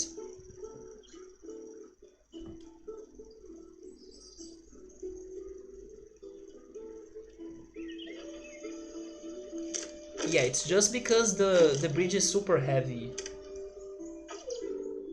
Oh, by the way, Death Dog, I don't know if I... Oh, they are shellfish? So do you like seafood a lot? Oh my god, okay, it's this? So I have never eaten it, but I do watch many cooking shows and cooking competitions and stuff. And everyone says, on those shows at least, that scallops are really fantastic regarding their taste. They are very expensive as well. It's like a very refined dish, right? But I don't like anything from the sea. I don't eat anything at all that's seafood. Although, of course, many of those things I have never tried before, but I also don't get excited about trying them. I'm very picky about food, right? I love to eat, but I'm super picky, and then there are tons of things that I have never tried before. But Death Dog, let me tell you about some free games that are going on right now on some platforms. There is a free game on Steam. It's called the... How is it called again? It's the Unsomething. Have I wrote it? The Uncertain. Yes, I was uncertain about the name. It's actually called The Uncertain. It's for free right now on Steam, so go get that. And also there is a web page on GOG. I don't know if you have a GOG account, that they have like a list of 20 plus games that are for free right now. If you Google it, it's something like gog.com slash partner slash stay at home. It's something around those lines, the web page with 20 plus games that are for free on GOG. So they are really good, but do you also like many other seafood? And kind of, yeah, they are expensive. You're not like a huge seafood fan, but you do like it on occasion. Maybe if it is from a good restaurant or if it is well seasoned, then it can help you to enjoy it more for sure. But honestly, I'm not a fan of seafood. So Yoda thinks that they prefer the Final Fantasy 15 battle system. You only control one person, but it's more interactive battle system. I don't know how I would feel about that though, if I cannot control my party members. But Death Dog, how many scallops do you need to eat in order for you to feel satisfied or satiated? Because honestly, when I think about that dish as well, I don't know if I would be able to feel satiated after eating that dish, because I expect that, also because it is expensive, you don't get like tons of them, you know? And then when people eat them, they eat only I don't know, three, four, or five maybe. I'm a monster regarding how much food I need to eat. So I think I would eat that and stay hungry, you know? Does it really make you satiated? It just looks like a very small thing for you to be eating, and then I don't know if it's, going to be a complete dinner. It may taste great, but it's hard for me to picture myself getting satiated after that. I would need to have more things, right? More side dishes, which makes me think that scallops are usually an entry, right? Which makes sense then. So you did have more things. There we go. You had four plus. Oh, you had four plus some rice and some bok choy. Bok choy is a Vietnamese dish, isn't it? I can be wrong, and I'm sorry if I'm wrong, but I'm googling it.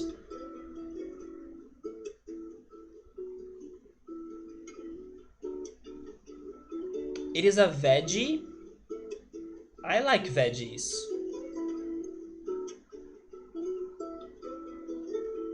Oh, it is a veggie. Never mind.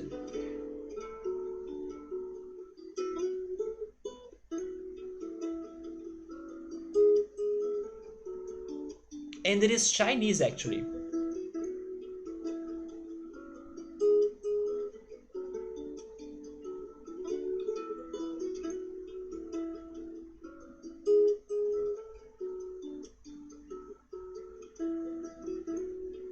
The veggie that I have been eating a lot with rice, I actually will be having that after the stream because it's the leftovers of my lunch. It's a kind of cabbage. They were giving me a different name here. Let me see. But it is a, yeah, it is a type of cabbage now that I'm thinking about it. But what's the word of this in English?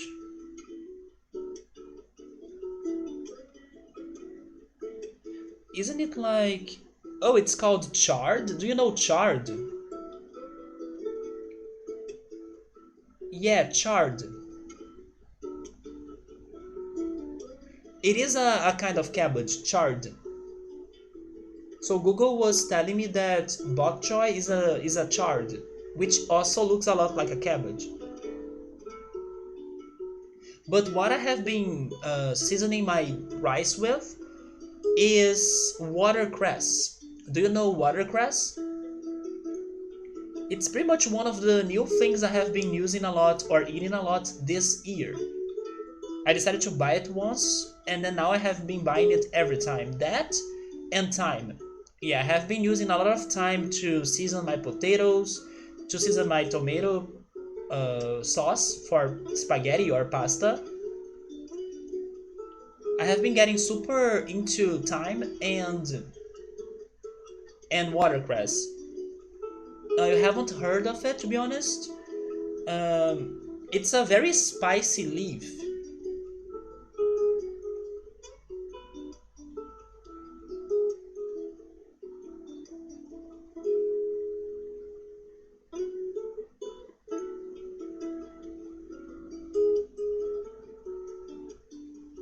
Yeah, it is watercress.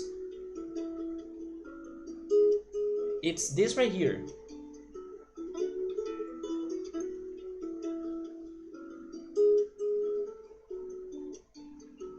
It is very spicy. I have been trying to eat healthier. There we go, man. So you have reduced your portions of carbs and stuff, and you have been eating more veggies. Yeah, also I hope you have been stopping to like drink soda or something like that, and going for more juice and like natural things. I do kind of mix my food habits. Like it's not every day that I eat something healthy, so I need to be honest. But I do like to at least avoid sodas and pops. And when I'm cooking, then I make my dishes with lots of veggies instead of using many artificial sauces and things like that. For example, my mom she still buys artificial tomato sauce, right? But no, I prefer doing it myself. Like I slice the tomatoes, I fry the tomatoes with onions, green peppers, olive oil, and vinegar, and then that's my tomato sauce instead of buying a pack of tomato sauce that has lots of salt on it, lots of chemicals on it. So yeah, I try to use more greens and more vegetables into what I'm eating. Yoda has been eating more hot dogs. Man, I do miss eating hot dogs. But sometimes I kind of mix it up with some more junky food. For example, today I decided to eat some nuggets, like chicken nuggets, with all the rest of the dishes I have cooked. The reason why, because it's been like forever, it's been like maybe even a year since I last have eaten chicken nuggets. So I was like, man, I'm craving it for this time, so I decided to buy it and then I'm having it. You haven't eaten a hot dog in like a year? To be honest, maybe me as well. Like, now you want one? Yeah, right? The person in here that has been having hot dogs forever or every time is Subaru. Every time I ask him, what did you have for dinner? He says hot dogs. But yeah, it's been a long time since I last had hot dogs. And in here we have a sausage on a stick as well. The last time I remember eating anything close to a hot dog was when I ate that sausage on a stick. Probably you guys have something like that as well, right? It's not a hot dog, but it's the closest to a hot dog that I can remember that I have eaten. And it's been a year, because it was exactly on June of 2019, because of the traditional June parties we have in Brazil. And that sausage on a stick is a traditional thing. So yeah, that was the last time. But nuggets also took me forever. Chicken nuggets took me forever to eat it again. So I bought it. And I also bought something we call in here as cheese bread, but it's not cheese bread in the US, because in there it's just like grilled white bread cheese sandwiches. In here it's something else. It's a different snack that I will see if I can cook it and get it ready for one of the streams in the near future, right? Maybe next week actually. But yeah, man, I'm happy to hear you have been trying to get healthier, but also try going for more juice. I actually mentioned earlier today to Ultras, because I was talking to him about this last weekend. One thing that I have been trying to do as well, and maybe this could be a suggestion to you or to anyone else, is that, so I love to drink juice, like I just said. But then I watched a video that the video was telling you how to reutilize or reuse or recycle the parts that they kind of go direct to your trash can after you use a vegetable or after you eat a fruit or something, like the peel or the pretty much what's left out of those things after you use them or you eat them, to like recycle them or to give them more uses or to get more nutrients out of them. And one idea that the video told me that I'm trying to learn how to do it is pretty much by getting the peel of some citric fruits like lime and tangerines and oranges and make some flavored water. Have you ever tried making or drinking some flavored water? I'm doing that as well because I have seen some other people drinking water during the day by drinking flavored water, especially with apples and some herbs as well. But yesterday I ate a tangerine and then I remembered this flavored water idea, and then I used the peel and I threw it on a water jar, and then I left the water on my fridge until the next morning, right? Today. And then today I removed the peel from the water and then I drank it, and it was freaking good. Like, it still tastes a lot like water, of course, but there is a slight uh, smell and taste of tangerines. So even though it's like, oh yeah, it's not better than eating the fruit or drinking the juice, but it's still a way for me to get even more nutrients and stay healthier and more hydrated. And especially when I'm super lazy about preparing juice myself, this is an alternative for me to also save the fruits that I have at home, especially now that I cannot go to the grocery store every freaking day, thanks to the quarantine. But yeah, like that's a new suggestion that I'm giving to you. If you try making those flavored water things, in order for you to drink something else other than just pure water, you know.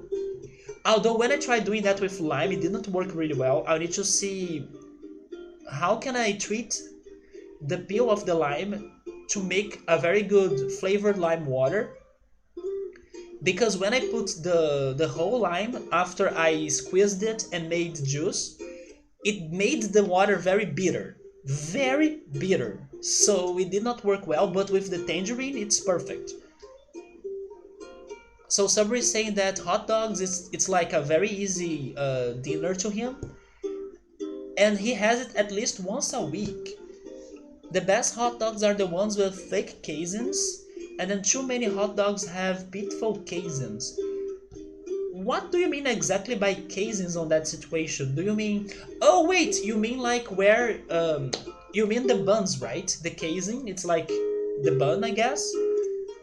In Brazil we have many toppings that go with the hot dogs, right? You're not the biggest juice fan, seriously, man? So you have been mostly drinking water, but you haven't tried that, but you like water with a bit of lemon juice. Yeah, you could do the flavored water with lemon juice, yeah. But I was trying to use the parts of it, like the rest of it. There may be a way, maybe I need to slice it more and get rid of that white uh, pulp it has on its core, because I believe that's what's giving the bitter taste to the water. But yeah, think about this as well in case I learn how to make the good lime flavored water, then I can let you know what I have done. But the tangerine was perfect. I ate the tangerine, I got the peel, I threw it on a jar, and then the water was perfect and not bitter at all on the next day. I also think it has to do with the amount of time you leave the peel on the water, right? And I did exaggerate on the time I left the lime on the water.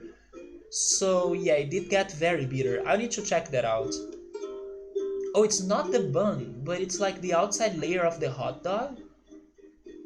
So you mean like the peel of it? Can it be like thick? Or are you referring just like if it is a thick hot dog or a thin one? So you like the thick ones, right? Yeah. When I said that the last time I probably had a hot dog 1 year ago, it's because of a thick one that gets grilled. I will show you a picture and it's freaking amazing. But it's not quite a hot dog because you eat it without bread, like there are no buns. But it's super great.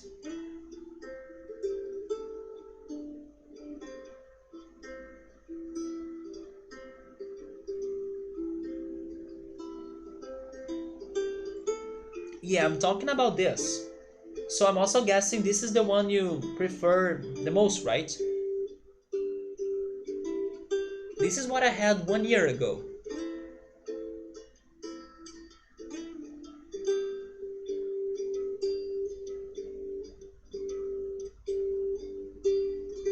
Yeah, like the peel. So it's called Kaizen. Not like the thickness of the whole hot dog, just the thickness of the out layer of it.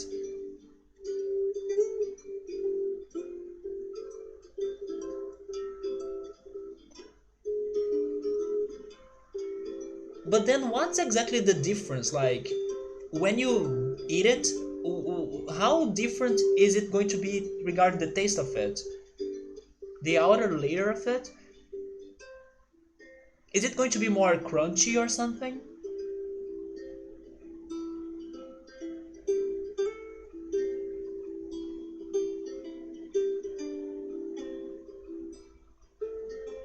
But I agree with you all that I do miss eating hot dogs.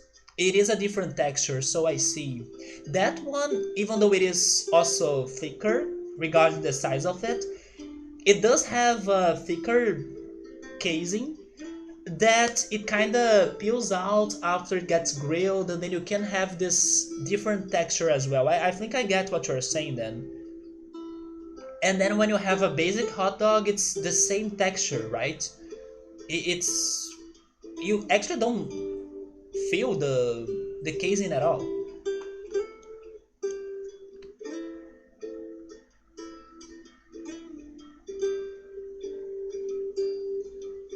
So Yoda likes average hot dogs, though his parents prefer the small ones. So in here, the small ones are the most common, but I don't even know if it is fair for me to compare the Brazilian hot dog to the American hot dog because they are two different universes. While the American hot dog is very like, I don't want to say this word or use this word in a bad way, don't get me wrong, but it's somewhat basic, like buns, the sausage, and maybe some mustard. While in here, it's like a whole crazy thing. Like it's the buns, the sausage, it can have eggs, it can have peas, it can have corn, it can have raisins, it can have potato chips, ketchup, mayo, mustard, it can have olives, it can have pretty much a lot of things. In Sao Paulo, where summer lives, it can have mashed potatoes on it. It is a monster, pretty much. It's a mix of many things, and I do miss it so badly. Wait, people put a lot of stuff on there too. Okay, there we go then. Yeah, here if you, I think you only have a simple and basic hot dog if you are in a, I don't know, on a birthday party, because then they will have those mini hot dogs to give to everybody, and then those ones will be very short and simple, you know. But if you find a hot dog stand on the streets or anywhere in here, they will have like that large amount of different toppings for you to decide what you want. Let me see if I can find a picture of that. And then your hot dog will be super huge.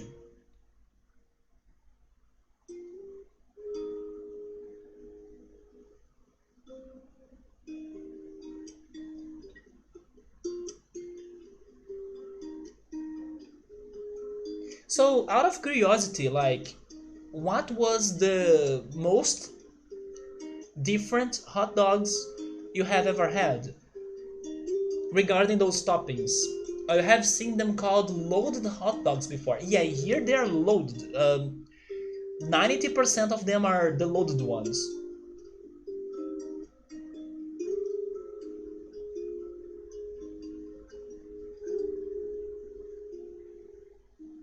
You know something else that's not like regarding hot dogs, but I just remembered it? That's somewhat crazy in here, and I wonder if it is any common, not necessarily common, but have you ever heard about people that like to eat popcorn with condensed milk? It is a thing in here. I don't eat that. I actually have never tried adding condensed milk to my popcorn, but it's always an option. Like when you go to a popcorn stand, the the seller will have a condensed milk can in there if you want to throw that or to dip that on your popcorn. That's a Brazilian thing, isn't it? I don't think you guys would ever see something like that happening in the US or in other countries. But I never tried it. I think it's going to be too messy, too weird.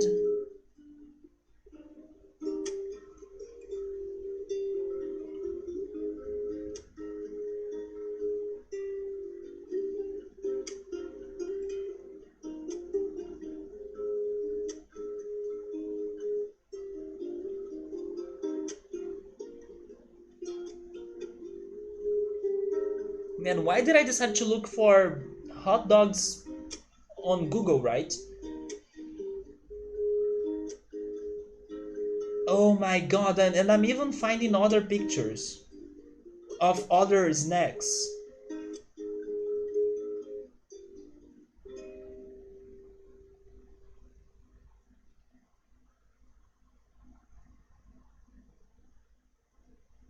But yeah, just an example, they are really loaded in here.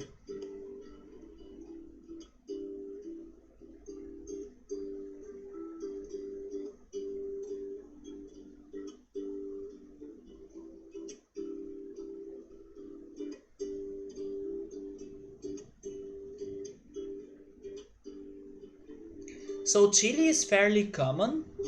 Chili is not common in here. Then onions, yeah. Cheese, ketchup, cheese. Now that I'm thinking about it, cheese is not common in here either. But ketchup, mustard, mayo, jalapenos, corned beans, and probably some other stuff too. It's so crazy that like many of those toppings are very different in there and in here. You have never seen that? I'm not surprised. It's just because we Brazilians love condensed milk, right? So if people in here want to eat something sweet, they will use condensed milk for everything, even on popcorn. Some of these days I should try it, or in one of these days I should try it. Yeah, in here it's potato chips go very well with hot dogs. Yeah, you have never seen them served that way. It goes like on potato chips sticks.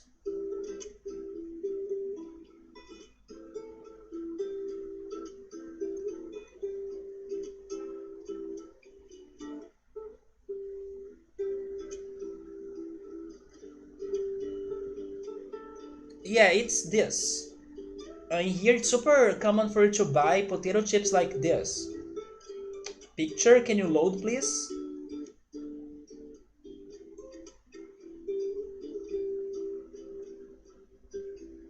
Where is the picture?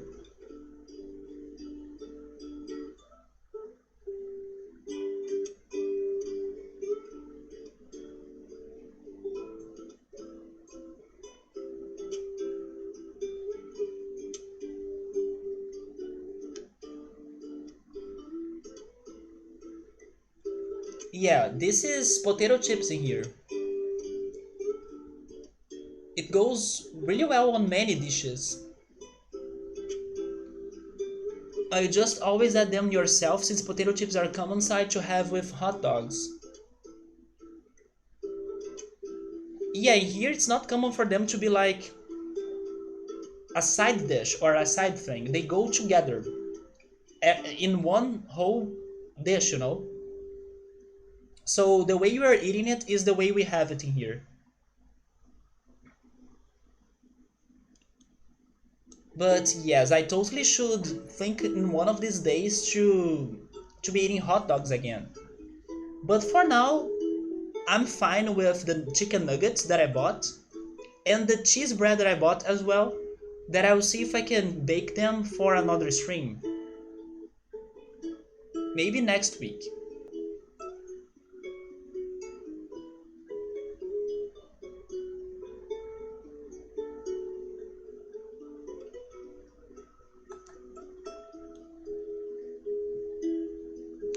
Some weeks ago I was craving burgers like crazy, but thank goodness now I think my burger madness has ceased a little bit. I don't know until when, but now I'm not that crazy for burgers anymore. I really want to eat pizza though. But there were like 4 weeks of myself craving for burgers, right?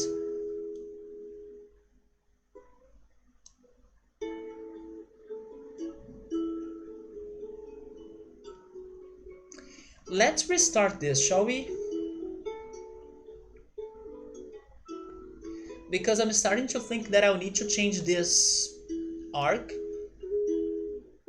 and make it a wooden arc.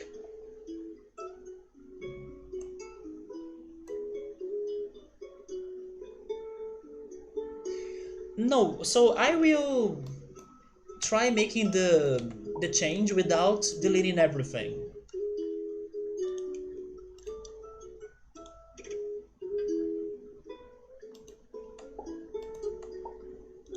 Yes, I don't need to delete everything, right?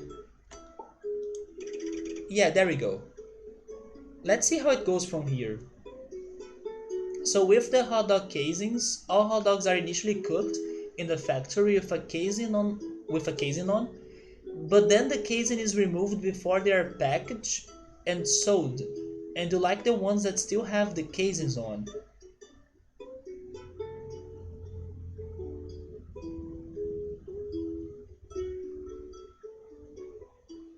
I don't know, man. I kind of felt like in here at least, all of them had their casings, although some are thick and some are thin, right? But you were telling me that there are hot dogs that have no casings at all? So it's like direct meat? I don't know if I have ever had that.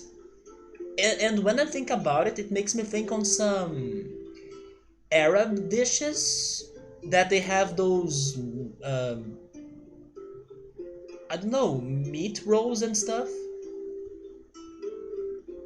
Seriously?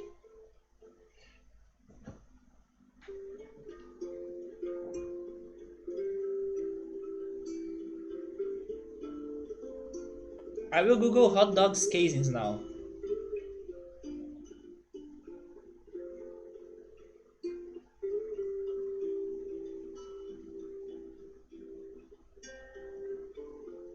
Yeah, it is what I thought, but in here they are always there.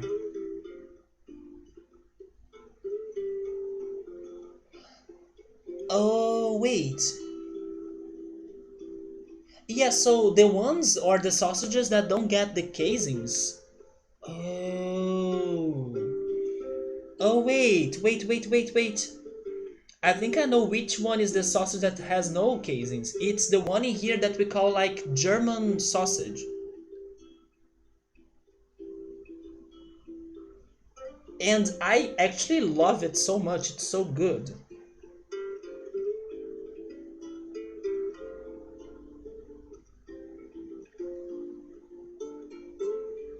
Yeah, that one has no casing.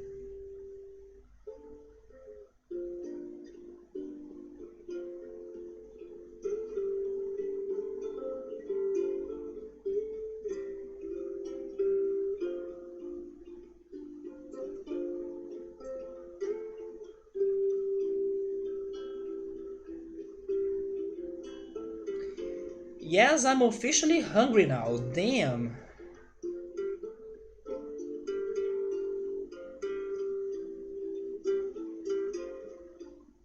And then this one gets cheese like you mentioned. Yeah,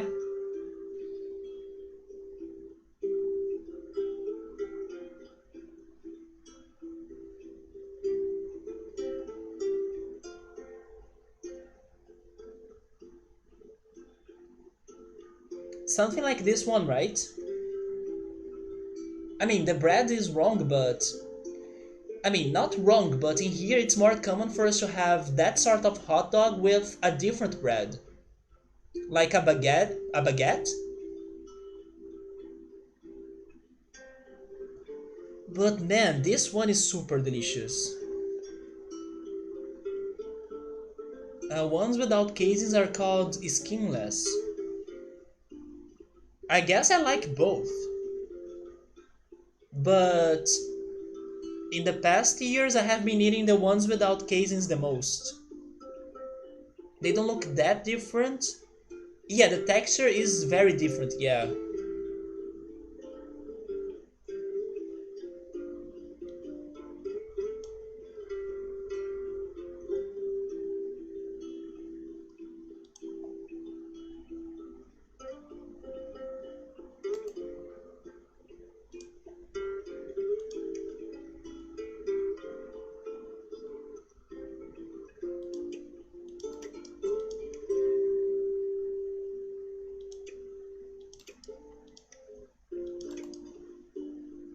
So you find ones with casings to be juicier.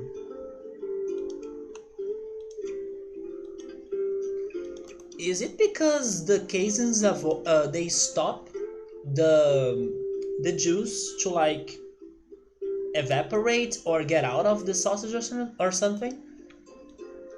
Maybe there is like some logic behind that. So when you bite them, they still have some liquid or some juice, right? Yeah, yeah, I think it makes sense.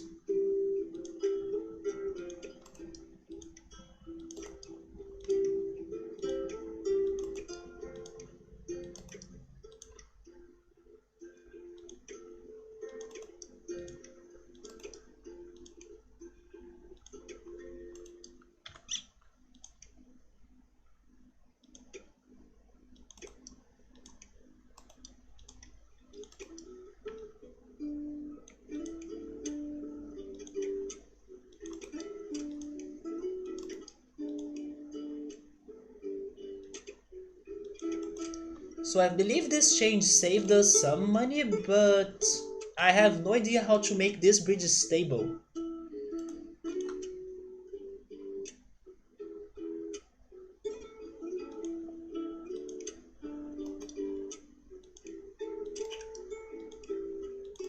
I will try adding the ropes and see what happens.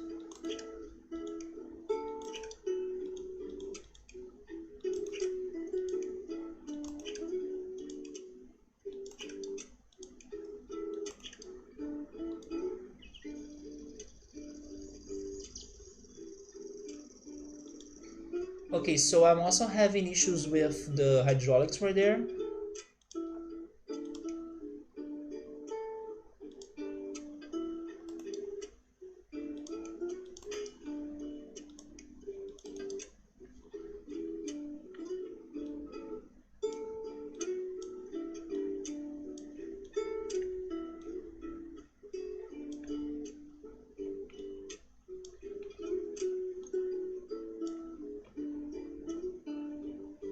Maybe I can make this shorter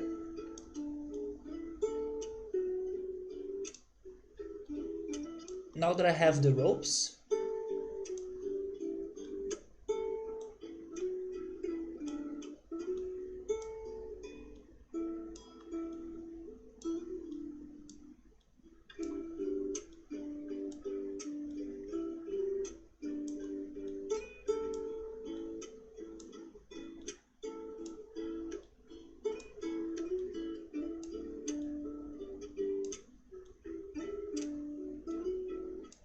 No, Death Dog, come on, man. I'm happy you are distracting me because, to be honest, today this game has been very painful. Like, it has been very hard. We only beat one level and it was freaking, you know, out of the box. The way for us to solve it was out of my sight. So getting some topics to discuss and to chat helps me to not get mad over this game. And then also when I look at it again, I can try having a more fresh mind and maybe get more creative about something. So don't worry at all, man. Oh yes, I forgot to make that connection. Kind of like how those torches is in Wind Waker. Oh my goodness, man. That day, Jesus. That day was a freaking good co-op playthrough, right? Because I could not see the torches at all. Thanks to how small the window were, right? On my side. That day took us, what, an hour to finally light all of them?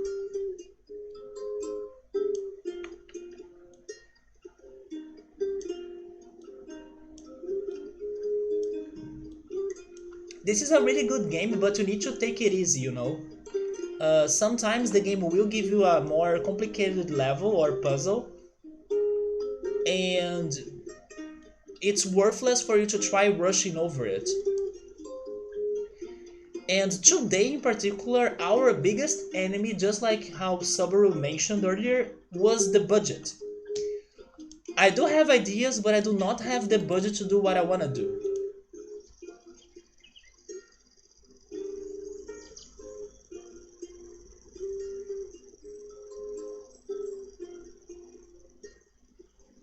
Well, that got to the very limit.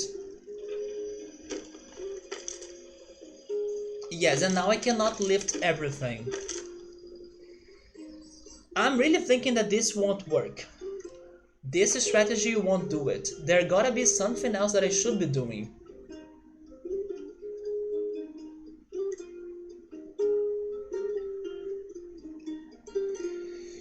I wanna restart it, but I will save this first. Also, restarting the level seems to help as well, for you to really think on something else.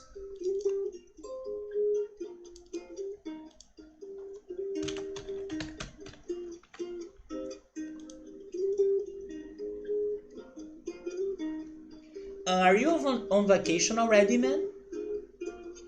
The budget ever engineer's worst nightmare, isn't it? Yeah, the budget has been brutal tonight. So let me refresh this. Because I'm now thinking about treating this as a jump level or something. Or am I thinking too crazy about this? We are done with the classes? There we go, man. Was it an easy semester or did you struggle thanks to the online classes or something? Welcome back, Subaru. Are you getting a storm in there? It's funny that you are having the internet problems tonight because, like I said earlier today, the stream that I was looking for to watch yesterday after my stream, they were having internet issues as well, and it only lasts like 1 hour. So I'm really thinking that some areas in Brazil are getting some crazy storms or wind going on.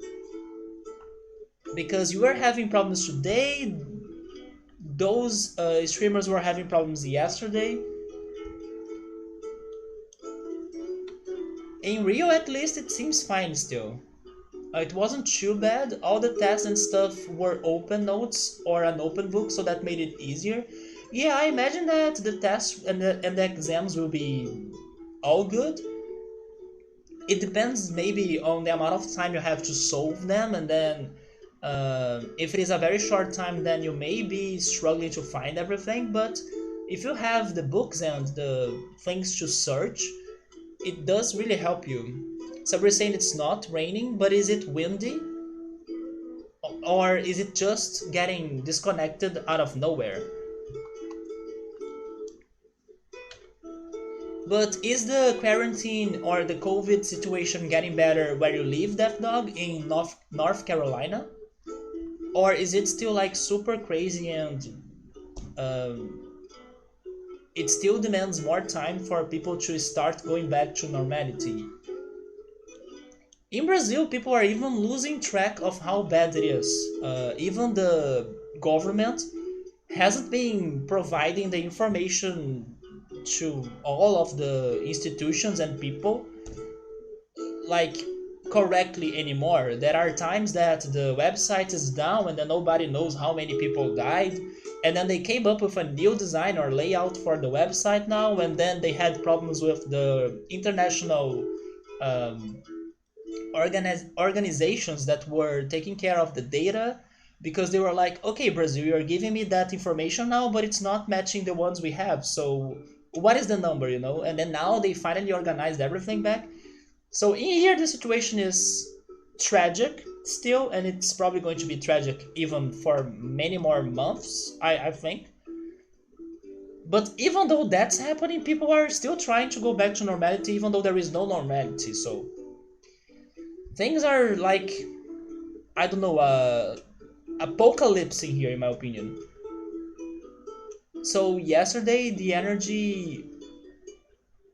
Okay, so yesterday it was raining where Subaru lives, and then he was getting some outages. But today it's just that it's unstable. Yeah, some days it happens to me too. Thank goodness not a lot. But I would say last month during some weekdays I was having some instability on my internet as well. But thank goodness they happened on the weekdays, not when I'm streaming on the weekends. Although there was one weekend that it happened, but it was after my stream, like it was when I was offline. So it was never like super locally where you are, but you think that they are opening back up a little too fast. Also, since the beach is open, we got lots of tourists coming there. That's what I think it's the craziest. Like, why are people traveling so much? It's not the time to travel from areas with higher level. You see, that's what I don't understand. Why are people traveling now? But it's still way better there though than in a lot of the big cities. Yeah, in New York, I heard it's super crazy in there. But to be honest, man, I think Brazil is going to get to, I don't know, it's going to get to very close to the situation of the US because there is no control here. Like, people say things and nobody obeys it, and the president doesn't care. So I'm doing what I can to stay safe. Thank goodness my family is also safe. My friends are safe, even though one friend of mine had her mother getting infected, but thank goodness her mother recovered without any complications. But yeah, I wish like the situation were looking better, but to be honest, it's still too early for me to imagine the situation is getting better in here. But thank goodness it's still somewhat good in there, right? At least I imagine it's much better than in Brazil. Where you live, I'm not talking about the big cities like you said.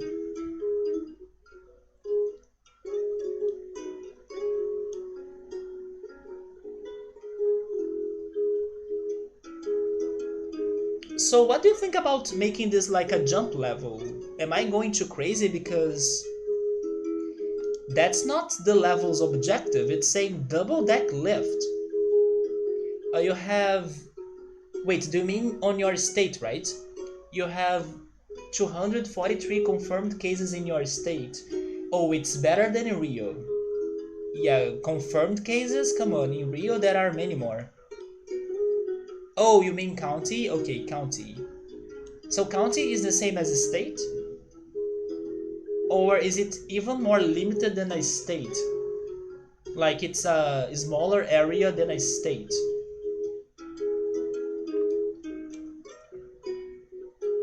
It is smaller, so interesting. It's like I know the translation. So your state has 100 counties. Okay, so never mind. The numbers are big then. So we're saying, can't you lift the ramp from each side with hydraulics? I mean, not for car A, right? I forgot about that. Car A doesn't get hydraulics.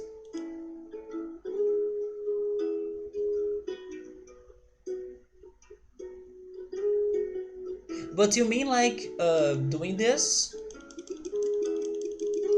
and then dividing the bridge, right?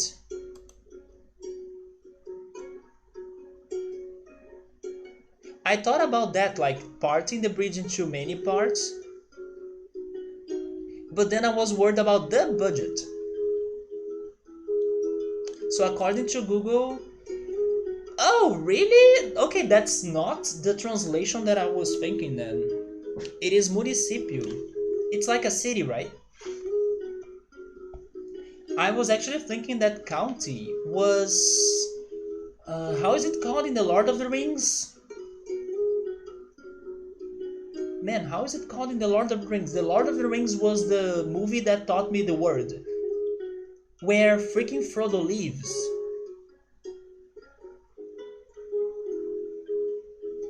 It's a city plus some smaller communities, yeah.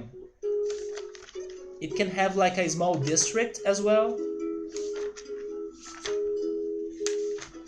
Let me Google the word that I was thinking.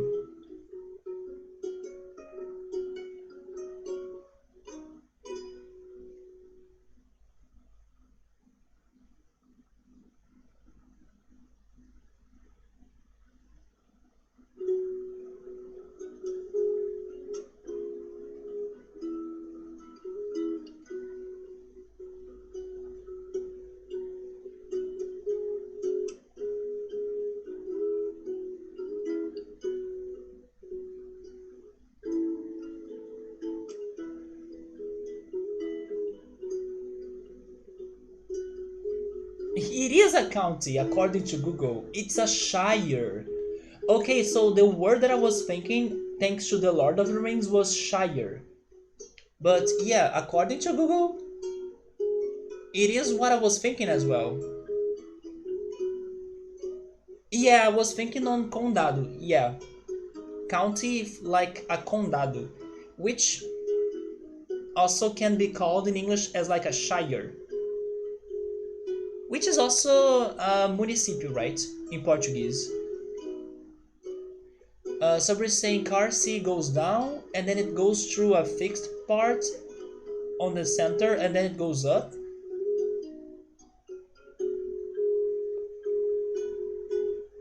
Maybe we don't necessarily need to have the whole section up, right? That's true. That's a very good point.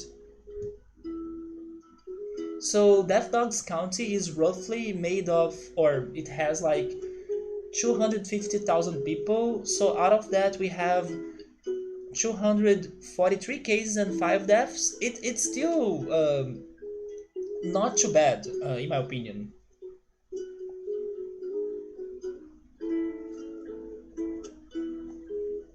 It's still controlled, in my opinion.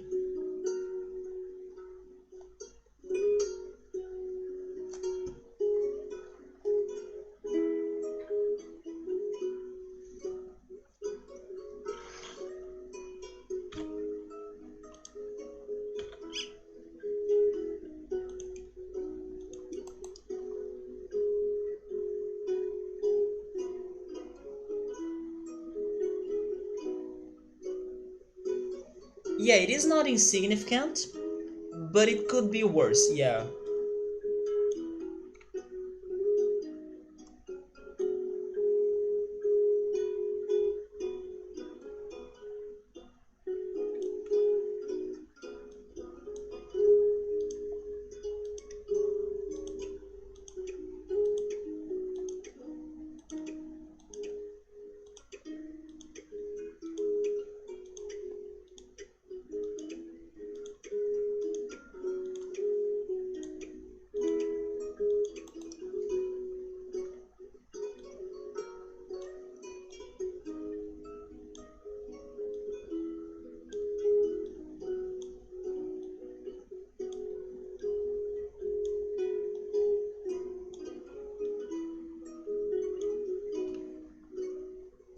Yeah, right. There are many people that may be infected, but that were not tested. So definitely that number can be even much higher than it.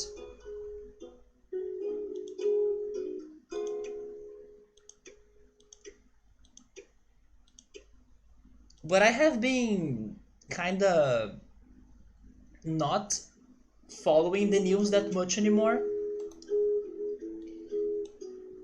Not because they were necessarily making me feel very depressed. I kind of feel like I accepted what's going on, but it's mostly because it's not giving me anything positive as well, you know? So I kind of stopped checking the news every day to see how's the disease or the infection growing because it's been frustrating. Unfortunately, there are no good news anymore in here. The good news that I'm having this year are pretty much regarding either video games or TV shows that I like, or the artists or bands that I listen to.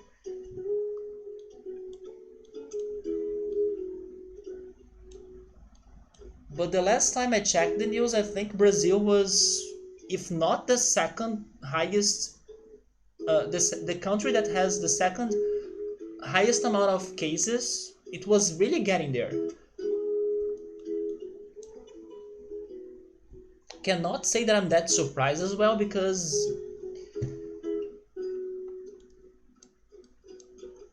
I don't get people in here, or at least not lots of people in here.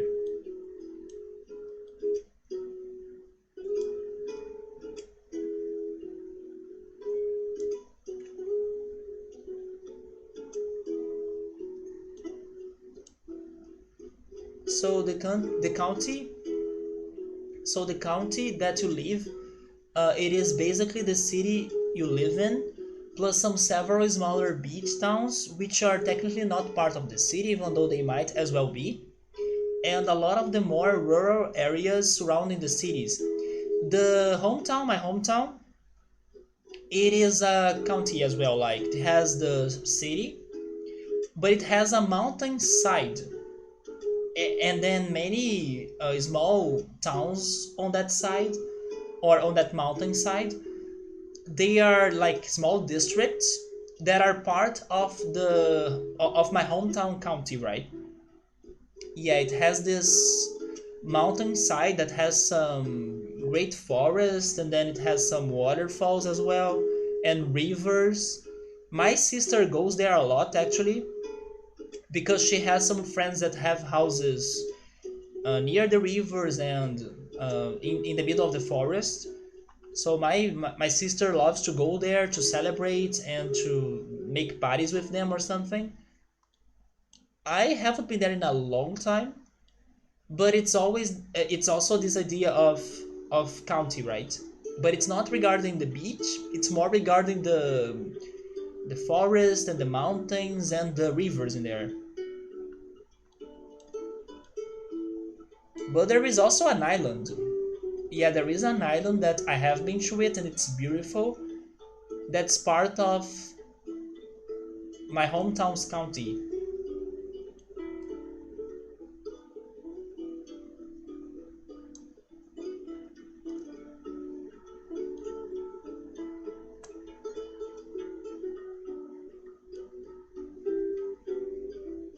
You know what? I think I'll go for Subaru's idea for this level. We just need to mess with like this section and this section, right?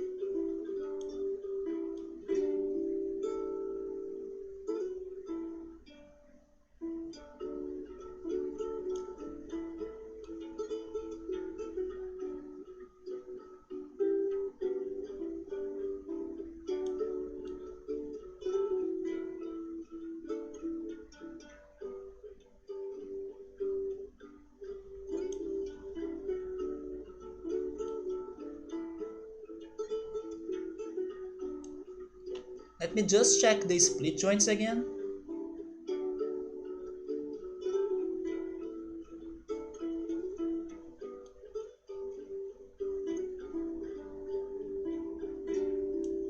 That's right, and this one is wrong, I think. Hey Joe Dancing, what's up? Wait, your elementary school was on an island? But I imagine it was connected to a bridge, right? Or did you have to get a sort of boat or something?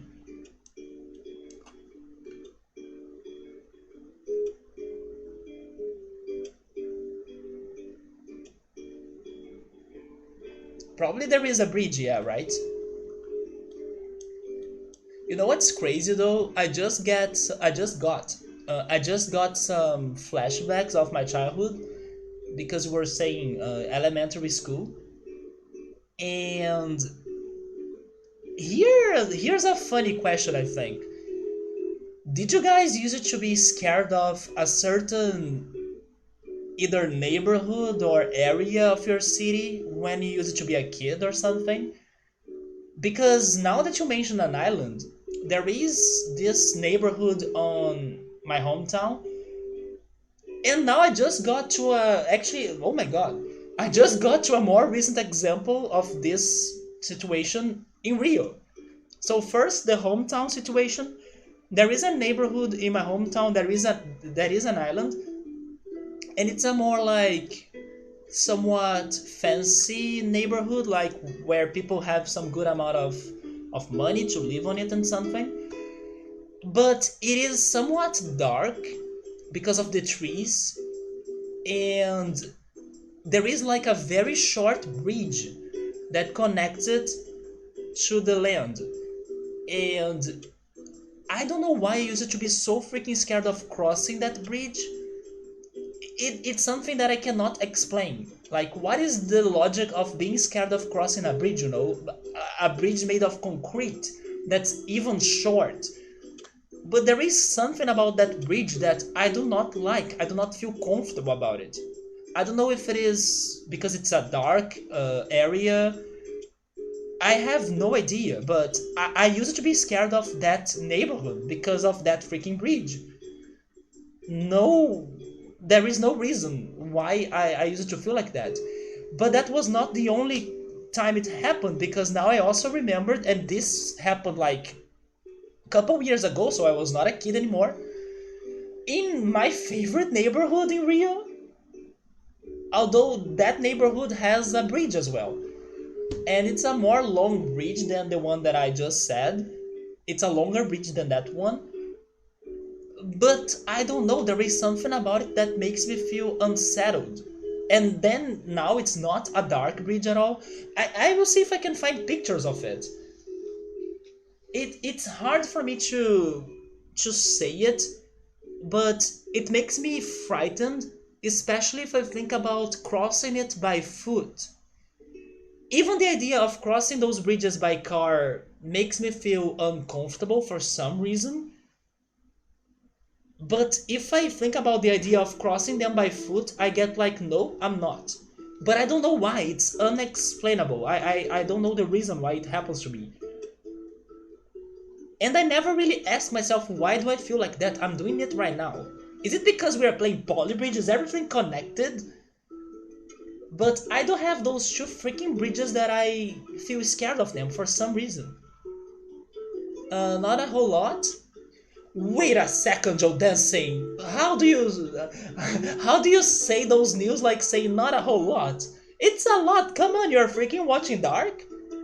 And there we go, man. What did you think about it? Hopefully you are still not still, right? You are already connecting the early dots of the series, like to see what's up on that show. I'm pretty sure you already have a good impression of what the heck has been going on in there, right? And hey, sorry, what's up, man? You're going to head out, Death Dog? Alright, man. Thank you so much for stopping by. Yeah, thank you so much. Take care and enjoy your vacation, right? Now I have a good reason to be afraid of bridges after playing this game. Dude, I never asked myself why am I scared of bridges in my town, you know? It is great, there is a lot going on. Yeah, right? And hopefully we're not like spoiled of the the situation that goes on the show, so that's going to be surprising to you. But like, it's unexpected. I think that when you start to watch the show, you will not imagine that the show is going on that direction. I mean, before you press the play button, because to be honest,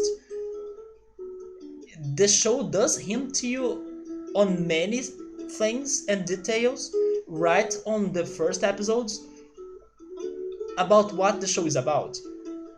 But thank goodness you have started Joe Dancing. Hopefully we can have more open chats in here regarding Dark, now that you'll be hopefully finishing it.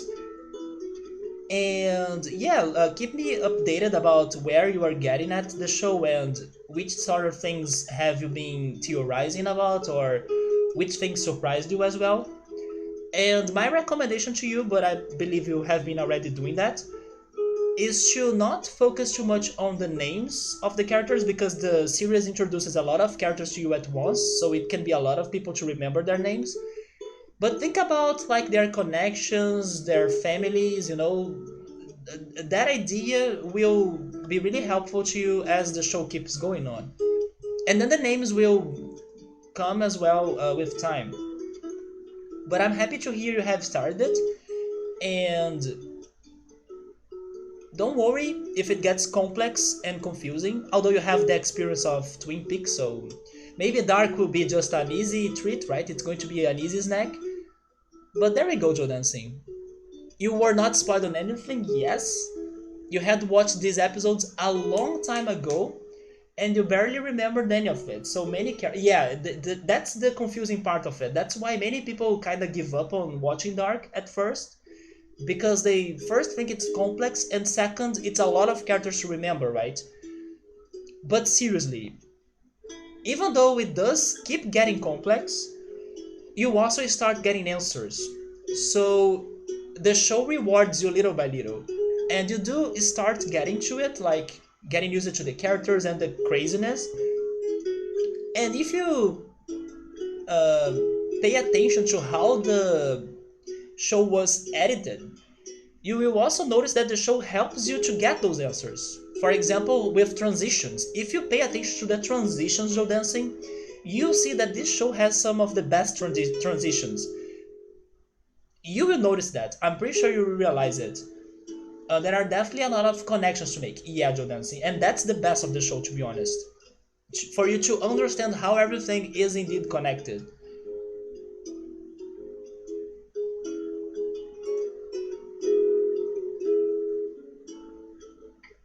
So I will try to get here the picture of the bridge that I was talking about.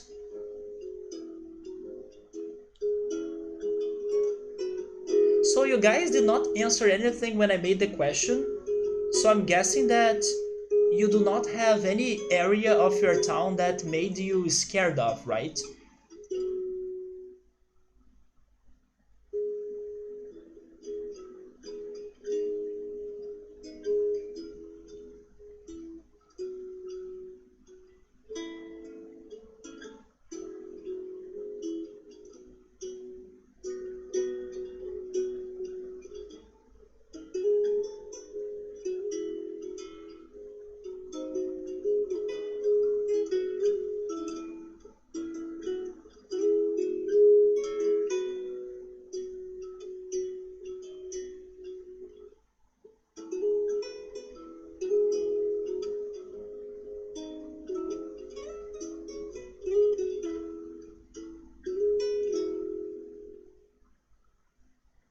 I mean, before this neighborhood, there is like a bay, and I wonder if it's because of like also the watercolor, because it's not like very beautiful.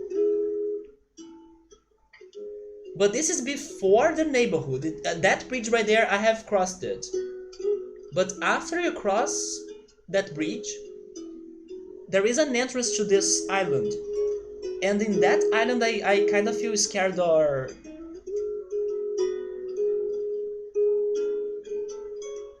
intimidated to get there.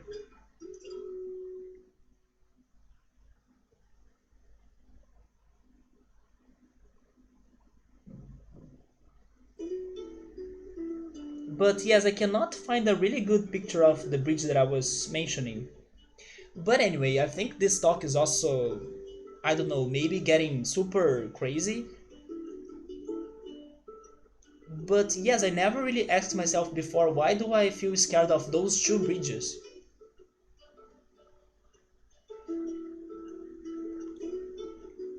So you have finished Star Trek, right, Joe Dancing?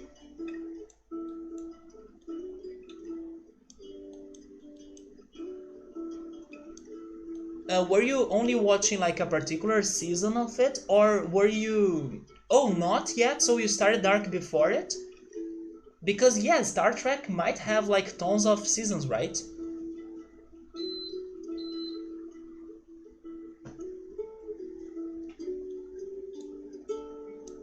You just decided to watch, oh, with your roommate, there we go, so you both will get mind blown and be discussing things.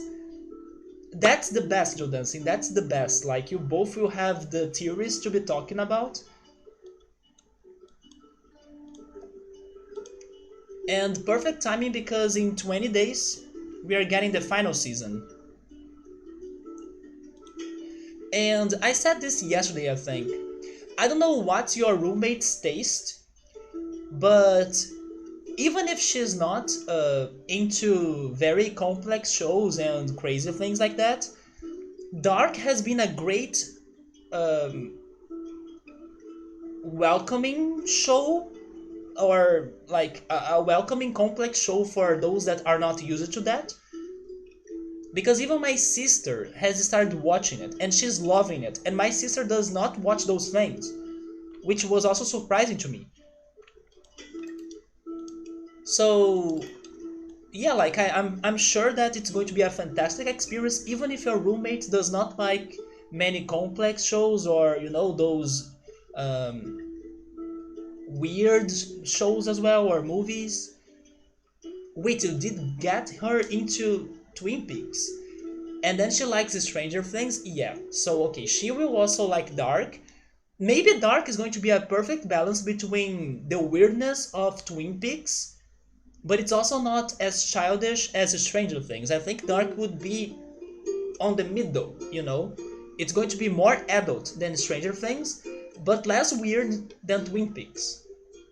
So I'm pretty sure you both enjoy it a lot, especially when it gets to action. Like after the introduction of what the heck is going on happens, and then things kind of go crazy one after the other one. Like the situations go super wild.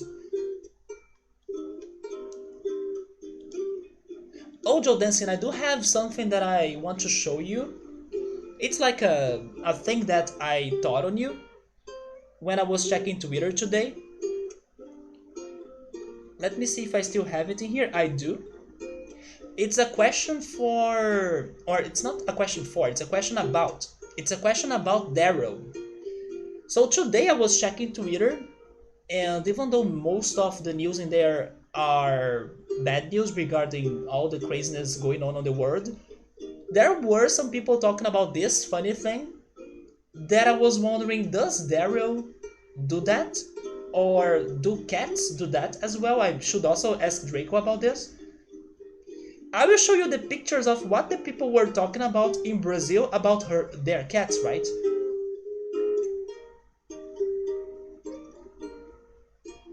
That's picture number one.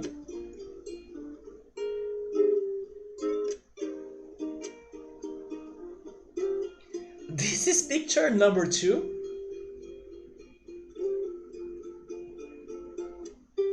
So are you getting the trend? Picture number three. Those are different people, right? Or like cats of different people. Picture number four. So it's pretty much that the cats, they seem to love sleeping or like being next to modems, like internet routers. Is it routers the word actually? Yes, right? It's not modem. Is modem an English word? I'm not sure, but routers, yes. They were asking, like, does your cat do that too? And people people are showing that cats love devices. This is a video game this time. So I was wondering, oh yeah, I should ask Joe Danson if Daryl does something like that. Because it seems that cats do love devices. Oh, modem was right, there we go. Your cat loves to sleep on your laptop. You see, what the heck is going on? Look at this picture then. This is the best picture. Look how cute.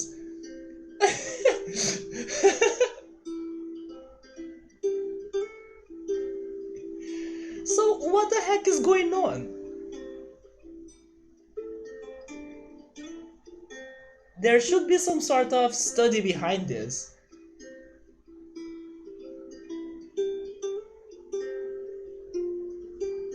I'll ask Draco about this as well. They match, they do, right? So Daryl was confirmed to be part of that group of cats. Why does that happen? Like, is it because the devices are hot and then they are looking for something to warm themselves? Maybe because they feel more powerful while sitting on electronics? They will retain the energy? I have no idea. That talk on Twitter on that thread was like completely unexpected to me. Like, what the heck? The closest explanation I could think was regarding, oh yeah, those devices they get hot, and then maybe the cats like to be on hot places, but I have no idea. It is super hot today, so Daryl would not be sitting on hot electronics today. Maybe only on cold days then? Oh yeah, but during the winter, yes. Yeah, it gotta be that, right? But it's kinda still crazy to think about that. Especially because I do not think that my modem or my routers they get very hot. But a computer, a laptop will definitely get more hot. But yeah, Joe dancing, lots of people are dealing with their cats doing that crazy thing, and I don't know. I think there are things that only cat owners will realize about how crazy cats really are, right?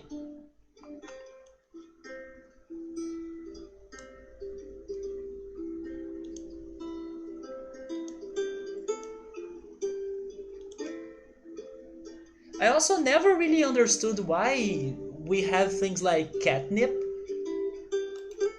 Why does it work to like all of the cats? I should look for that at some point. Have you ever used catnip on Daryl?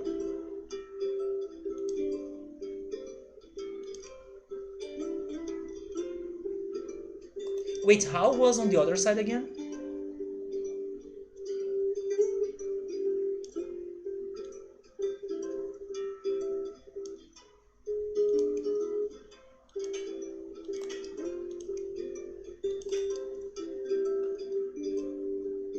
Yeah, but like why?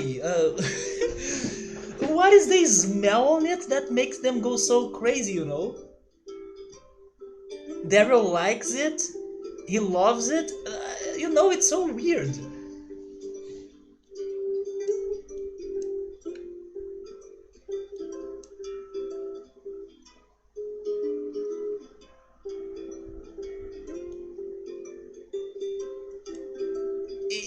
If it were like, I don't know, maybe some couple cats, but no, it's like all of them.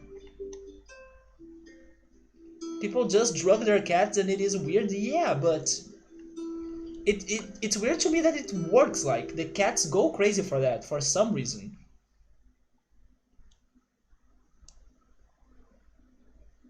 You do it because Daryl seems to get entertained, and I feel like he's easily bored. I mean, if he is having a somewhat bad or sad day, it could be a good way to cheer him up, right?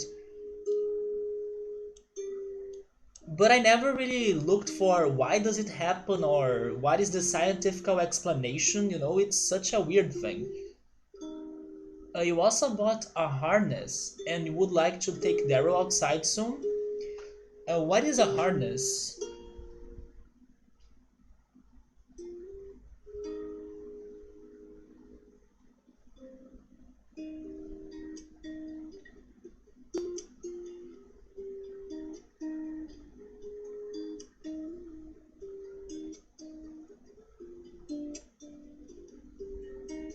Oh, okay. Oh, okay. There we go. It's like a, a vest. Yeah, it is a escape-proof cat harness with leash.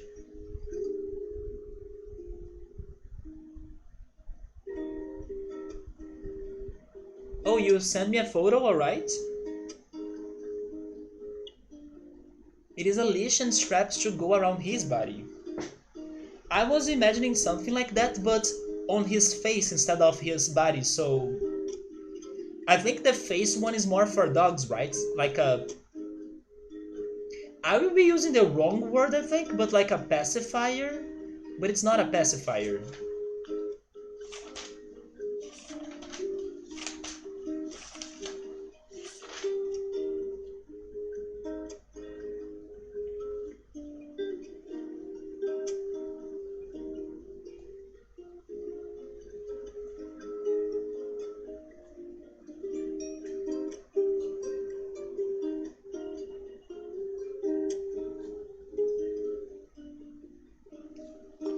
Let me see. When you send me the picture, there we go.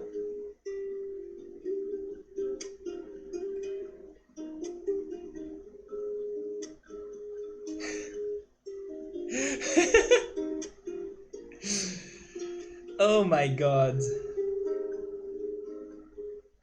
Manjo dancing, the freaking tag on him is... It's so perfect. There is like a pine tree in there, or like a pine forest. And he's super big, right? How old is he again? He's like 7 or 8 years old.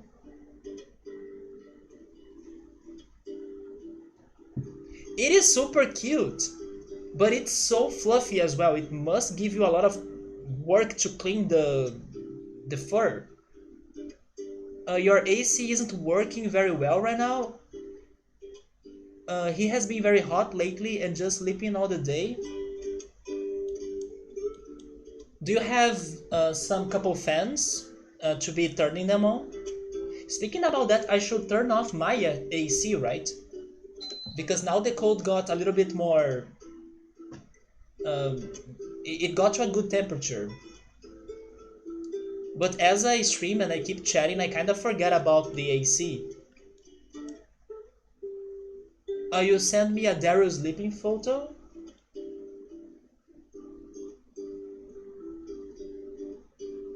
You need to get me one when he's on the devices. Oh my god. Okay, he's like a...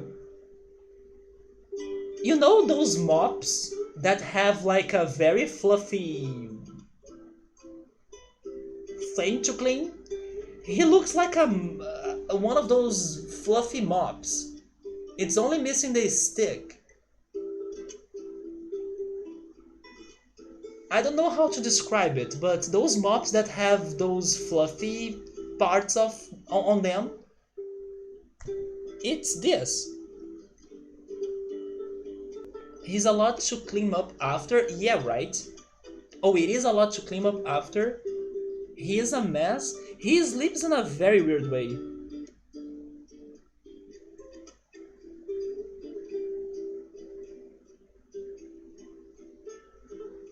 He sheds so much. I imagine. But how old was he now? Or how old is he now? You have a box fan, but it's not enough. In my place, I have 3 fans. But yeah, in here it's hotter than in the US. Oh, so I kinda got it right. He's 7. He's an Aries. Oh, speaking about that, Joe Dancing, have you still been um, like drawing the tarot cards and checking tarot readings? I gotta tell you that for many weeks in a row, I was only getting like horrible cards for the weekly fortune. But thank goodness today I got a good one. Finally. But I was only picking the wrong card, or like the horrible card, out of the 4 options I had to pick. So I was like, seriously? I was so tired of getting the bad ones. They were not like The arcanas, like the tower or the moon or those ones that can be worrisome, but they were some, those cards that have the numbers and the suits that can have a bad meaning to them. No, no, no, not the tower. And actually, I have been asking myself.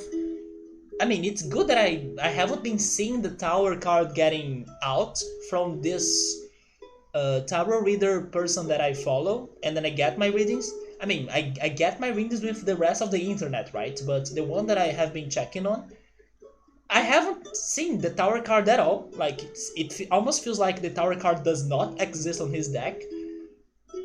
But probably it is there, but it never comes out, right? But yeah, it's been forever since I have last seen the tower card, so thank goodness it's not it. No, not the moon or the devil. It's pretty much the ones that are like, I don't know,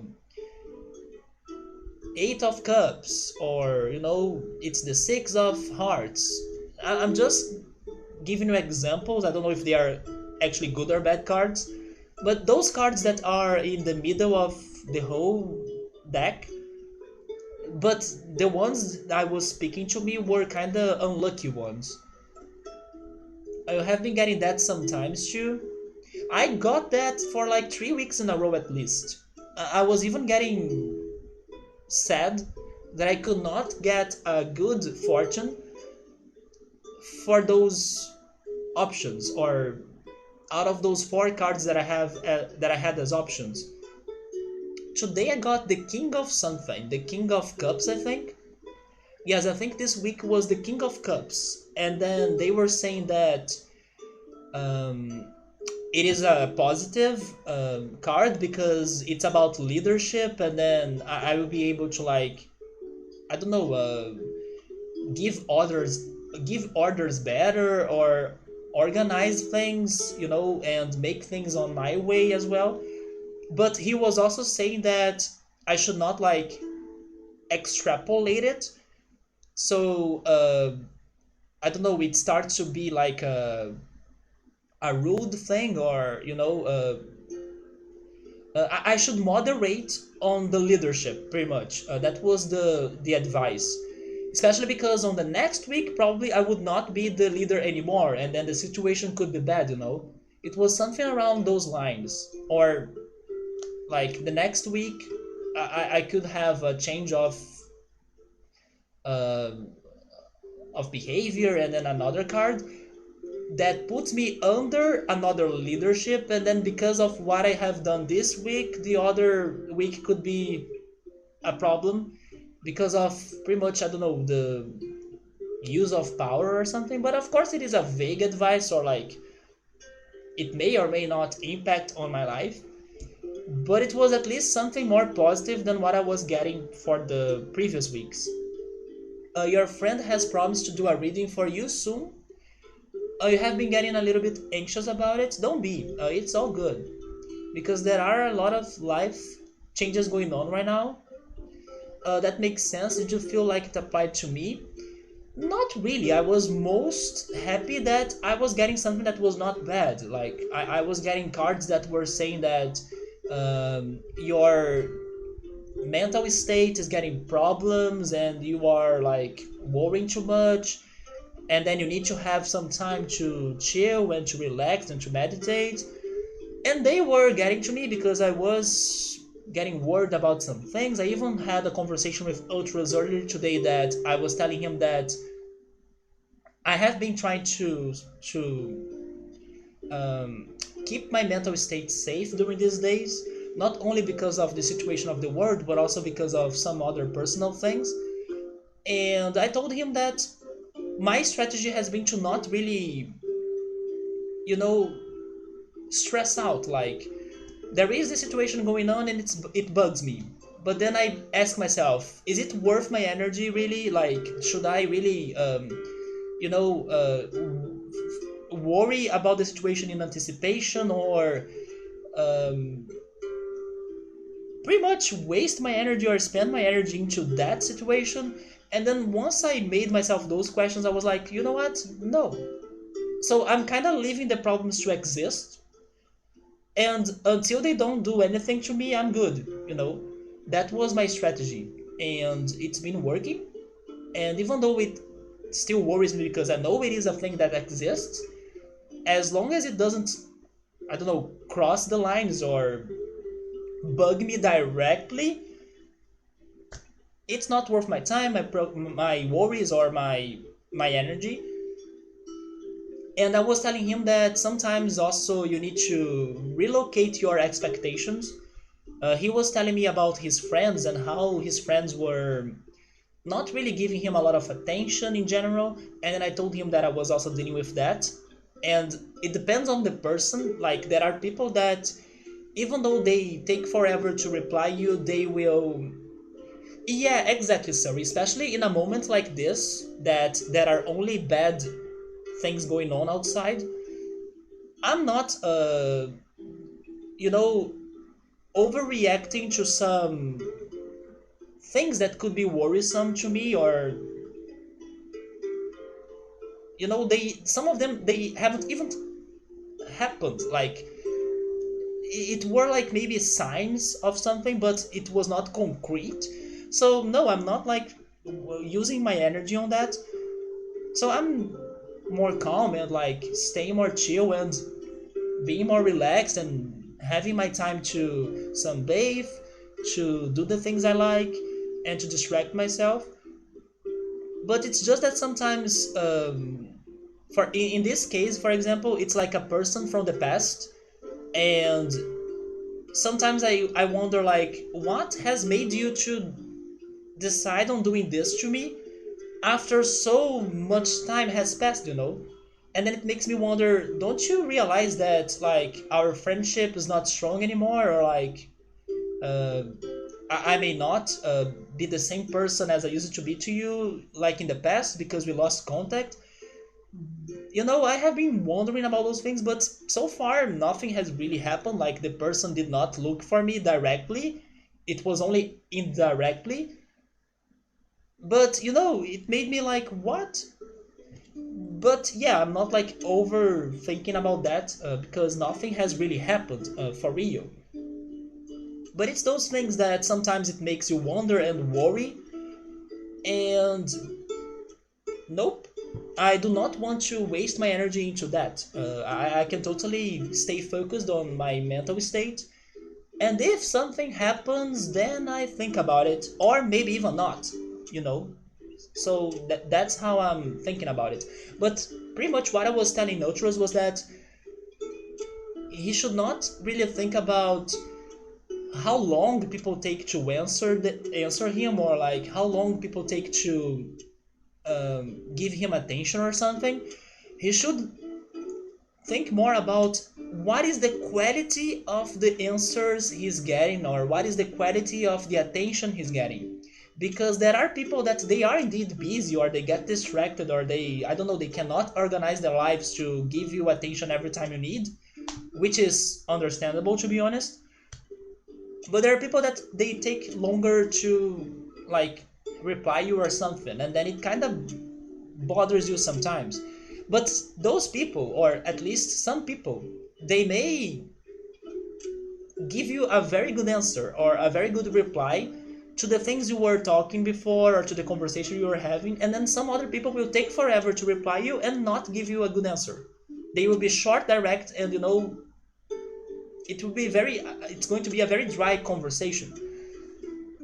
But anyway, like I was just saying that, he should see which sort of people that are not giving him a lot of attention he has in his life, and pretty much keep the ones that, even though they take long to talk to him, the ones that he seems, or he feels, the ones that he feels that care for him, he should keep them in his life, and the other ones he should move his expectations to something else, to other people maybe, to new friends, to new activities. So I was also dealing with that. There was this person that I felt like was not really showing much care to me, or like, the friendship was somewhat weird.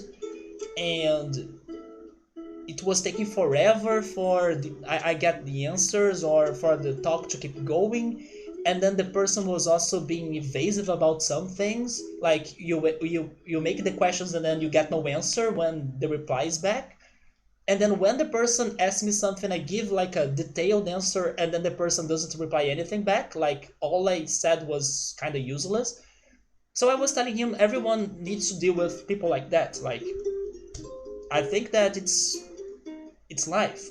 Some people will uh, be more direct. Some people will give you attention. Some people will not. Some people will give you attention, but only after days. You need to accept it.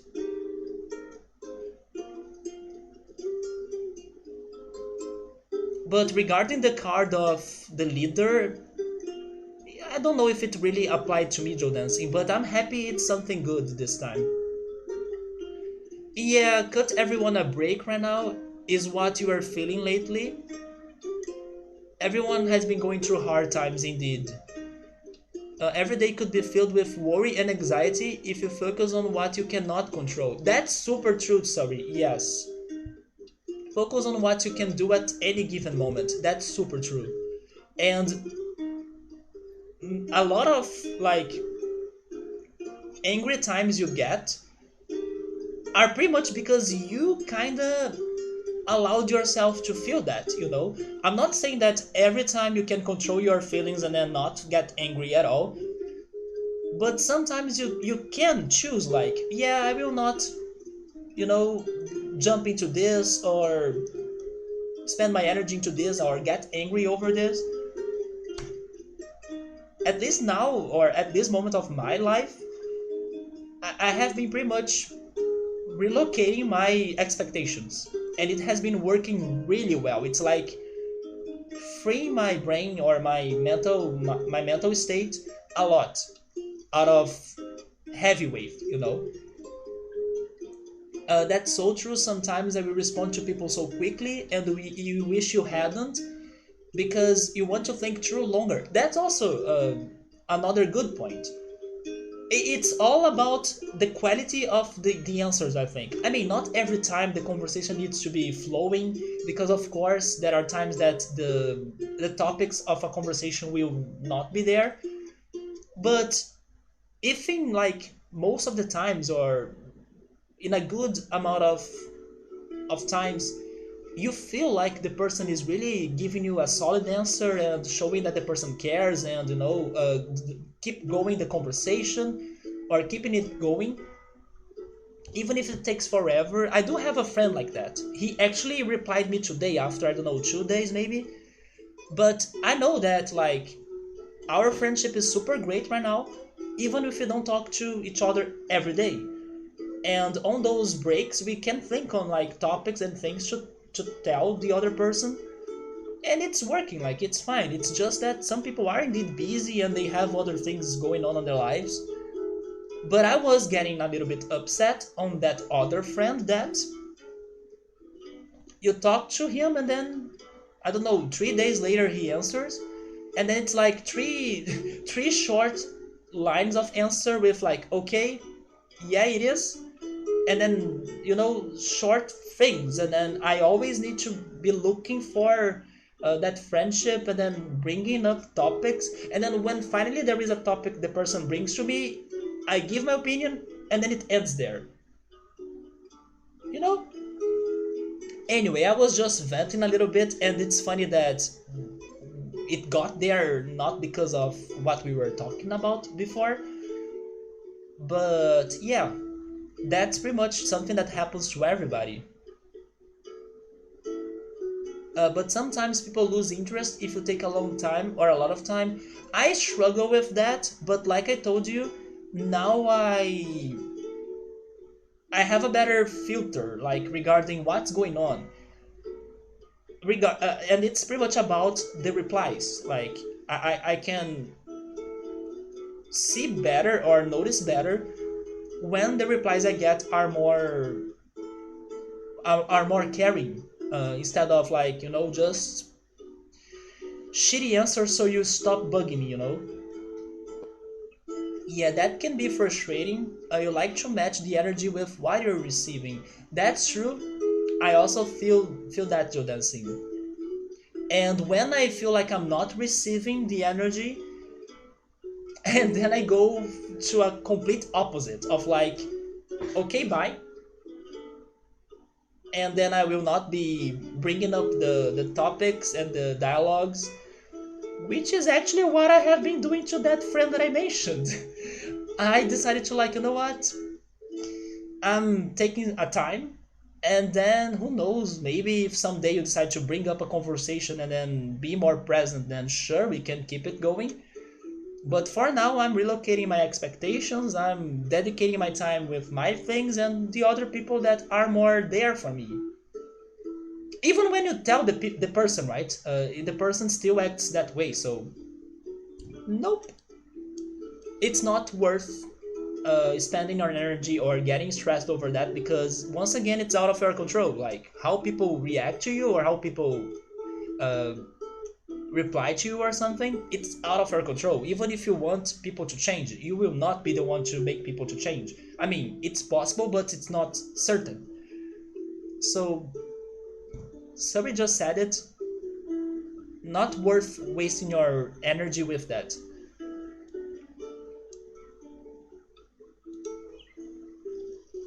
But Joe Dancing, don't worry too much about the tarot readings, not only because it may or may not mean something to you, like directly, but also because even if it is like a somewhat bad result, like I was telling you that I got three bad cards in the past weeks, it's for that moment.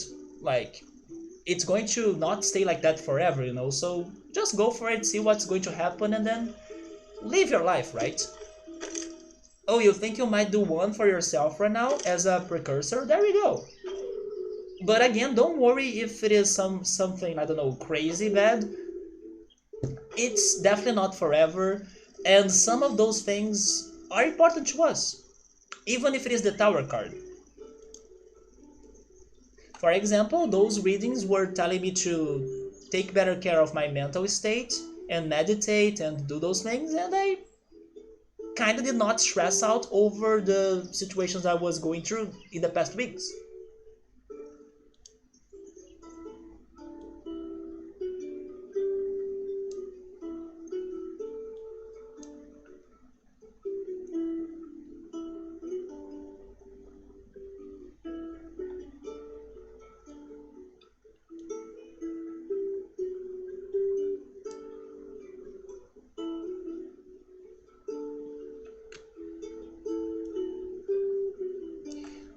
Let me see this again.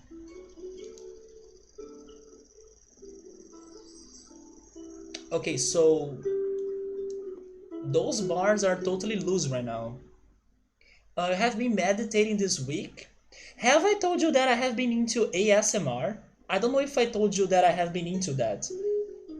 I have been super into ASMR lately. It's going to be one of those things, if you ask me in the end of the year, like, what have you done that was new to your life in 2020? And then my answer will be ASMR, seasoning my dishes with thyme and watercress.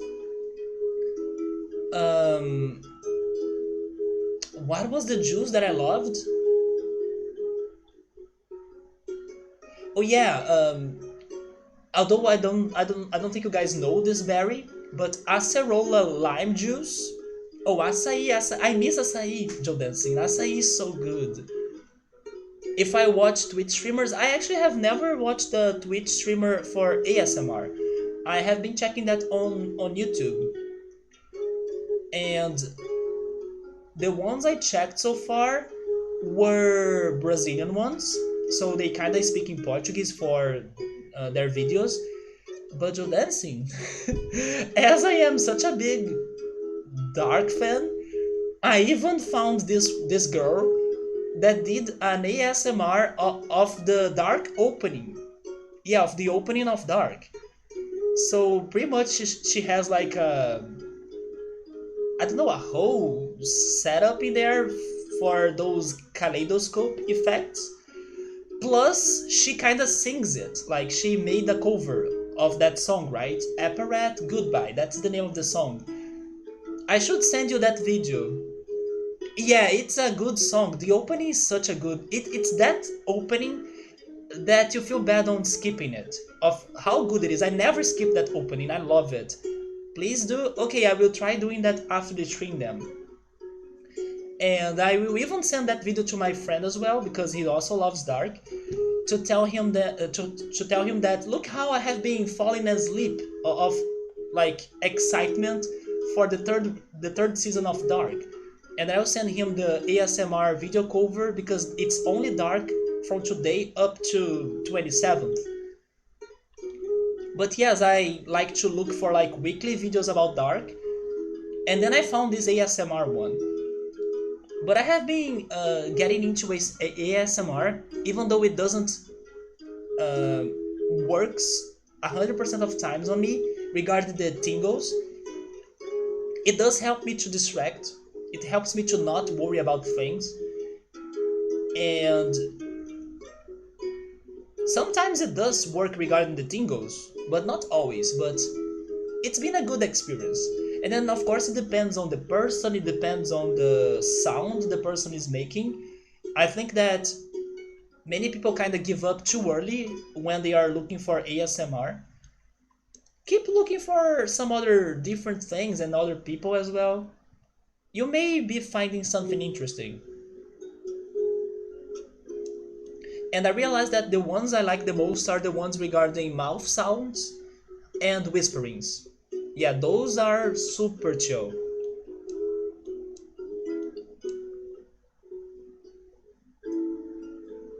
And then some people like the sounds of like people chewing. No, that's not me.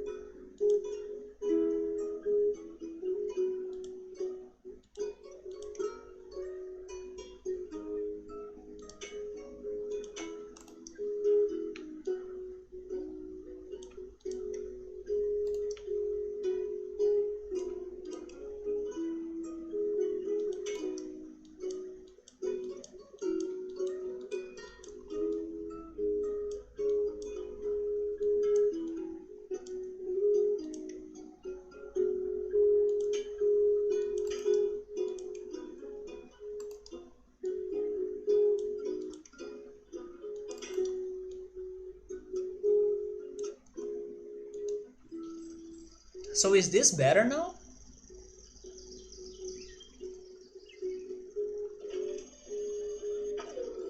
It is.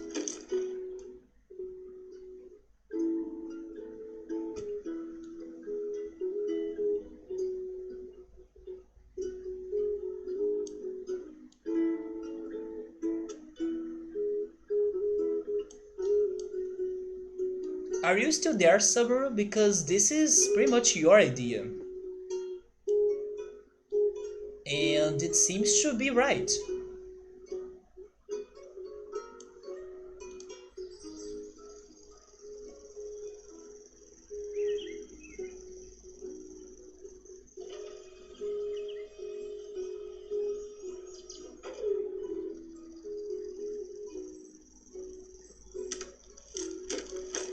Yeah, I think this is going to do it, right?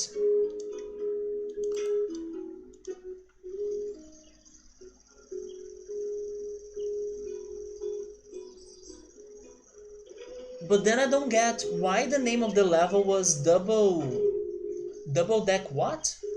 Double deck lift, right? Because this is not a double deck lift, I think, is it?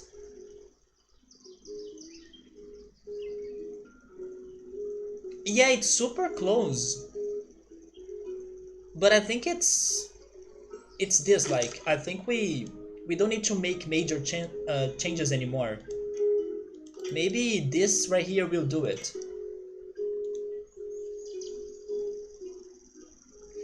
By the way, this is also going to be a little bit like crazy talk, But I was thinking about this that happened to me today. Yeah, there we go, right? There we go.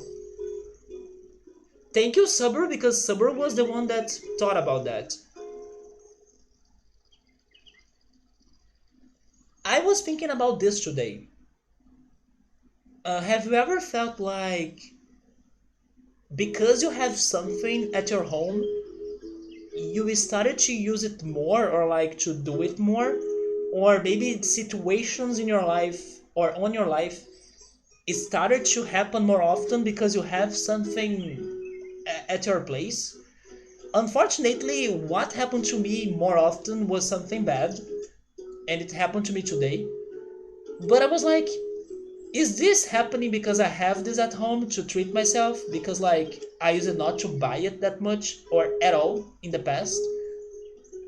I don't know if you will remember this, probably not, because it's been a while.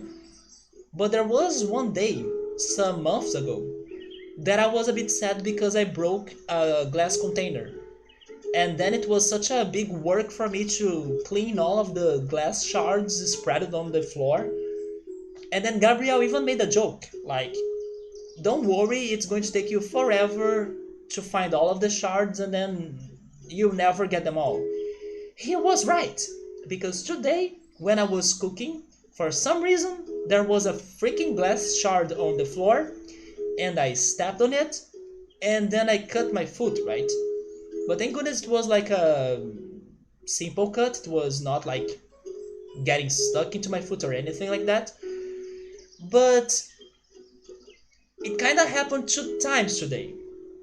There was like a tiny glass shard that it was pointing on my foot, but it did not cut it. And then after I got rid of that one, there was a big one that did cut my foot. So I was like, after so much time, why are those shards showing up? And then I have band-aids, right, for me to protect the cut and also to make it to stop to bleed. But then I was asking myself, haven't I been using those band-aids more often than how I ever used to use them or need them in my life? Is it just because I have them in my place, you know? I was thinking about that. And then I was kind of glad that I have had them at my place because then I could protect my foot. But it's like because I have it, I feel like I need it more than before, or I'm getting more hurt than before, you know? Because it was like one of the first and only times I decided to buy band-aids and keep them at my place. And then I don't know, over 3 months or so, I think I have used them at least two times. So this one is also about hydraulics, come on. It is the double drawbridge. But this idea that I'm saying, it is also what I tell people that are addicted to something. Like, if you like to drink soda or pop, or if you like to smoke, the best way for you to stop those things is for you to stop buying them or to have them at your place. But I feel like I'm just getting unlucky then. Like, that I'm cutting myself because of, or hurting myself by accident. And I do have the band-aids to use, right?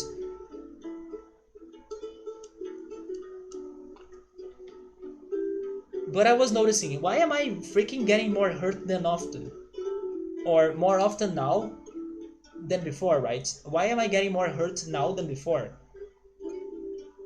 Welcome back, Sabru. You're still getting the internet issues?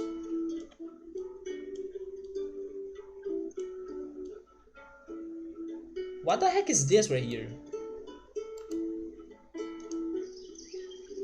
Oh, it is a... No, it is actually a pole. That red joint is on a pole.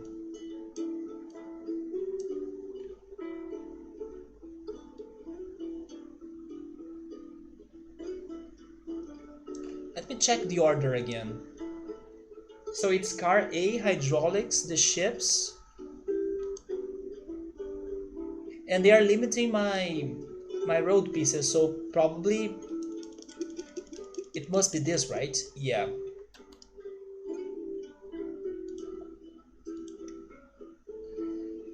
Oh wait, you're talking about the cactuar? Yeah, right. Cactuar has like 1,000 needles skill, and then objects made out of glass, they have 1,000 shards skill.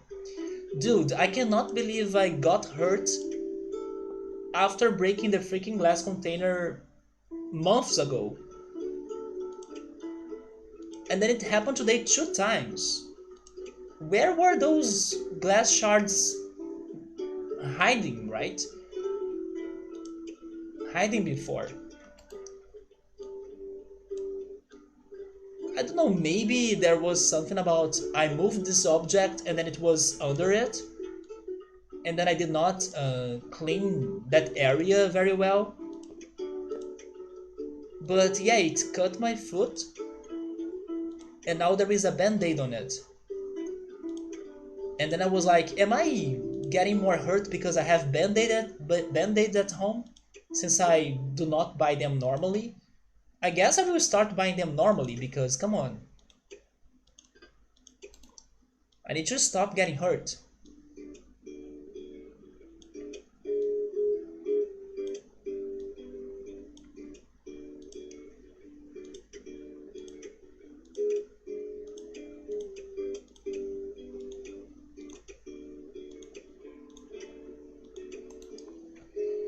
Okay, so how am I doing this?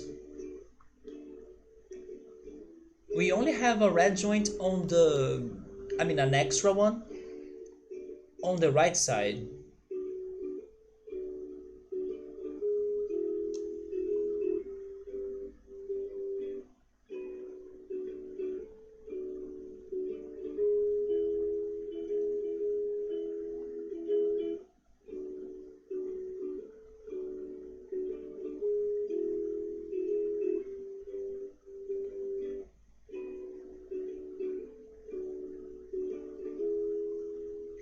I guess I'll need to go for an arc as well, right?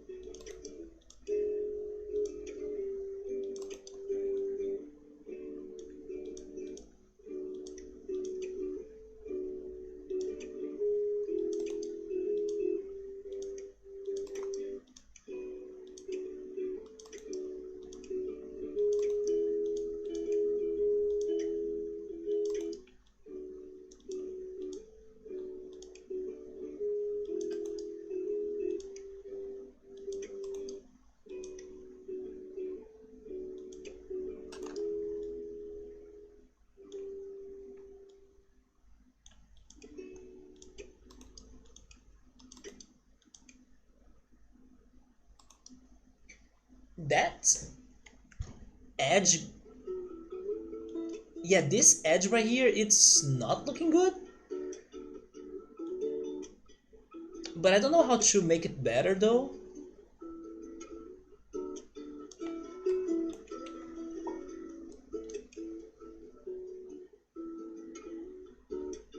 Oh wait, maybe like this? Okay, there we go. This is better, I think.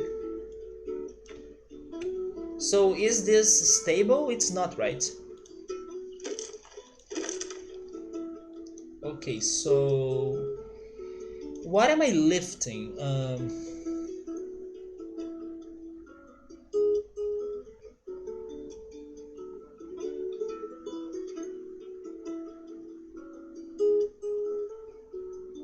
I think I will need to lift a lot of parts, right?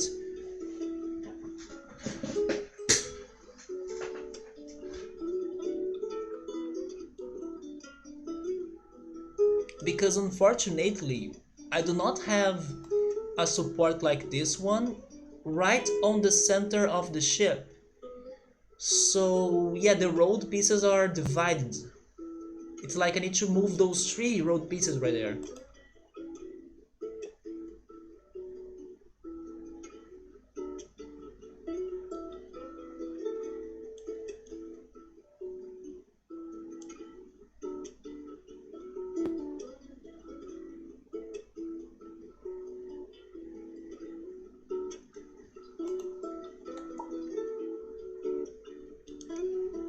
So maybe the best option is for like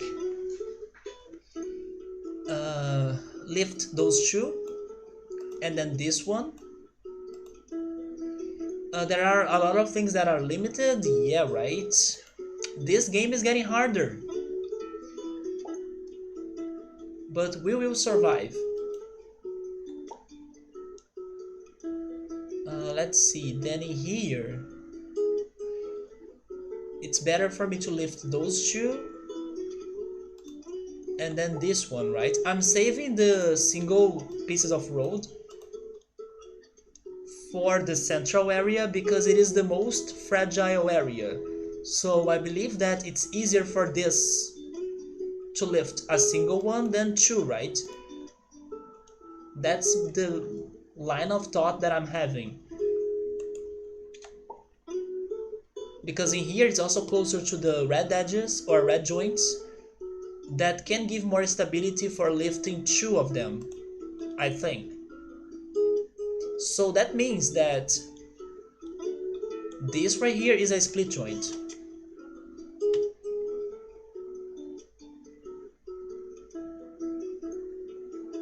And also this one right here.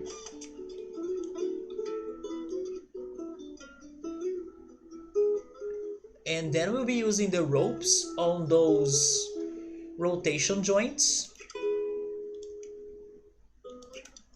but also on here because it's pretty much what's going to... Actually, never mind, I can use steel bars for those three road pieces, right?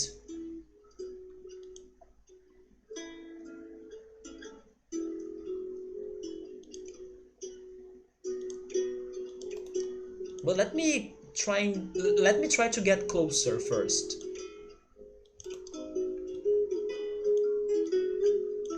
Wait.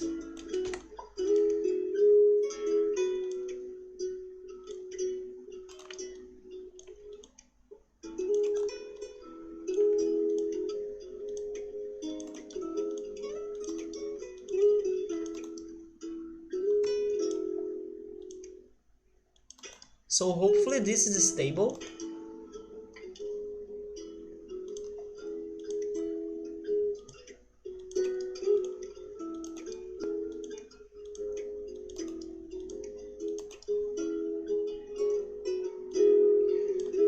And then we'll have hydraulics.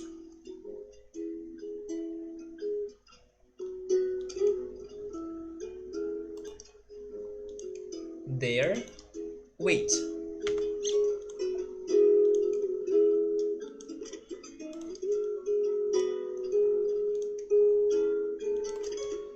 And also here, right?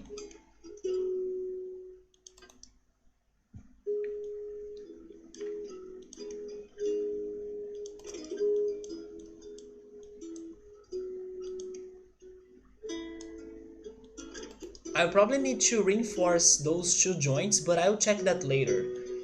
then contraction,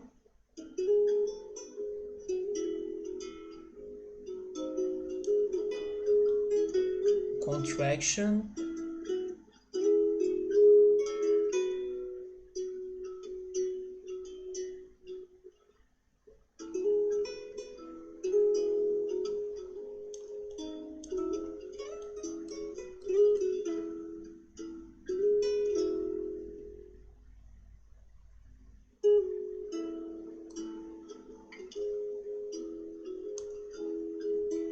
and also for the last one, 35.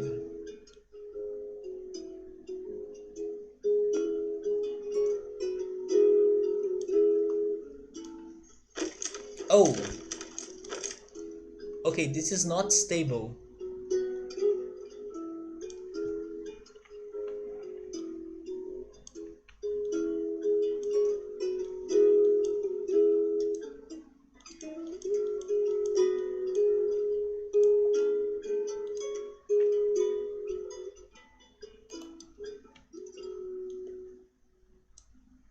Show that to me again. Why is it breaking?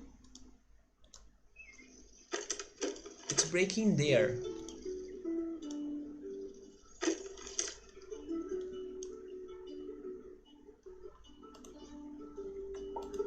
So does this help it?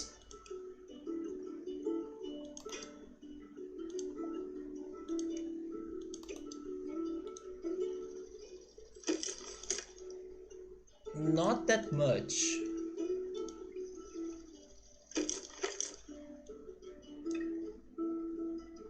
Oh, it's because this right here is not stable, right?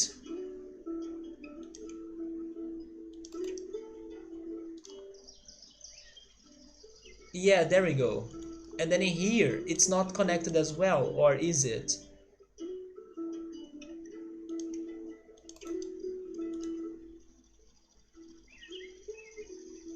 Okay, let's see how this goes.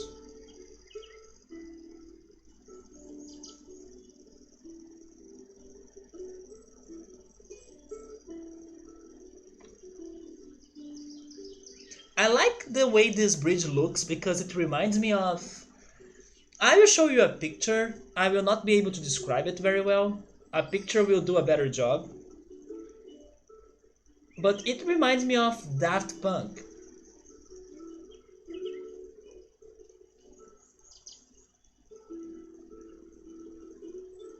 Oh, it's breaking right there.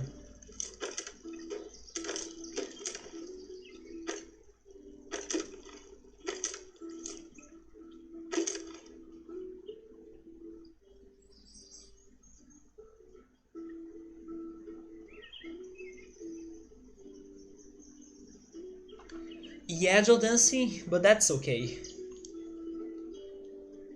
It reminds me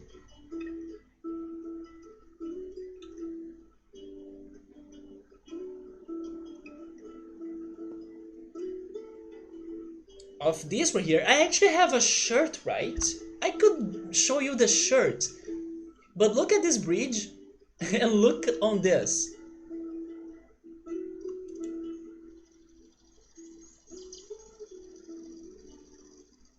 It's pretty much Daft Punk concert stage, right?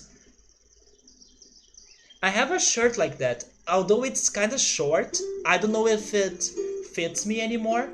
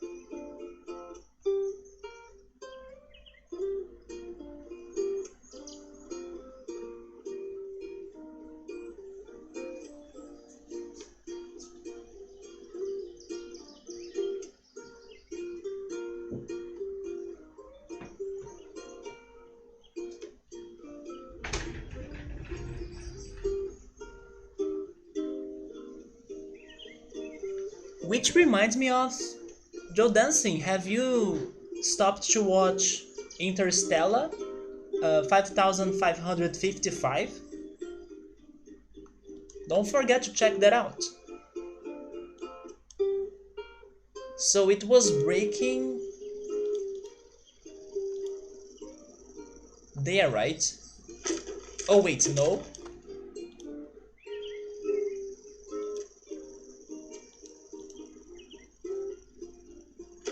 Oh, it's in here. Okay.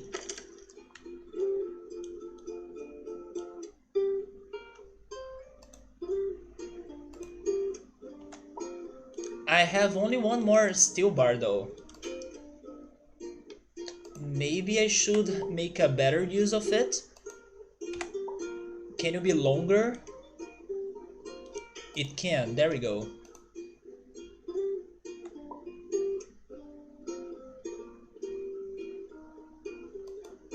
Wait a second. I feel like I may need to use a rope right here. No?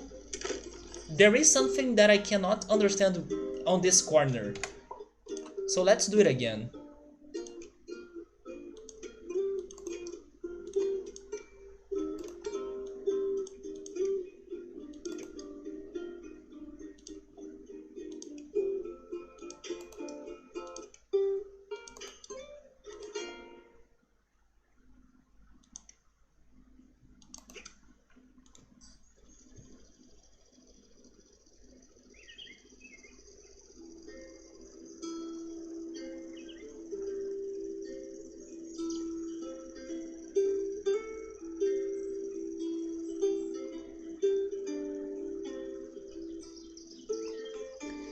But damn, today the levels, they were not forgiving at all.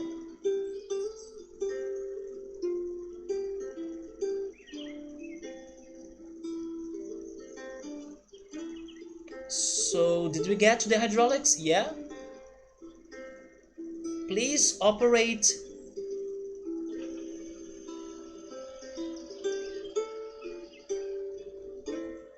This is not looking good. Nope.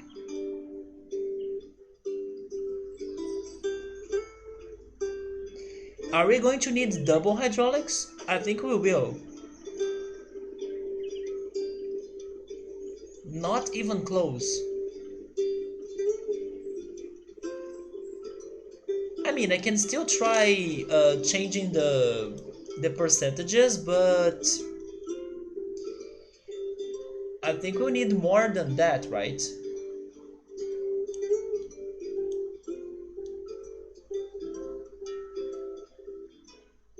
Maybe the tiny one can do it, the single road.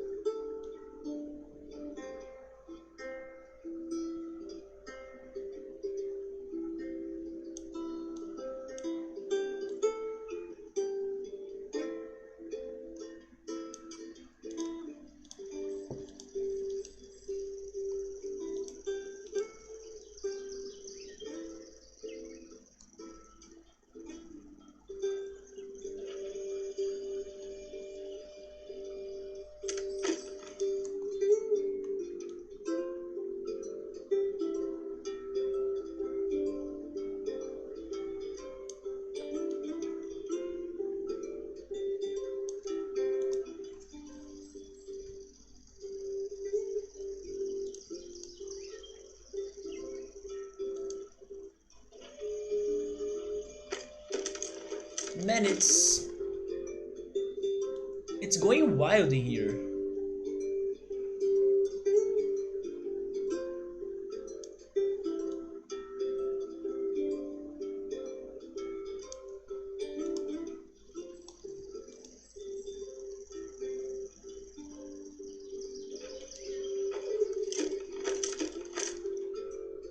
It's because of that angle, right?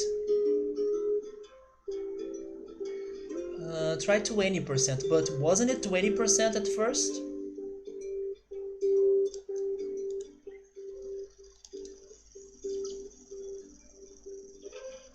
Yeah, 20% is not enough. I'm changing the angle.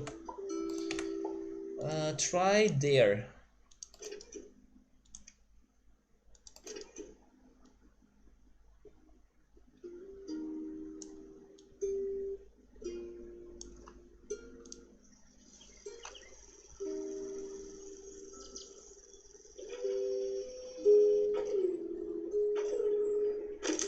Okay. Okay, so we fixed the tiny and single rolled pieces on the center, but not the large ones. For the large ones, we'll need more hydraulics, I think. Do I have budget for that? Okay.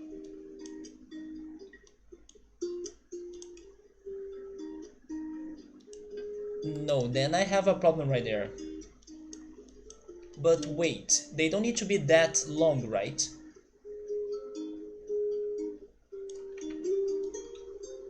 And I will need to disconnect everything in there. You know what? Just do it again.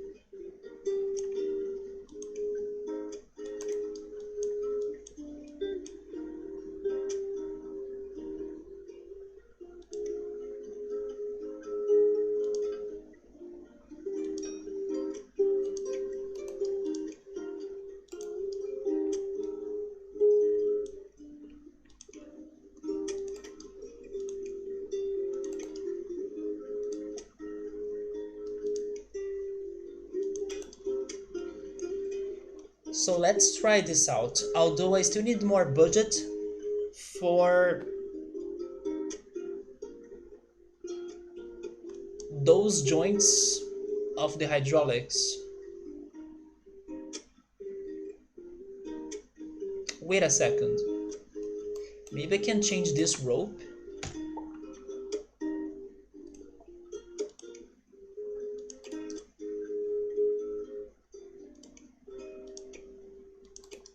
For some more wooden bars.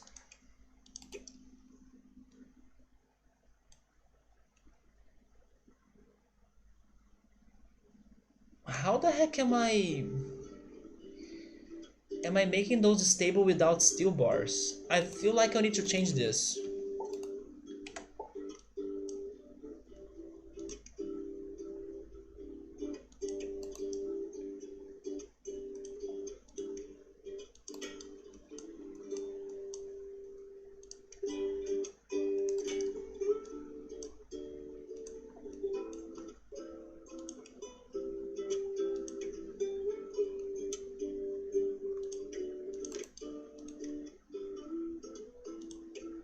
No, this is not good.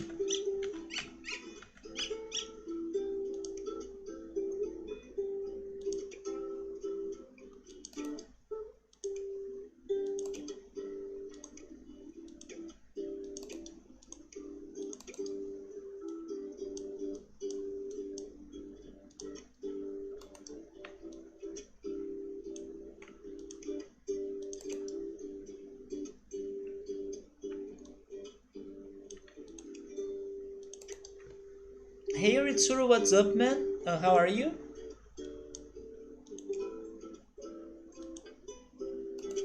This is not working, right?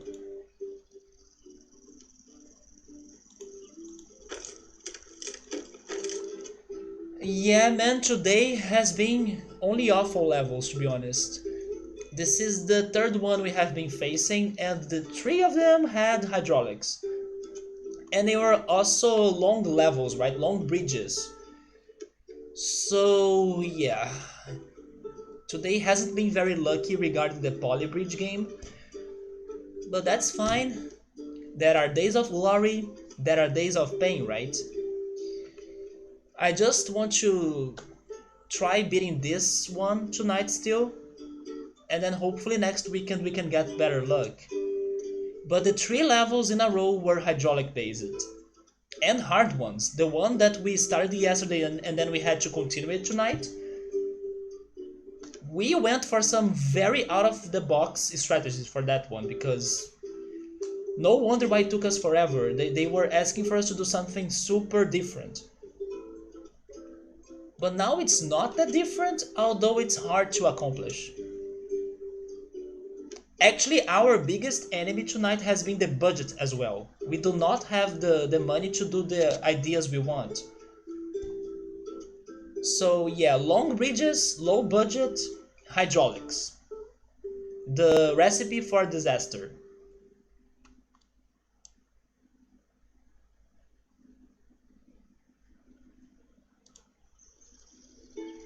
I need to have the steel bars for the joints of the hydraulics, but then this is going to be super weak, right?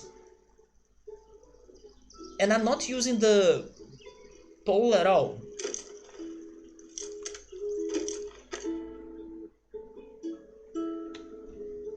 I'm not using the ropes actually. I have four more ropes.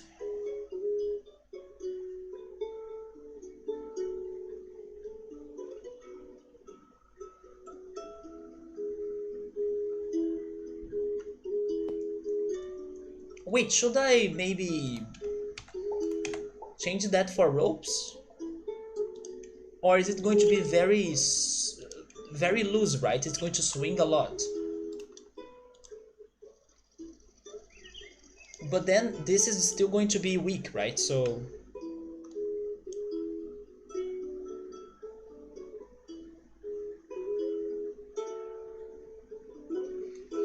I will try placing one of those steel bars.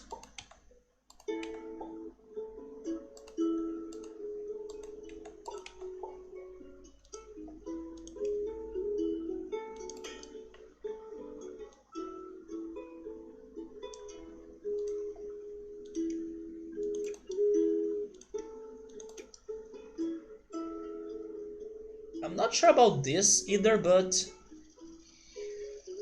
show me what I have done.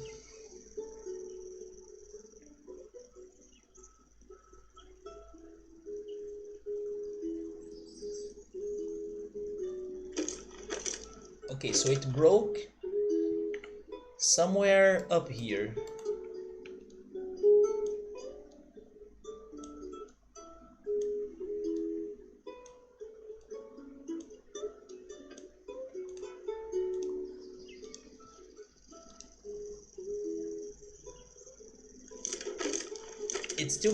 It's still breaking on the same spot.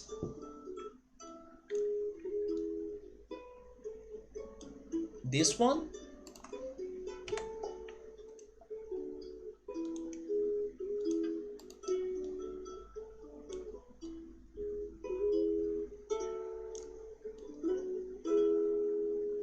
How's the stress again? Yeah, that one is a very vital piece for sure. But I want to see the stress, please, before you collapse. Then you can collapse. It's not safe. It's super high. But okay, I will try it regardless because why not? So decrease that. Um, Decrease this one as well. Then the center. In here. What's happening now?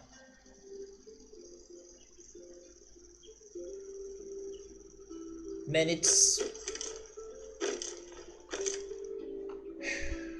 a nightmare. That's what's happening.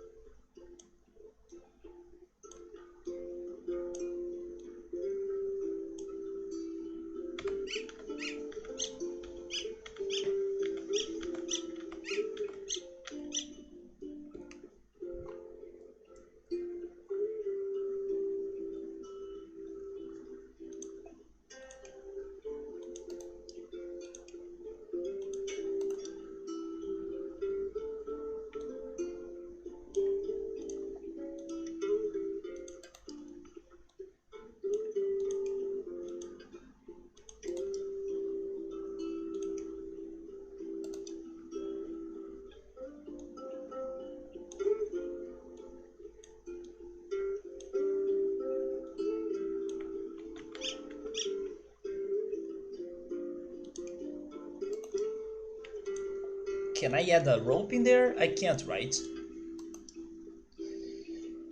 Hmm.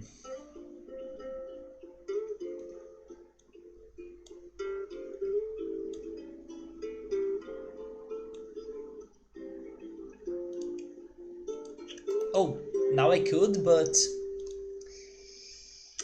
Yep. Oh yeah, of course. Like,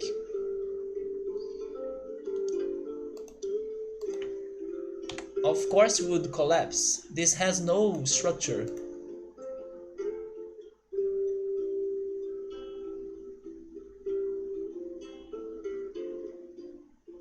Am I exaggerating on the amount of, like, hydraulics for this one? Because it's super long, right? Maybe it is too much? It is too much, isn't it?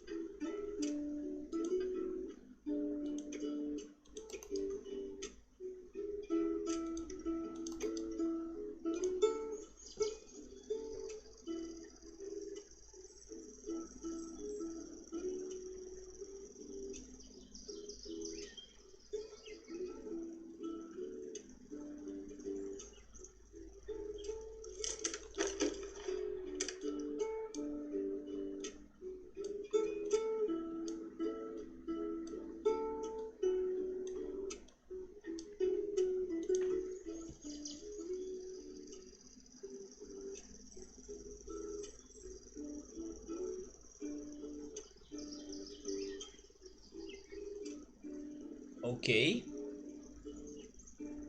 Nope, not okay.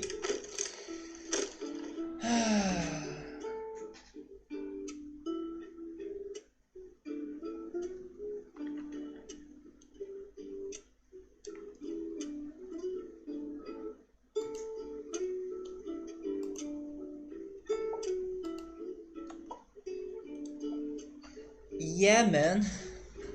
And the worst is that the first car to cross the bridge should not be the hardest part, right? Like, we are struggling on what should be the easiest of this level, but yeah, this is hard.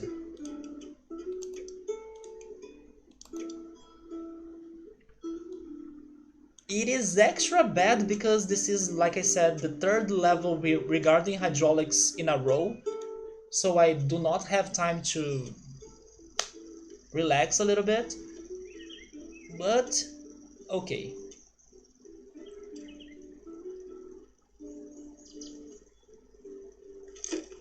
It keeps breaking that one, like in here.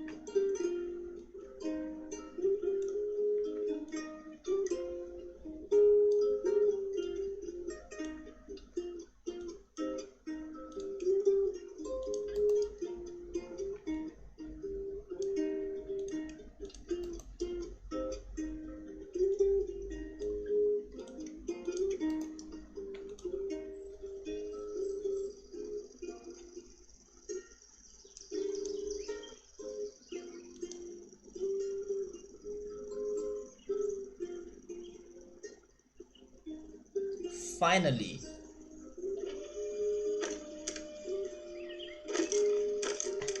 But then it all goes bad when the hydraulics operate.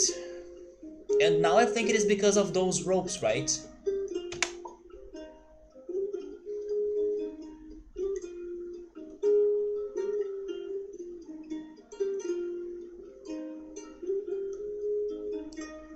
But can I really stabilize this side at least by using the ropes?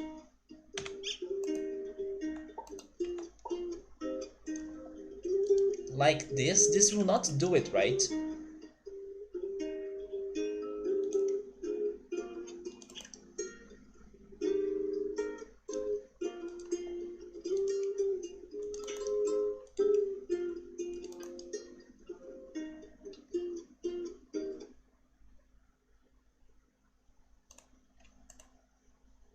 Yeah, this is wrong.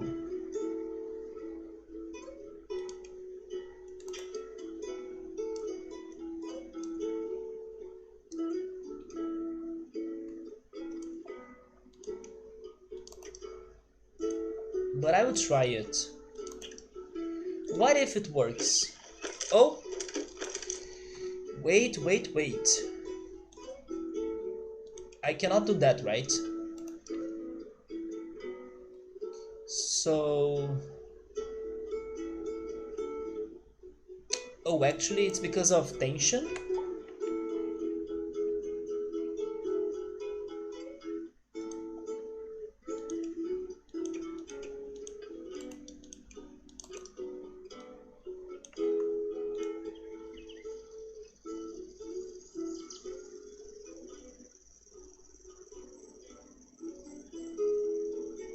Yeah, this is going to break, but it's not? Whoa! Okay! Oh, but it's still breaking the center there.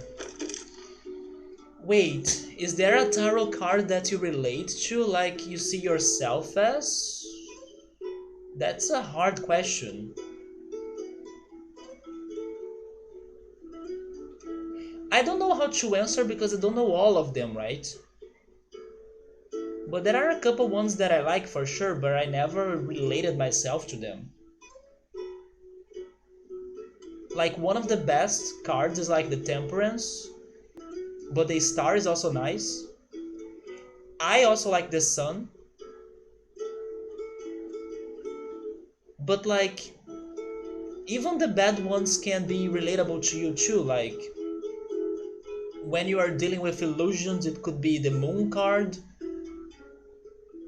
or when you are dealing through changes, it's the Tower. It's super hard, but a particular one, I'm not sure.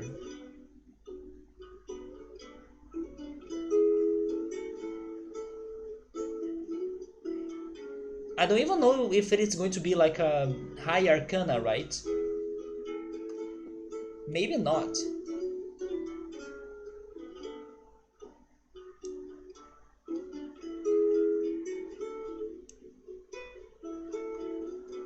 Yeah, right. But there are some really cool cards like the Magician as well. Even the Fool is great. But it just depends on what you are going through your life. And sometimes more cards or other cards can make more sense than, I don't know, a favorite one.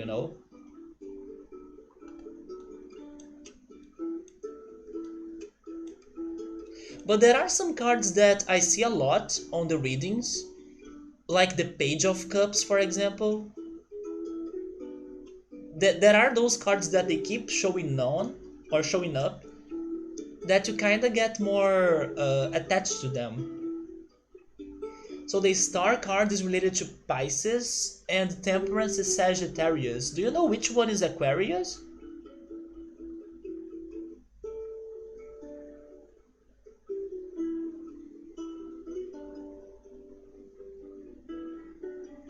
You seem to get the Queen of Wands all of the time. When you do your readings, you think the deck relates you to her.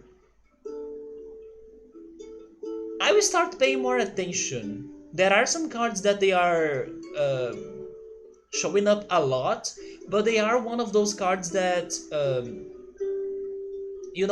they do not have an easy name to remember. So I need to pay more attention to that. Did you get the one for Aquarius?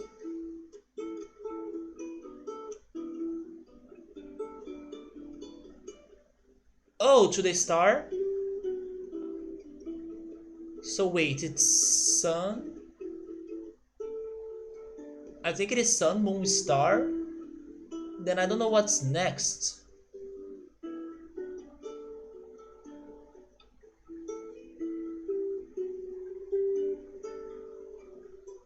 What is the one for you, Leo?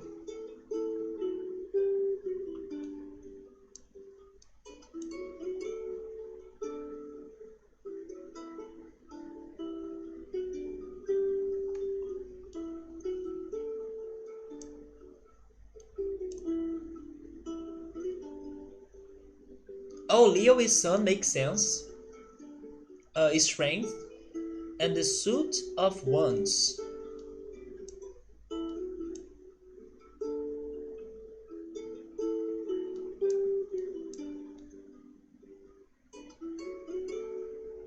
But I think that one of the best cards ever is the Temperance. The Temperance can never go wrong. But if you ask me if I relate to it, not really, because I'm like not positive or having a great life every time, so no. But the Temperance card is beautiful in my opinion. It's like good vibes, it's only good vibes. At least so far, I have only heard great things about Temperance.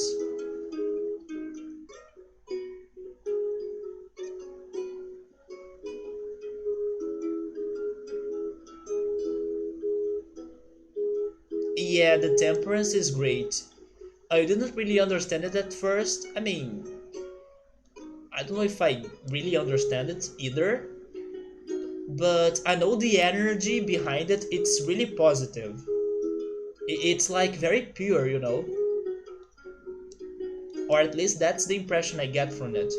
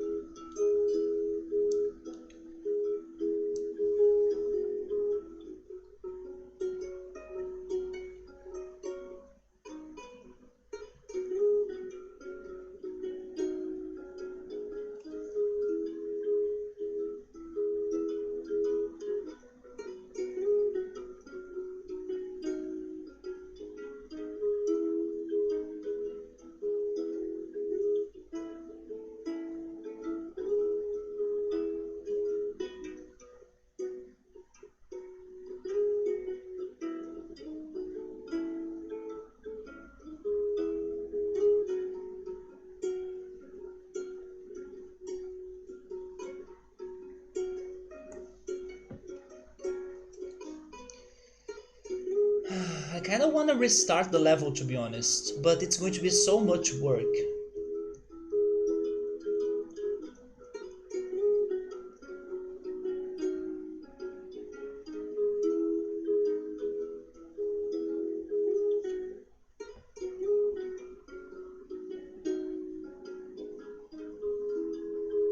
I feel like I'm missing a rope that connects that joint to that pole, but I cannot do that. And also one in there, what is the name of this level? It is double what again? Double drawbridge.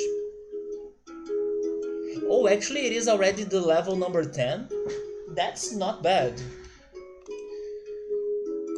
So after this one, we still have 5 levels for this world. We are getting there. Hmm.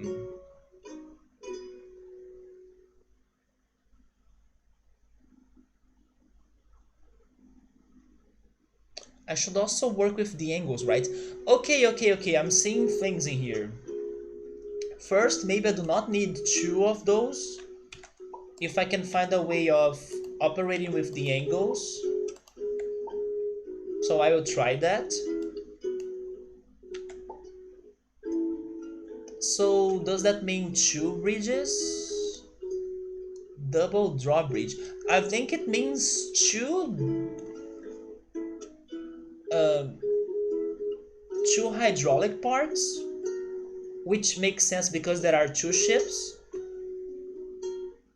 But I cannot make 2 bridges because of the limitation of the number of roads. I can only make a straight bridge that connects this joint to that one because it's the right amount of road pieces. It's like exactly 12 pieces. So the shape of the bridge must be that. This is a fact for this level. But it must have 2 draw points, right? And I was thinking about changing the angles. Maybe something more like this could work better. So I will change the edges again.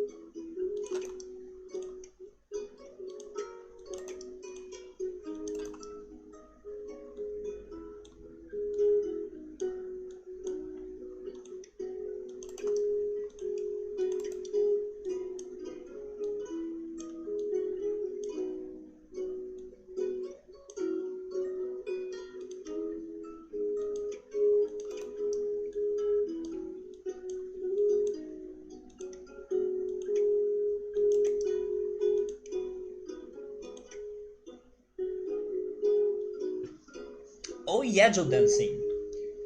I watched a video this week, and the video was talking about like movies that made people to feel sick when they were watching them. And a couple of the names that were mentioned, like a couple movies that were mentioned, they were movies that I have watched or I already expected them to be listed, but some other ones were kind of surprising to me. So the movies that I remember now that they listed that I have watched were Raw, and I have watched it on Netflix. Also, Irreversible, the one that you still need to check. From how is he called again? The director. I forgot his name now. Yeah, Raw. Did people feel sick? Yeah, Gaspar Noé. There we go. And when they were talking about Irreversible, even though I already know like which parts are triggering and everything, they freaking decided to play a little bit of the soundtrack of that movie, and I felt anxious just by hearing the soundtrack again. So yeah, Irreversible is really tough, Joe Dancing. I don't even know if you'll be able to watch it like in one sitting, because you may need to take breaks, because the movie is not like easy for you to digest at all. But Irreversible, and what else have I watched that they mentioned? I don't know, but they also mentioned The Human Centipede, that I haven't watched, and I don't know if I will ever watch that thing. But The Human Centipede, which by the way I learned this week, that centipedes, they do not have 50 pairs of feet. I learned that on the freaking random 3DS game that I play, that's like crosswords, and every day they give you a different word, and then they tell you a curiosity about that word. And then I got the word centipede. And then the curious fact about them is that they do not have 50 pairs of feet. So their name is a lie, right? Because when it's like centipede, you expect 100 because of centi, like centimeter, it's 100 meters. Or actually, never mind, it's like the opposite. 1 meter is 100 centimeters. There we go. But it's regarding the number 100. So yeah, they have actually either 49 pair of feet or 51, but not 50. So I was like, are you freaking kidding me? Life and botanics and biology and ecosystem and everything, nature. Why is it either 49 or 51 but not 50? So anyway, yeah, centipedes do not have 50 pair of feet. It's 49 or 51. Fun fact for you to, I don't know, tell your family in one of those random conversations during Christmas. Save that one for that moment. Like, Mom, did you know that centipedes do not have 50 feet? Anyway, or save that for that uncle that likes to like talk about random things with you. Throw that random thing at him as well. But yeah, The Human Centipede, I did not watch it, and I don't know if I will want to watch it. But also, Saving Private Ryan. Have you watched Saving Private Ryan? And I understand why they were listing it. I have not watched it, by the way, but I know what's the famous scene that everybody knows of of that movie. And people felt sick because of how they were flashing the frames of that scene, and that was really disturbing, especially for those that had PTSD, right, which is post-traumatic, I don't know the whole name, but people that have been in war or in the military or something, when they were watching to that scene with the frames flashing and missing frames, stress disorder, there we go, post-traumatic stress disorder, they were getting they were feeling sick thanks to that. So I do understand why some people could feel it, because it is uncomfortable for you to see that scene without some frames, with some missing frames. And then, to my surprise as well, some people felt sick because of freaking Breaking Dawn, which is one of those Twilight movies.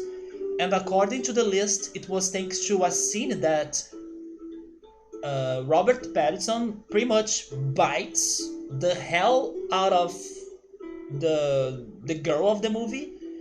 Yeah, and then that scene is disturbing because he was really biting her entire body. So people could not feel well or comfortable during that scene.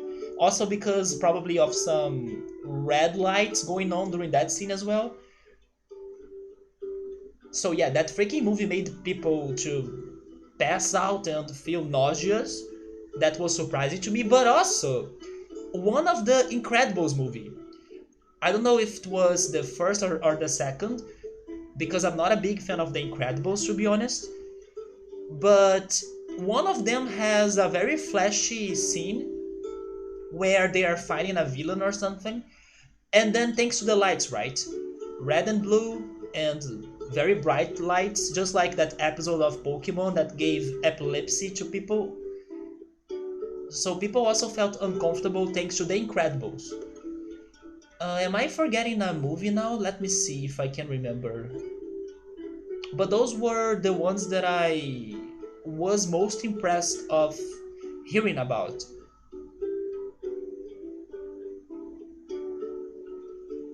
But irreversible Joe dancing, that movie is like really heavy, really heavy. Saving Private Ryan is great, Ritsuru. I still need to watch it, but I know the scene that they were talking about. Also because it is referenced in one game, right? It's referenced on Conker's Bad Fur Day, and I have played it. Wait, car accidents? Car accidents? Maybe for teens? Yeah, I don't know. Maybe for sensitive people that Breaking Dawn had that crazy scene.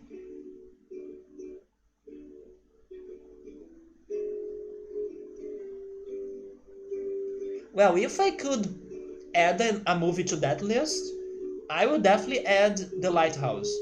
I did feel very unsettled during The Lighthouse for the entire movie.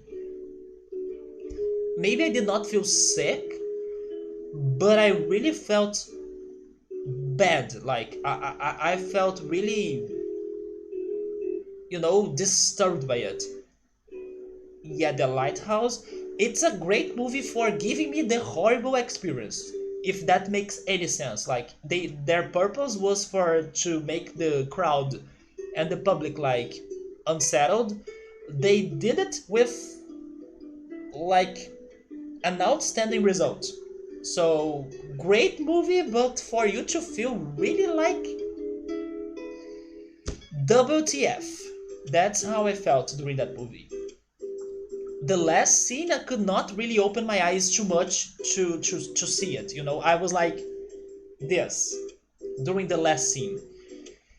It's so freaking heavy, but it's heavy on a different way.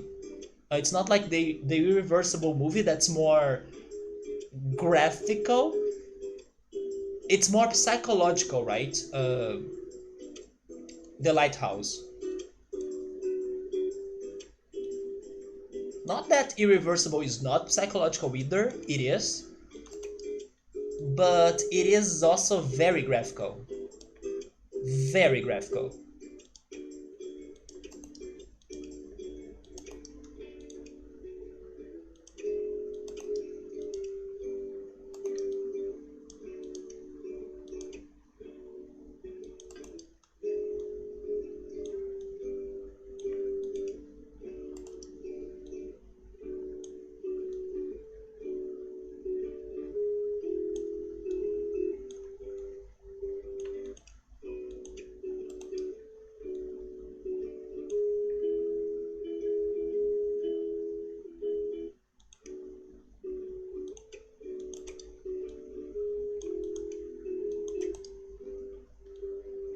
Yeah, it is very unsettling.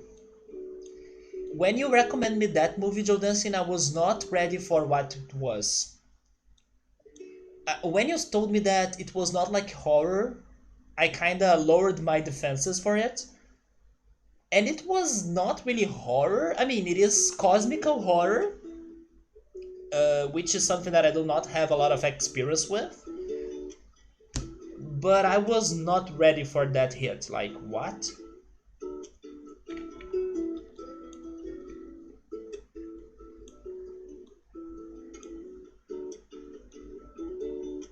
It's up to that list of mine of movies that I only need to watch once and then I never go back to it, you know? But that doesn't mean the movies are bad. It's just that they hit me so hard that one experience is all I need to have in my life. Requiem for a Dream as well. No, don't apologize, Judancy. Come on, I'm saying the movie is great. The movie is fantastic. And you made me feel brave enough to check that out, not to mention Midsummer as well. That I still like, how could I really overcome my fears and watch this up, you know? So I appreciate you like pressuring me to check those things out that are out of my box. But the movie is great, it's just that I cannot experience it again. I think our perspective can be skewed sometimes when you are in love with a certain aspect of or something. You forgive it for the rest and then tell everyone to watch it. Yes, like I do recommend people checking it out, but like go for it at your own risk and be ready for some very unsettling experience. Midsummer was so stressful for you. Midsummer started heavy to me and then it got a little bit better to me as it was going on. I was expecting the scenes to be like more graphical. They were most graphical at first. So I could handle the psychological part of it better than the graphical part of it. But yeah, the beginning was very graphical. And then I was like, if this is happening right now at first, imagine how it's going to be by the end, you know? But thank goodness it did not get that graphical by the end of it. It got psychological, but not graphical. In the middle, yeah, in couple ones, yeah, but in my opinion, the first heavy graphical scene is the worst. You are like, they are not going to really show this to you, are they? And then they do. That's how I felt. Like,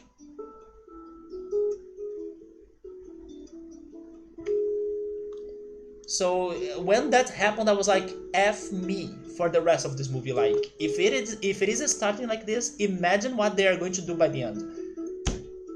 But thank goodness, I had my expectations like very high regarding graphical scenes, and they did not give me that many or that strong ones.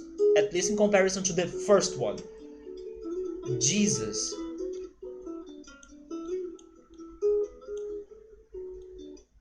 But Midsummer is a very interesting movie also because of the context.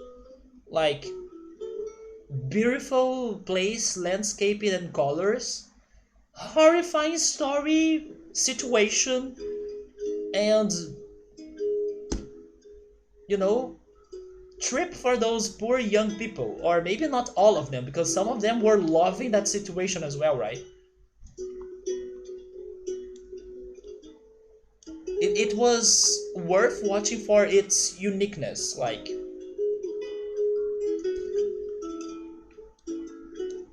a horror movie that happens only during the day with like crazy filters, brightness filters or filters. Yeah, it is filters, right? It's not like filters. This is not stable, is it? Nope.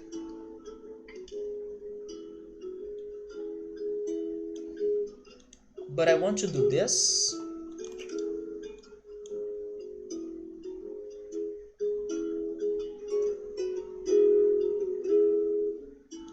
I want to do that.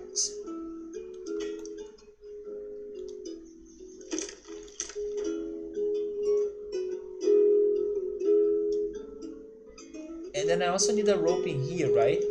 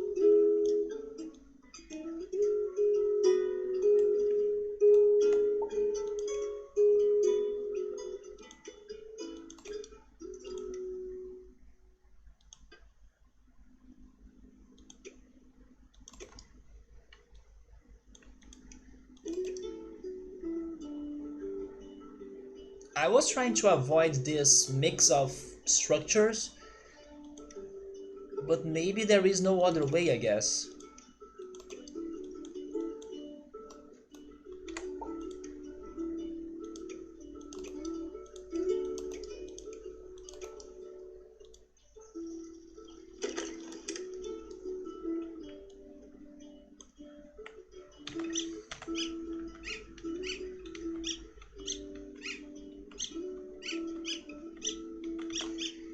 Or is there a way that I'm not seeing? It's because this red joint, it's super like not making it, not doing it. But I can make this connection, right? But I cannot mess with that joint right there. And I cannot mess with this one.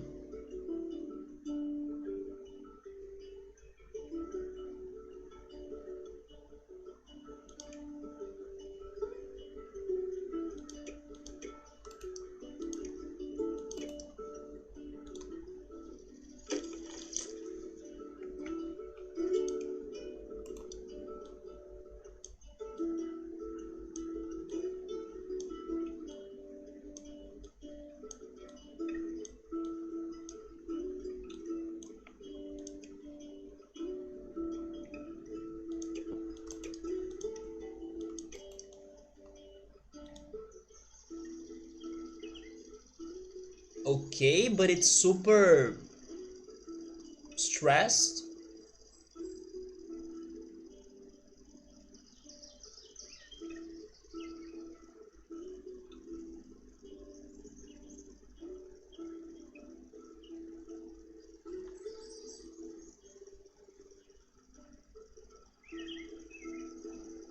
So I will be finishing this attempt, and if it doesn't work, then I will save this level for next weekend.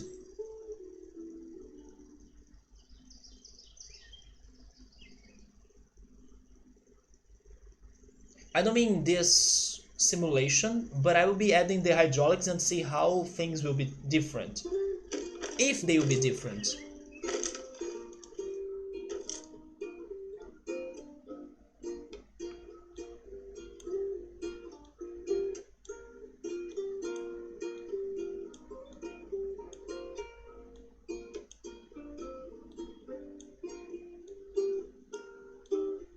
Oh, by the way, this is completely wrong. The supports are getting to the ship.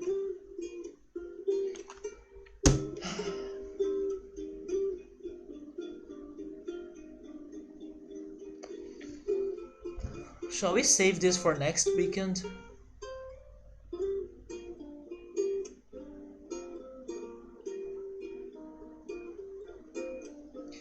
I'm saving this for next weekend.